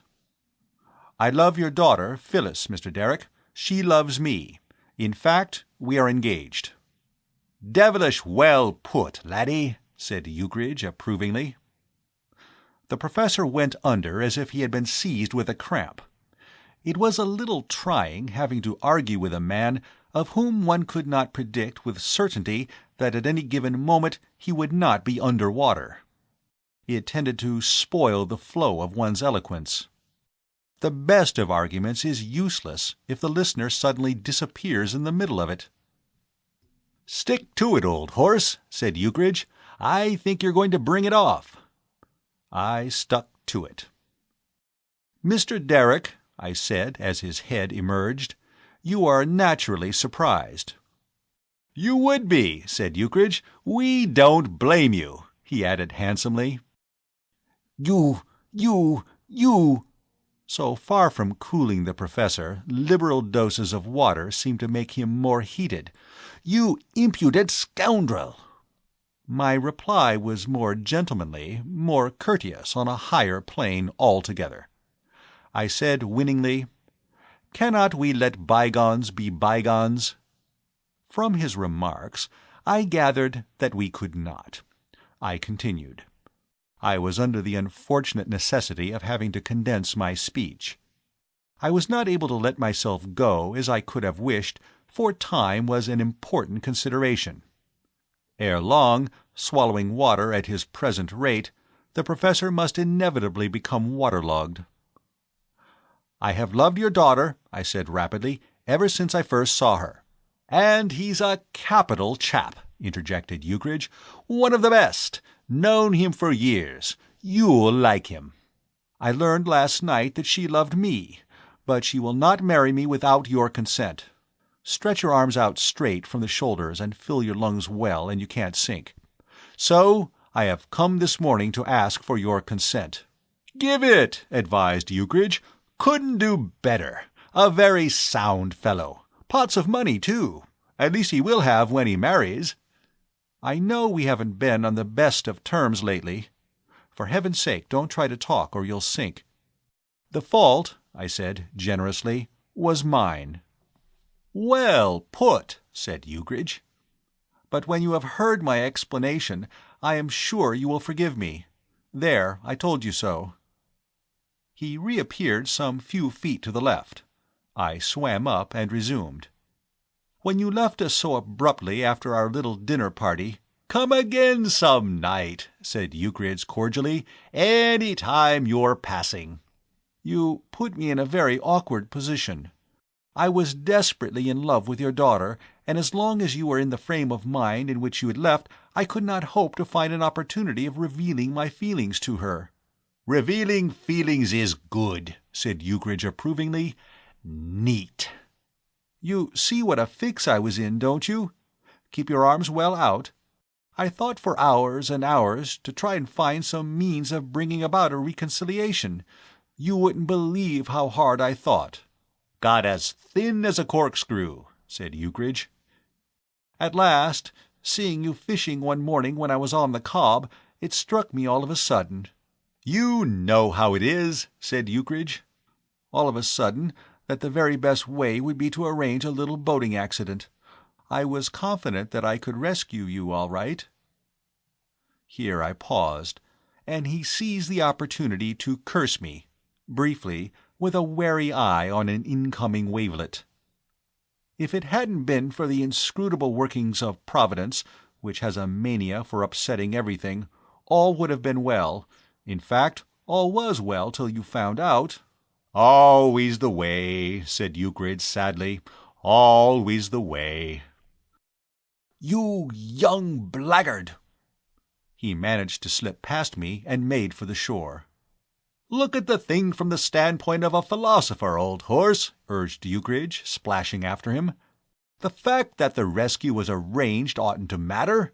I mean to say, you didn't know it at the time, so, relatively, it was not, and you were genuinely saved from a watery grave and all that sort of thing." I had not imagined Ukridge capable of such an excursion into metaphysics. I saw the truth of his line of argument so clearly that it seemed to me impossible for anyone else to get confused over it. I had certainly pulled the professor out of the water, and the fact that I had first caused him to be pushed in had nothing to do with the case. Either a man is a gallant rescuer, or he is not a gallant rescuer. There is no middle course. I had saved his life, for he would certainly have drowned if left to himself, and I was entitled to his gratitude. That was all there was to be said about it. These things both Ukridge and I tried to make plain as we swam along, but whether it was that the salt water he had swallowed had dulled the professor's normally keen intelligence, or that our power of stating a case was too weak, the fact remains that he reached the beach an unconvinced man. "Then may I consider," I said, "that your objections are removed? I have your consent?" He stamped angrily, and his bare foot came down on a small sharp pebble. With a brief exclamation he seized his foot in one hand and hopped up the beach. While hopping, he delivered his ultimatum, probably the only instance on record of a father adopting this attitude in dismissing a suitor. "You may not," he cried. "You may consider no such thing. My objections were never more absolute. You detain me in the water, sir, till I am blue, sir, blue with cold, in order to listen to the most preposterous and impudent nonsense I ever heard." This was unjust. If he had listened attentively from the first and avoided interruptions and had not behaved like a submarine, we should have got through the business in half the time. I said so. "Don't talk to me, sir," he replied, hobbling off to his dressing-tent. "I will not listen to you. I have nothing to do with you. I consider you impudent, sir." "I assure you it was unintentional." "Ish!" he said, being the first occasion and the last on which I have ever heard that remarkable monosyllable produced from the mouth of a man. And he vanished into his tent. "Laddie," said Ukridge solemnly, "do you know what I think?" "Well?" "You haven't clicked the old horse," said Ukridge. Chapter 20. Scientific Golf. People are continually writing to the papers, or it may be one solitary enthusiast who writes under a number of pseudonyms, on the subject of sport, and the overdoing of the same by the modern young man. I recall one letter in which Efficiency gave it as his opinion that if the young man played less golf and did more drill, he would be all the better for it. I proposed to report my doings with the professor on the links at some length in order to refute this absurd view. Everybody ought to play golf, and nobody can begin it too soon. There ought not to be a single able-bodied infant in the British Isles who has not foozled a drive. To take my case, suppose I had employed in drilling the hours I had spent in learning to handle my clubs. I might have drilled before the professor by the week without softening his heart. I might have ported arms and grounded arms and presented arms, and generally behaved in the manner advocated by efficiency, and what would have been the result? Indifference on his part, or, and if I overdid the thing, irritation. Whereas, by devoting a reasonable portion of my youth to learning the intricacies of golf, I was enabled. It happened in this way. To me, as I stood with Ukridge in the fowl run in the morning following my maritime conversation with the professor, regarding a hen that had posed before us, obviously with a view to inspection, there appeared a man carrying an envelope. Ukridge, who by this time saw, as Calverley almost said, under every hat a dun, and imagined that no envelope could contain anything but a small account, softly and silently vanished away, leaving me to interview the enemy. "Mr. Garnet, sir," said the foe. I recognized him. He was Professor Derrick's gardener. I opened the envelope. No, Father's blessings were absent. The letter was in the third person.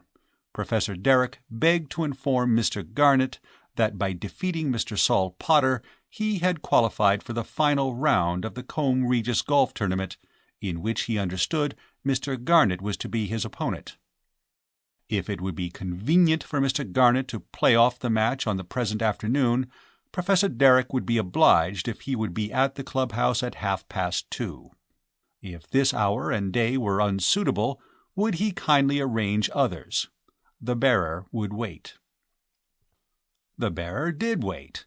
He waited for half an hour, as I found it impossible to shift him, not caring to use violence on a man well stricken in years, without first plying him with drink. He absorbed more of our diminishing cask of beer than we could conveniently spare, and then trudged off with a note, beautifully written in the third person, in which Mr. Garnet, after numerous compliments and thanks, begged to inform Professor Derrick that he would be at the clubhouse at the hour mentioned. "And," I added, to myself, not in the note, "I will give him such a licking that he'll brain himself with a cleek." For I was not pleased with the professor. I was conscious of a malicious joy at the prospect of snatching the prize from him. I knew he had set his heart on winning the tournament this year. To be runner-up 2 years in succession stimulates the desire for first place. It would be doubly bitter to him to be beaten by a newcomer after the absence of his rival, the colonel, had awakened hope in him. And I knew I could do it. Even allowing for bad luck, and I am never a very unlucky golfer, I could rely almost with certainty on crushing the man. "And I'll do it," I said to Bob, who had trotted up. I often make Bob the recipient of my confidences. He listens appreciatively and never interrupts. And he never has grievances of his own. If there is one person I dislike, it is the man who tries to air his grievances when I wish to air mine. "Bob," I said, running his tail through my fingers, "listen to me, my old university chum, for I have matured a dark scheme. Don't run away. You know you don't really want to go and look at that chicken. Listen to me. If I am in form this afternoon, and I feel in my bones that I shall be, I shall nurse the professor. I shall play with him. Do you understand the principles of match play at golf, Robert? You score by holes, not strokes. There are 18 holes. All right, how was I to know that you knew without my telling you? Well, if you understand so much about the game, you will appreciate my dark scheme." I shall toy with the Professor, Bob. I shall let him get ahead, and then catch him up. I shall go ahead myself, and let him catch me up. I shall race him neck and neck till the very end. Then, when his hair has turned white with the strain, and he's lost a couple of stone in weight, and his eyes are starting out of his head, and he's praying, if he ever does pray, to the gods of golf that he may be allowed to win, I shall go ahead and beat him by a hole. I'll teach him, Robert. He shall taste of my despair, and learn by proof in some wild hour how much the wretched dare. And when it's all over, and he's torn all his hair out and smashed all his clubs, I shall go and commit suicide off the cob.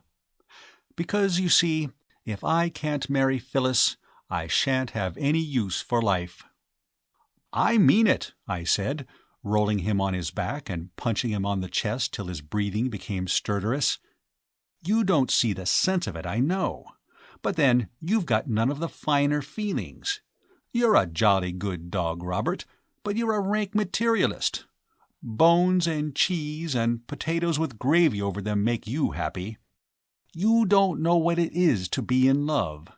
You'd better get right side up now, or you'll get apoplexy.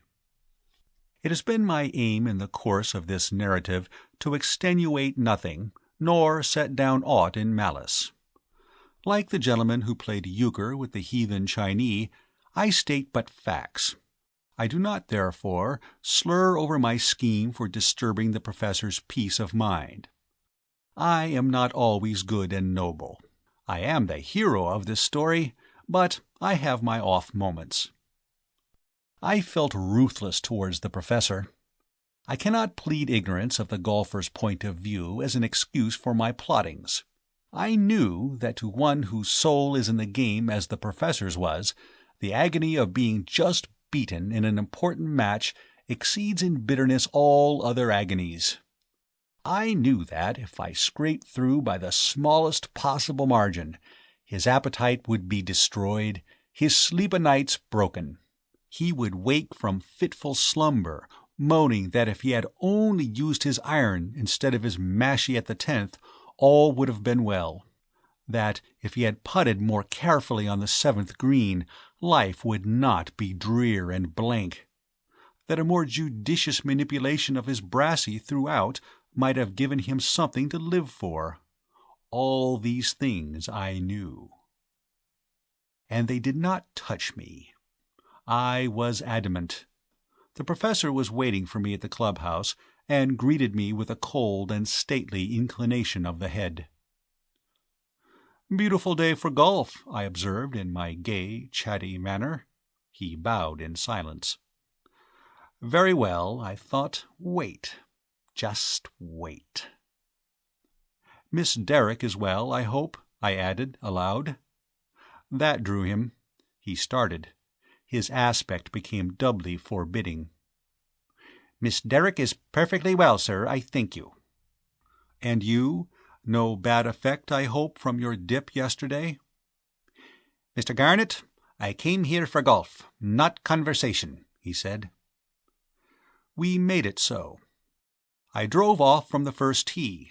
It was a splendid drive. I should not say so if there were anyone else to say so for me. Modesty would forbid. But, as there is no one, I must repeat the statement. It was one of the best drives of my experience. The ball flashed through the air, took the bunker with a dozen feet to spare, and rolled onto the green. I had felt all along that I should be in form. Unless my opponent was equally above himself, he was a lost man. I could toy with him. The excellence of my drive had not been without its effect on the Professor. I could see that he was not confident. He addressed his ball more strangely and at greater length than anyone I had ever seen. He waggled his club over it as if he were going to perform a conjuring trick. Then he struck, and topped it. The ball rolled 2 yards. He looked at it in silence. Then he looked at me, also in silence. I was gazing seawards. When I looked round, he was getting to work with a brassey. This time he hit the bunker and rolled back. He repeated this maneuver twice. "Hard luck," I murmured sympathetically on the third occasion, thereby going as near to being slain with a niblick as it has ever been my lot to go. Your true golfer is easily roused in times of misfortune, and there was a red gleam in the eye of the professor turned to me. "I shall pick my ball up," he growled. He walked on in silence to the second tee. He did the second hole in 4, which was good. I did it in 3, which, unfortunately for him, was better. I won the third hole. I won the fourth hole. I won the 5th hole. I glanced at my opponent out of the corner of my eyes. The man was suffering. Beads of perspiration stood out on his forehead. His play had become wilder and wilder at each hole in arithmetical progression. If he had been a plough, he could hardly have turned up more soil. The imagination recoiled from the thought of what he could be doing in another half-hour if he deteriorated at his present speed. A feeling of calm and content stole over me. I was not sorry for him. All the viciousness of my nature was uppermost in me. Once, when he missed the ball clean at the 5th tee, his eye met mine, and we stood staring at each other for a full half-minute without moving. I believe, if I had smiled then, he would have attacked me without hesitation. There's a type of golfer who really almost ceases to be human under the stress of the wild agony of a series of foozles. The 6th hole involves the player in a somewhat tricky piece of cross-country work, owing to the fact that there is a nasty ditch to be negotiated some 50 yards from the green. It is a beast of a ditch, which, if you are out of luck, just catches your second shot. "All hope abandon ye who enter here" might be written on a notice board over it. The professor entered there. The unhappy man sent his second, as nice and clean a brassy shot as he had made all day, into its very jaws. And then madness seized him. A merciful local rule, framed by kindly men who have been in that ditch themselves, enacts that in such a case the player may take his ball and throw it over his shoulder, losing a stroke. But once, so the legend runs, a scratch man who found himself trapped, scorning to avail himself of this rule at the expense of its accompanying penalty, wrought so shrewdly with his niblick that he not only got out, but actually laid his ball dead. And now optimists sometimes imitate his gallantry, though no one yet has been able to imitate his success. The professor decided to take a chance, and he failed miserably. As I was on the green with my third, and, unless I putted extremely poorly, was morally certain to be down in 5, which is bogey for the hole, there was not much practical use in his continuing to struggle. But he did in a spirit of pure vindictiveness, as if he were trying to take it out of the ball. It was a grisly sight to see him, head and shoulders above the ditch, hewing at his obstinate kernel. It was a similar spectacle that once induced a lay spectator of a golf match to observe that he considered hockey a silly game.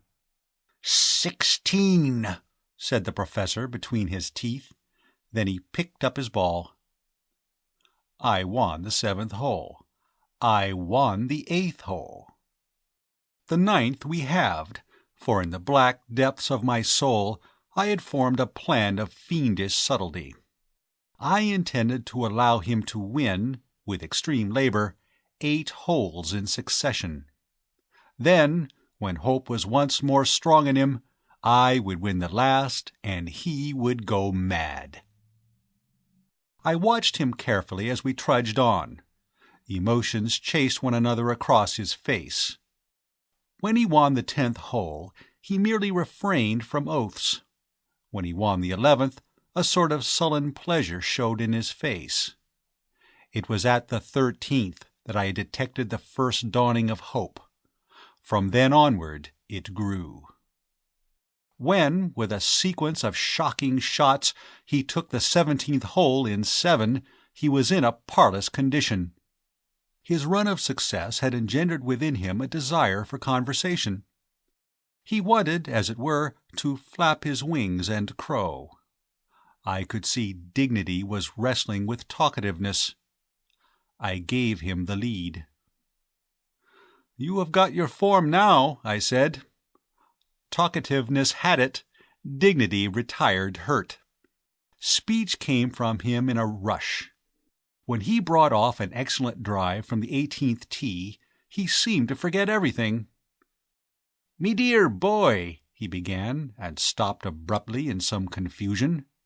Silence once more brooded over us as we played ourselves up the fairway and on to the green. He was on the green in 4. I reached it in 3. His 6th stroke took him out. I putted carefully to the very mouth of the hole. I walked up to my ball and paused. I looked at the professor. He looked at me. "Go on," he said hoarsely. Suddenly, a wave of compassion flooded over me. What right had I to torture the man like this? "Professor," I said. "Go on," he repeated. "That looks a simple shot," I said, eyeing him steadily. "But I might miss it." He started. "And then you would win the championship." He dabbed at his forehead with a wet ball of a handkerchief. "It would be very pleasant for you after getting so near it the last 2 years." "Go on," he said for the 3rd time, but there was a note of hesitation in his voice. "Sudden joy," I said, "would almost certainly make me miss it." We looked at each other. He had the golf fever in his eyes. "If," I said slowly, lifting my putter, "you were to give your consent to my marriage with Phyllis—" He looked from me to the ball, from the ball to me, and back to the ball. It was very, very near the hole. "Why not?" I said. He looked up and burst into a roar of laughter. "You young devil," said he, smiting his thigh. "You young devil, you've beaten me." "On the contrary," I said, "you have beaten me." I left the professor at the clubhouse and raced back to the farm. I wanted to pour my joys into a sympathetic ear. Ukridge, I knew, would offer that same sympathetic ear. A good fellow, Ukridge. Always interested in what you had to tell him. Never bored. "Ukridge!" I shouted. No answer. I flung open the dining-room door. Nobody. I went to the drawing-room. It was empty. I drew the garden, and his bedroom. He was not in either. "He must have gone for a stroll," I said. I rang the bell. The hired retainer appeared, calm and imperturbable as ever. "Sir?" "Oh, where is Mr. Ukridge, Beale?" "Mr. Ukridge, sir," said the hired retainer nonchalantly, "has gone." "Gone?" "Yes, sir. Mr. Ukridge and Mrs. Ukridge went away together by the 3 o'clock train." Chapter 21. The Calm Before the Storm. "Beale," I said, "are you drunk?" "Wish I was, sir," said the hired man. "Then what on earth do you mean? Gone? Where have they gone to?" "Don't know, sir. London, I expect." "London? Why?" "Don't know, sir." "When did they go? Oh, you told me that. Didn't they say why they were going?" "No, sir." "Didn't you ask? When you saw them packing up and going to the station, didn't you do anything?" "No, sir." "Why on earth not?" "I didn't see them, sir. I only found out as they'd gone after they'd been and went, sir. Walking down by the net and mackerel, met one of them coastguards. "Oh," says he, "so you're moving." "Who's a-moving?" I says to him. "Well," he says to me, "I seen your Mr. Ukridge and his missus get into the 3 o'clock train for Axminster. I thought as you was all a-moving." "Ho," I says, "ho, wondering," and I goes on. When I gets back, I asked the missus did she see them packing their boxes, and she says, no, she says, they didn't pack no boxes as she knowed of. And blowed if they had, Mr. Garnet, sir. What? They didn't pack? No, sir. We looked at one another. "Beale," I said. "Sir?" "Do you know what I think?" "Yes, sir." "They've bolted." So I says to the missus, sir. It struck me right off, in a manner of speaking. "This is awful," I said. "Yes, sir." His face betrayed no emotion, but he was one of those men whose expression never varies. It's a way they have in the army. "This wants thinking out, Beale," I said. "Yes, sir." "You'd better ask Mrs. Beale to give me some dinner, and then I'll think it over." "Yes, sir." I was in an unpleasant position. Ukridge by his defection had left me in charge of the farm. I could dissolve the concern, I supposed, if I wished, and return to London, but I particularly desired to remain in Combe Regis. To complete the victory I'd won on the links, it was necessary for me to continue as I had begun. I was in the position of a general who has conquered a hostile country and is obliged to soothe the feelings of the conquered people before his labors can be considered at an end. I had rushed the professor. It must now be my aim to keep him from regretting that he had been rushed. I must therefore stick to my post with the tenacity of an able-bodied leech. There would be trouble. Of that I was certain. As soon as the news got about that Ukridge had gone, the deluge would begin. His creditors would abandon their passive tactics and take active steps. There was a chance that aggressive measures would be confined to the enemy at our gates, the tradesmen of Combe Regis. But the probability was that the news would spread and the injured merchants of Dorchester and Axminster rush to the scene of hostilities. I summoned Beale after dinner and held a council of war. It was no time for airy persiflage. I said, "Beale, we're in the cart." "Sir?" "Mr. Ukridge going away like this has left me in a most unpleasant position. I would like to talk it over with you. I dare say you know that Mr. Ukridge owes a considerable amount of money round about here to tradesmen." "Yes, sir." "Well, when they found out that he has, shot the moon, sir," suggested the hired retainer helpfully. "Gone to town," I amended. "When they find out that he has gone up to town, they are likely to come bothering us a good deal." "Yes, sir." "I fancy that we shall have them all round here tomorrow. News of this sort always spreads quickly. The point is, then, what are we to do?" He propounded no scheme, but stood in an easy attitude of attention, waiting for me to continue. I continued. "Let's see exactly how we stand," I said. "My point is that I particularly wish to go on living down here for at least another fortnight. Of course, my position is simple. I am Mr. Ukridge's guest. I shall go on living as I have been doing up to the present. He asked me down here to help him look after the fowls, so I shall go on looking after them. Complications set in when we come to consider you and Mrs. Beale. I suppose you won't care to stop on after this?" The hired retainer scratched his chin and glanced out of the window. The moon was up, and the garden looked cool and mysterious in the dim light. "It's a pretty place, Mr. Garnet, sir," he said. "It is," I said, "but about other considerations. There's the matter of wages. Are yours in arrears?" "Yes, sir, a month." "And Mrs. Beale's the same, I suppose?" "Yes, sir, a month." Well, it seems to me, Beale, you can't lose anything by stopping on." "I can't be paid any less than I have been, sir," he agreed. "Exactly. And, as you say, it's a pretty place. You might as well stop on and help me in the fowl run. What do you think?" "Very well, sir." "And Mrs. Beale will do the same?" "Yes, sir." "That's excellent. You're a hero, Beale. I shan't forget you.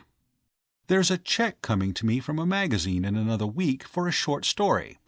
When it arrives, I'll look into that matter of back wages. Tell Mrs. Beale I'm much obliged to her, will you?" "Yes, sir." Having concluded that delicate business, I lit my pipe and strolled out into the garden with Bob. I cursed Ukridge as I walked. It was abominable of him to desert me in this way. Even if I had not been his friend, it would have been bad. The fact that we had known each other for years made it doubly discreditable. He might at least have warned me, and given me the option of leaving the sinking ship with him. But, I reflected, I ought not to be surprised. His whole career, as long as I had known him, had been dotted with little eccentricities of a type which an unfeeling world generally stigmatizes as shady. They were small things, it was true, but they ought to have warned me. We are most of us wise after the event. When the wind is blown, we can generally discover a multitude of straws which should have shown us which way it was blowing. Once, I remembered, in our schoolmaster days, when guineas, though regular, were few, we had had occasion to increase his wardrobe. If I recollect rightly, he thought he had a chance of a good position in the tutoring line, and only needed good clothes to make it his. We took £4 of his salary in advance. He was in the habit of doing this. He never had any salary left by the end of term, it having vanished in advance loans beforehand. With this he was to buy 2 suits, a hat, new boots, and collars. When it came to making the purchases, he found what he had overlooked previously in his optimistic way, that £4 did not go very far. At the time, I remember, I thought his method of grappling with the situation humorous. He bought a hat for 3 and 6pence, and got the suits and boots on the installment system, paying a small sum in advance, as earnest of more to come. Then he pawned 1 suit to pay for the first few installments, and finally departed to be known no more.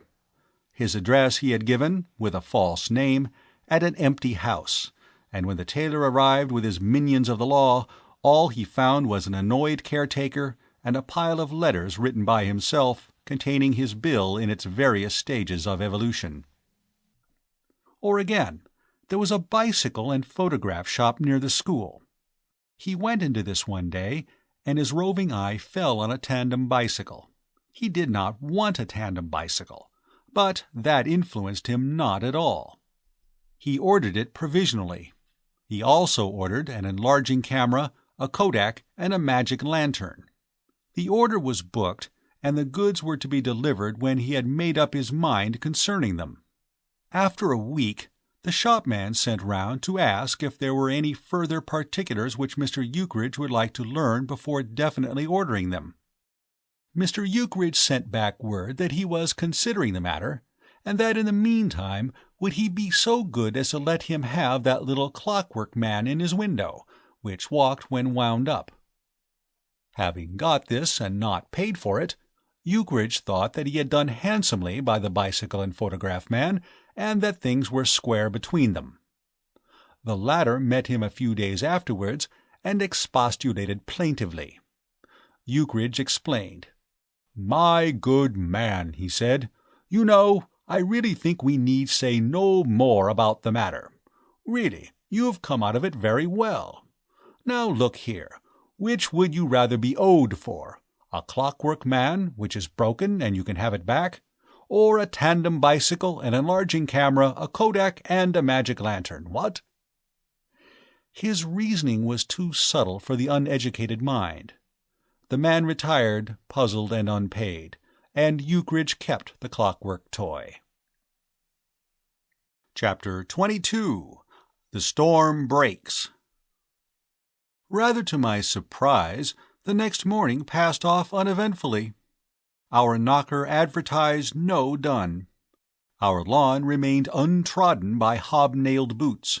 By lunchtime, I had come to the conclusion that the expected trouble would not occur that day, and I felt that I might well leave my post for the afternoon while I went to the professor's to pay my respects.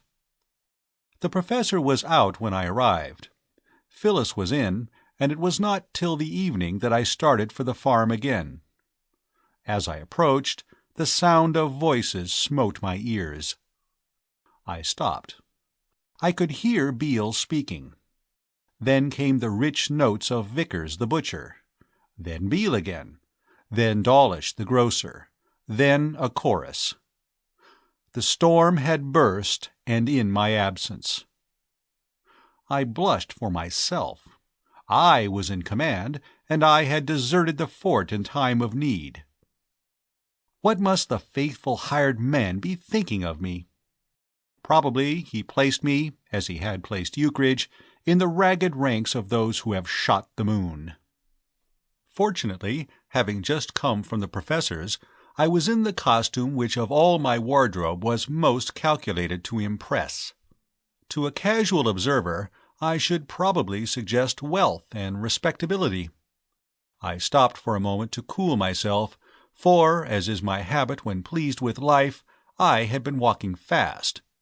Then opened the gate and strode in, trying to look as opulent as possible. It was an animated scene that met my eyes.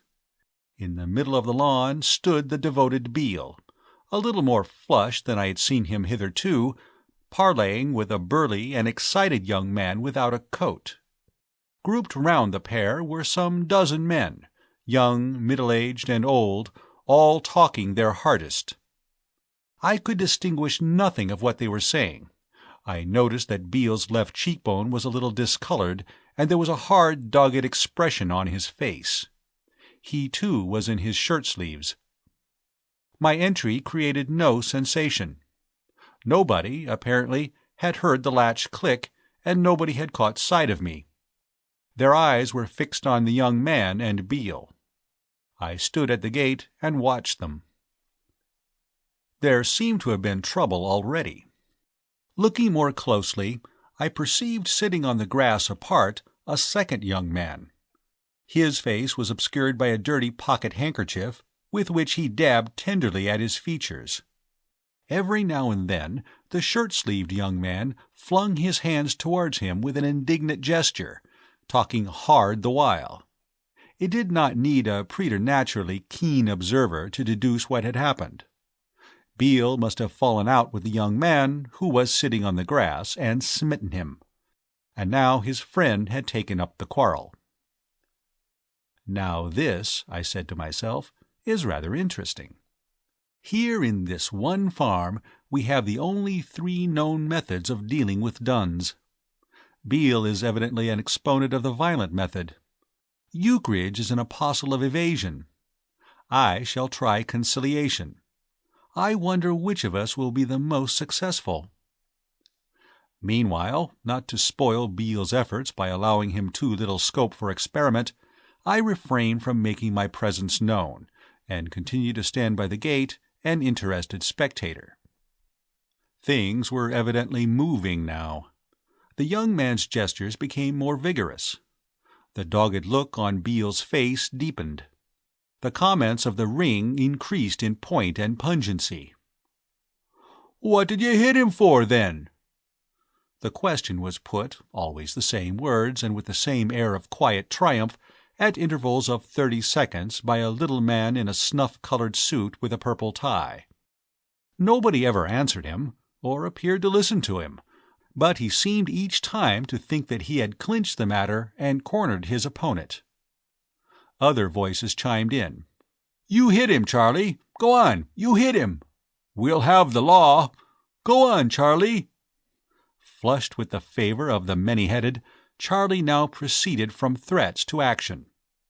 His right fist swung round suddenly, but Beale was on the alert. He ducked sharply, and the next moment Charlie was sitting on the ground beside his fallen friend. A hush fell on the ring, and the little man in the purple tie was left repeating his formula without support. I advanced. It seemed to me that the time had come to be conciliatory. Charlie was struggling to his feet, obviously anxious for a second round, and Beale was getting into position once more. In another 5 minutes, conciliation would be out of the question. "What's all this?" I said. I may mention here that I do not propose to inflict dialect upon the reader. If he had borne with my narrative so far, I look on him as a friend, and feel that he deserves consideration. I may not have brought out the fact with sufficient emphasis in the foregoing pages, but nevertheless I protest that I have a conscience. Not so much as a thickie shall we find. My advent caused a stir. Excited men left Beale and rallied round me. Charlie, rising to his feet, found himself dethroned from his position of man of the moment, and stood blinking at the setting sun and opening and shutting his mouth. There was a buzz of conversation. "Don't all speak at once, please," I said. "I can't possibly follow what you say. Perhaps you will tell me what you want." I singled out a short, stout man in grey. He wore the largest whiskers ever seen on a human face. "It's like this, sir. We all of us want to know where we are." "I can tell you that," I said. "You're on our lawn, and I should be much obliged if you would stop digging your heels into it." This was not, I suppose, conciliation in the strictest and best sense of the word. But the thing had to be said. It is the duty of every good citizen to do his best to score off men with whiskers. "You don't understand me, sir," he said excitedly. "When I said we didn't know where we were, it was a manner of speaking. We want to know how we stand." "On your heels," I replied gently, "as I pointed out before." "I am Brass, sir, of Axminster. My account with Mr. Ukridge is £10 8 and 4. I want to know." The whole strength of the company now joined in. "You know me, Mr. Garnet, Appleby, in the High," voice lost in the general roar, "and 8 My account with Mr. Uke, settle. I represent Bodger." A diversion occurred at this point. Charlie, who had long been eyeing Beale sourly, dashed at him with swinging fists, and was knocked down again. The whole trend of the meeting altered once more. Conciliation became a drug. Violence was what the people wanted. Beale had 3 fights in rapid succession. I was helpless.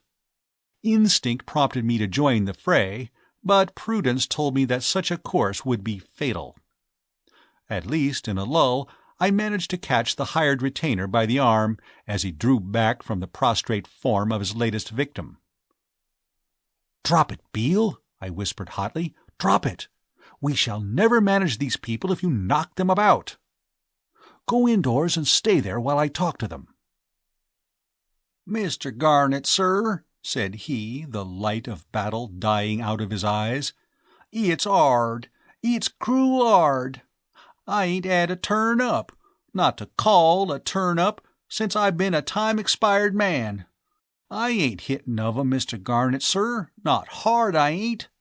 That there first of 'em he played me dirty, hittin' at me when I wasn't looking. They can't say as I started it." "That's all right, Beale," I said soothingly. "I know it wasn't your fault, and I know it's hard on you to have to stop, but I wish you would go indoors.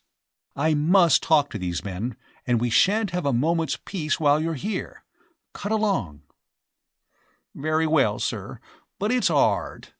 Mayn't I have just one go at that Charlie, Mr. Garnet?" he asked wistfully. "No, no, go in." "And if they goes for you, sir, and tries to wipe the face off you?"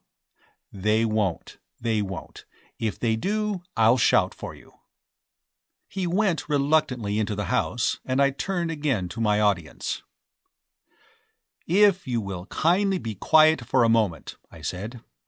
"I am Appleby, Mr. Garnet, in the High Street, Mr. Ukridge, £8 14 kindly glance. I waved my hands wildly above my head. Stop, stop, stop, I shouted. The babble continued, but diminished gradually in volume. Through the trees, as I waited, I caught a glimpse of the sea. I wished I was out on the cob, where beyond these voices there was peace. My head was beginning to ache, and I felt faint for want of food. "Gentlemen!" I cried as the noise died away. The latch of the gate clicked. I looked up and saw a tall, thin young man in a frock coat and silk hat enter the garden. It was the first time I had seen the costume in the country. He approached me. "Mr. Ukridge, sir?" he said. "My name is Garnet. Mr. Ukridge is away at the moment." "I come from Whiteley's, Mr. Garnet. Our Mr. Blenkinsop having written on several occasions to Mr. Ukridge, calling his attention to the fact that his account has been allowed to mount to a considerable figure, and having received no satisfactory reply, desired me to visit him. I am sorry that he is not at home." "So am I," said with feeling. "Do you expect him to return shortly?" "No," I said, "I do not." He was looking curiously at the expectant band of duns. I forestalled his question. "Those are some of Mr. Ukridge's creditors," I said. "I am just about to address them. Perhaps you will take a seat. The grass is quite dry. My remarks will embrace you as well as them." Comprehension came into his face, and the natural man in him peeped through the polish. "Great Scott! Has he done a bunk?" he cried. "To the best of my knowledge, yes," I said. He whistled. I turned again to the local talent. "Gentlemen!" I shouted. "Hear, hear!" said some idiot. "Gentlemen, I intend to be quite frank with you. We must decide just how matters stand between us." A voice, "Where's Ukridge?" "Mr. Ukridge left for London suddenly." Bitter laughter. "Yesterday afternoon. Personally, I think he will come back very shortly." Hoots of derision greeted this prophecy. I resumed. "I fail to see your object in coming here. I have nothing for you. I couldn't pay your bills if I wanted to."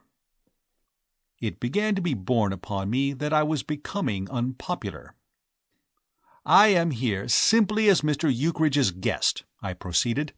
"After all, why should I spare the man? I have nothing whatever to do with his business affairs. I refuse absolutely to be regarded as in any way indebted to you. I am sorry for you. You have my sympathy. That is all I can give you. Sympathy and good advice." Dissatisfaction. I was getting myself disliked. And I had meant to be so conciliatory, to speak to these unfortunates words of cheer which should be as olive oil poured into a wound. For I really did sympathize with them. I considered that Ukridge had used them disgracefully. But I was irritated. My head ached abominably. "Then am I to tell our Mr. Blenkinsop," asked the frock-coated one, "that the money is not and will not be forthcoming?" "When the next time you smoke a quiet cigar with your Mr. Blenkinsop," I replied courteously, "and find the conversation flagging, I rather think I should say something of the sort." "We shall, of course, instruct our solicitors at once to institute legal proceedings against your Mr. Ukridge."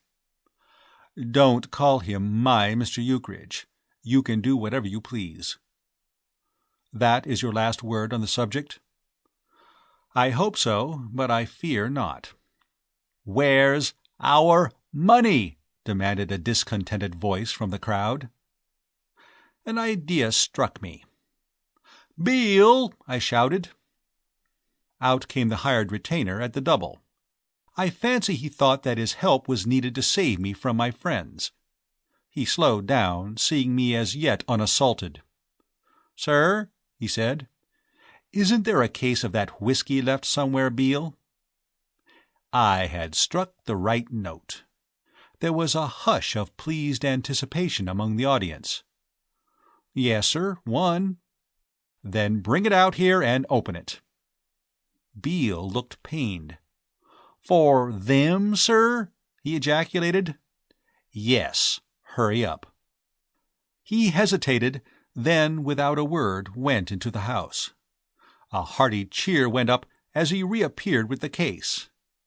I proceeded indoors in search of glasses and water. Coming out, I realized my folly in having left Beale alone with our visitors even for a minute. A brisk battle was raging between him and a man whom I do not remember to have seen before. The frock-coated young man was looking on with a pale fear stamped upon his face, but the rest of the crowd were shouting advice, and encouragement was being given to Beale. How, I wondered, had he pacified the mob? I soon discovered.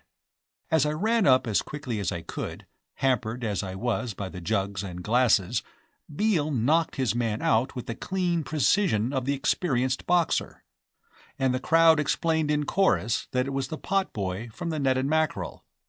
Like everything else, the whiskey had not been paid for, and the potboy, arriving just as the case was being opened, had made a gallant effort to save it from being distributed free to his fellow citizens. By the time he came to, the glasses were circulating merrily, and, on observing this, he accepted the situation philosophically enough and took his turn and turn-about with the others. Everybody was now in excellent fettle. The only malcontents were Beale, whose heart plainly bled at the waste of good Scotch whisky, and the frock-coated young man, who was still pallid. I was just congratulating myself, as I eyed the revellers, on having achieved a masterstroke of strategy, when that demon Charlie, his defeat, I suppose, still rankling, made a suggestion. From his point of view, a timely and ingenious suggestion. "We can't see the color of our money," he said pithily, "but we can have our own back." That settled it. The battle was over. The most skilful general must sometimes recognize defeat. I recognized it then, and threw up my hand. I could do nothing further with them. I had done my best for the farm. I could do no more. I lit my pipe and strolled into the paddock. Chaos followed. Indoors and out of doors they raged without check. Even Beale gave the thing up. He knocked Charlie into a flower-bed and then disappeared in the direction of the kitchen. It was growing dusk. From inside the house came faint sounds of bibulous mirth as the sacking party emptied the rooms of their contents. In the fowl run a hen was crooning sleepily in its coop. It was a very soft, liquid, soothing sound. Presently out came the invaders with their loot, one with a picture, another with a vase, another bearing the gramophone upside down. They were singing in many keys and times. Then I heard somebody, Charlie again it seemed to me, propose a raid on the fowl run. The fowls had had their moments of unrest since they had been our property, but what they had gone through with us was peace compared to what befell them then. Not even on the second evening of our visit, when we had run unmeasured miles in pursuit of them, had there been such confusion. Roused abruptly from their beauty-sleep, they fled in all directions. Their pursuers, roaring with laughter, staggered after them. They stumbled over one another. The summer evening was made hideous with the noise of them. "Disgraceful, sir. Is it not disgraceful?" said a voice in my ear. The young man from Whiteley stood beside me. He did not look happy. His forehead was damp. Somebody seemed to have stepped on his hat, and his coat was smeared with mold. I was turning to answer him when from the dusk in the direction of the house came a sudden roar. A passionate appeal to the world in general to tell the speaker what all this meant. There was only one man of my acquaintance with a voice like that. I walked without hurry towards him. "Good evening, Ukridge," I said. Chapter 23. After the Storm. A yell of welcome drowned the tumult of the looters. "Is that you, Garney, old horse? What's up? What's the matter? Has everyone gone mad? Who are those infernal scoundrels in the fowl run? What are they doing? What's been happening?" "I have been entertaining a little meeting of your creditors," I said, "and now they are entertaining themselves." "But what do you let them do it for?" "What is one amongst so many?" "Well, 'pon my Sam," moaned Ukridge, as, her sardonic calm laid aside, that sinister hen which we called Aunt Elizabeth flashed past us, pursued by the whiskered criminal. "It's a little hard. I can't go away for a day." "You certainly can't. You're right there. You can't go away without a word." "Without a word? What do you mean, Garney, old boy? Pull yourself together. You're overexcited. Do you mean to tell me you didn't get my note?" "What note?" "The one I left on the dining-room table." "There was no note there." "What?" I was reminded of the scene that had taken place on the first day of our visit. "Feel in your pockets," I said. "Why, damn, here it is," he said in amazement. "Of course. Where did you expect it would be? Was it important?" "Why, it explained the whole thing." "Then," I said, "I wish you would let me read it. A note like that ought to be worth reading." "It was telling you to sit tight and not worry about us going away." "That's good about worrying. You're a thoughtful chap, Ukridge." "Because we should be back immediately." "And what sent you up to town?" "Why, we went to touch Milly's Aunt Elizabeth." "Oh," I said, a light shining on the darkness of my understanding. "You remember Aunt Elizabeth, the old girl who wrote that letter?" "I know. She called you a gaby." "And a guffin." "Yes, I remember thinking her a shrewd and discriminating old lady, with a great gift for character delineation. So you went to touch her?" "That's it. We had to have more money. So I naturally thought of her. Aunt Elizabeth isn't what you might call an admirer of mine." "Bless her for that." "But she's very fond of Milly, and would do anything if she's allowed to chuck about a few home truths before doing it. So we went off together, looked her up at her house, stated our case, and collected the stuff. Milly and I shared the work. She did the asking, while I inquired after the rheumatism. She mentioned the figure that would clear us. I patted the dog. Little beast. Got after me when I wasn't looking and chewed my ankle." "Thank heaven." "In the end, Milly got the money, and I got the home truths." "Did she call you a gaby?" "Twice, and a guffin 3 times." "Your Aunt Elizabeth is beginning to fascinate me. She seems just the sort of woman I would like. Well, you got the money?" "Rather. And I'll tell you another thing, old horse. I scored heavily at the end of the visit. She got to the quoting proverbs stage by that time. 'Ah, my dear,' she said to Milly, 'marry in haste, repent at leisure.' Milly stood up to her like a little brick. 'I'm afraid that proverb doesn't apply to me, Aunt Elizabeth,' she said, 'because I haven't repented.' What do you think of that, laddie?" "Of course she hasn't had much leisure lately," I agreed. Ukridge's jaw dropped slightly, but he rallied swiftly. "Idiot! That wasn't what she meant. Milly's an angel." "Of course she is," I said cordially. "She's a precious sight too good for you, you old rotter. You bear that fact steadily in mind, and we'll make something of you yet." At this point Mrs. Ukridge joined us. She had been exploring the house and noting the damage done. Her eyes were open to their fullest extent. "Oh, Mr. Garnet, couldn't you have stopped them?" I felt a worm. Had I done as much as I might have done to stem the tide? "I'm awfully sorry, Mrs. Ukridge," I said humbly. "I really don't think I could have done much more.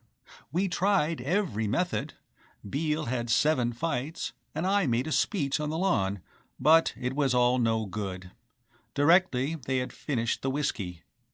Ukridge's cry was like that of a lost spirit. "They didn't get hold of the whiskey!" They did. It seemed to me that it would smooth things down a little if I served it out. The mob had begun to get a trifle out of hand. "I thought those horrid men were making a lot of noise," said Mrs. Ukridge. Ukridge preserved a gloomy silence. Of all the disasters of that stricken field, I think the one that came home most poignantly to him was the loss of the whiskey. It seemed to strike him like a blow. "Isn't it about time to collect these men and explain things?" I suggested. "I don't believe any of them know you've come back." "They will," said Ukridge grimly, coming out of his trance. "They soon will. Where's Beale? Beale!" The hired retainer came running out at the sound of the well-remembered voice. "Lummy, Mr. Ukridge, sir?" he gasped. It was the first time Beale had ever betrayed any real emotion in my presence. To him, I suppose the return of Ukridge was as sensational and astonishing an event as a reappearance from the tomb. He was not accustomed to find those who had shot the moon revisiting their ancient haunts. "Beale, go round the place and tell those scoundrels that I've come back, and would like a word with them on the lawn. And if you find any of them stealing the fowls, knock them down." "I have knocked down 1 or 2, said Beale with approval. "That Charlie—" "Beale," said Ukridge, much moved, "you're an excellent fellow. One of the very best. I will pay you your back wages before I go to bed." "These fellers, sir," said Beale, having expressed his gratification, "they've been and scattered most of them birds already, sir. They've been chasing of them this half-hour back." Ukridge groaned. "Scoundrels! Demons!" Beale went off. "Milly, old girl," said Ukridge, adjusting the ginger-beer wire behind his ears and hoisting up his grey flannel trousers, which showed an inclination to sag, "you'd better go indoors. I propose to speak pretty chattily to these blighters, and in the heat of the moment 1 or 2 expressions might occur to me which you would not like. It would hamper me, your being there." Mrs. Ukridge went into the house, and the vanguard of the audience began to come onto the lawn. Several of them looked flushed and dishevelled. I have a suspicion that Beale had shaken sobriety into them. Charlie, I noticed, had a black eye. They assembled on the lawn in the moonlight, and Ukridge, with his cap well over his eyes and his mackintosh hanging round him like a Roman toga, surveyed them sternly and began his speech. You scoundrels! You blighters! You worms! You weeds!" I always like to think of Stanley Featherstonehaugh Ukridge as I saw him at that moment. There have been times during a friendship of many years when his conduct did not recommend itself to me. It has sometimes happened that I have seen flaws in him. But on this occasion he was at his best. He was eloquent. He dominated his audience.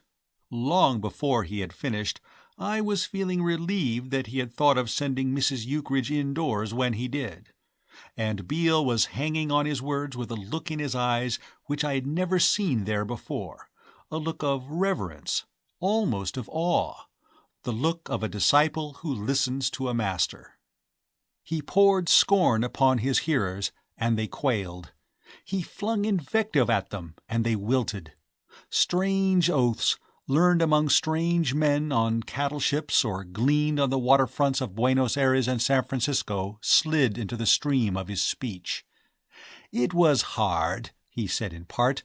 It was, upon his Sam, a little hard that a gentleman, moreover, who had done so much to stimulate local trade with large orders and what not, could not run up to London for 5 minutes on business without having his private grounds turned upside down by a gang of cattleship adjectived San Francisco substantives who behaved as if the whole of the Buenos Aires phrased place belonged to them.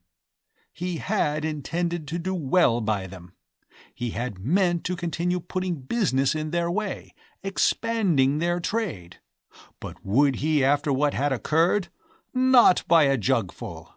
As soon as ever the sun had risen and another day begun, their miserable account should be paid in full and their connection with him cut off. Afterwards, it was probable that he would institute legal proceedings against them in the matter of trespass and wholesale damage to property.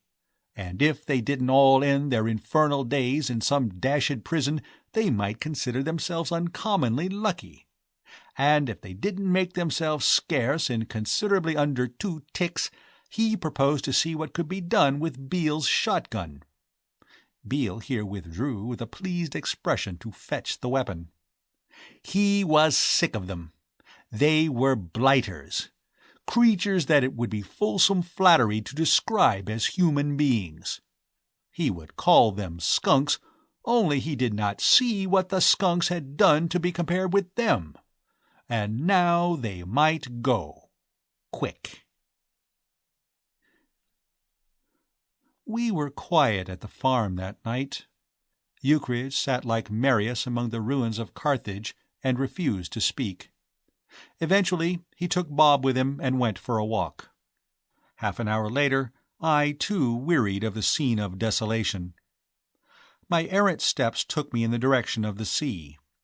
As I approached, I was aware of a figure standing in the moonlight, gazing silently out over the waters. Beside the figure was a dog. The dark moments of optimistic minds are sacred, and I would no more have ventured to break in on Ukridge's thoughts at that moment than, if I had been a general in the Grand Army, I would have opened conversation with Napoleon during the retreat from Moscow. I was withdrawing as softly as I could when my foot grated on the shingle. Ukridge turned. "Hello, Garney." "Hello, old man," I murmured in a death-bedside voice. He came towards me, Bob trotting at his heels. And as he came, I saw with astonishment that his mien was calm, even cheerful. I should have known my Ukridge better than to be astonished. You cannot keep a good man down, and already Stanley Featherstonehaugh Ukridge was himself again. His eyes sparkled buoyantly behind their pince-nez. "Garney, old horse, I've been thinking, laddie. I've got an idea. The idea of a lifetime. The best ever, 'pon my Sam. I'm going to start a duck farm." "A duck farm?" "A duck farm, laddie, and run it without water. My theory is, you see, that ducks get thin by taking exercise and swimming about all over the place, so that if you kept them always on land, they'd get jolly fat in about half the time, and no trouble and expense. See, what? Not a flaw in it, old horse. I've thought the whole thing out." He took my arm affectionately. "Now listen. We'll say that the profits on the first year at a conservative estimate." The end of Love Among the Chickens by P.G. Wodehouse.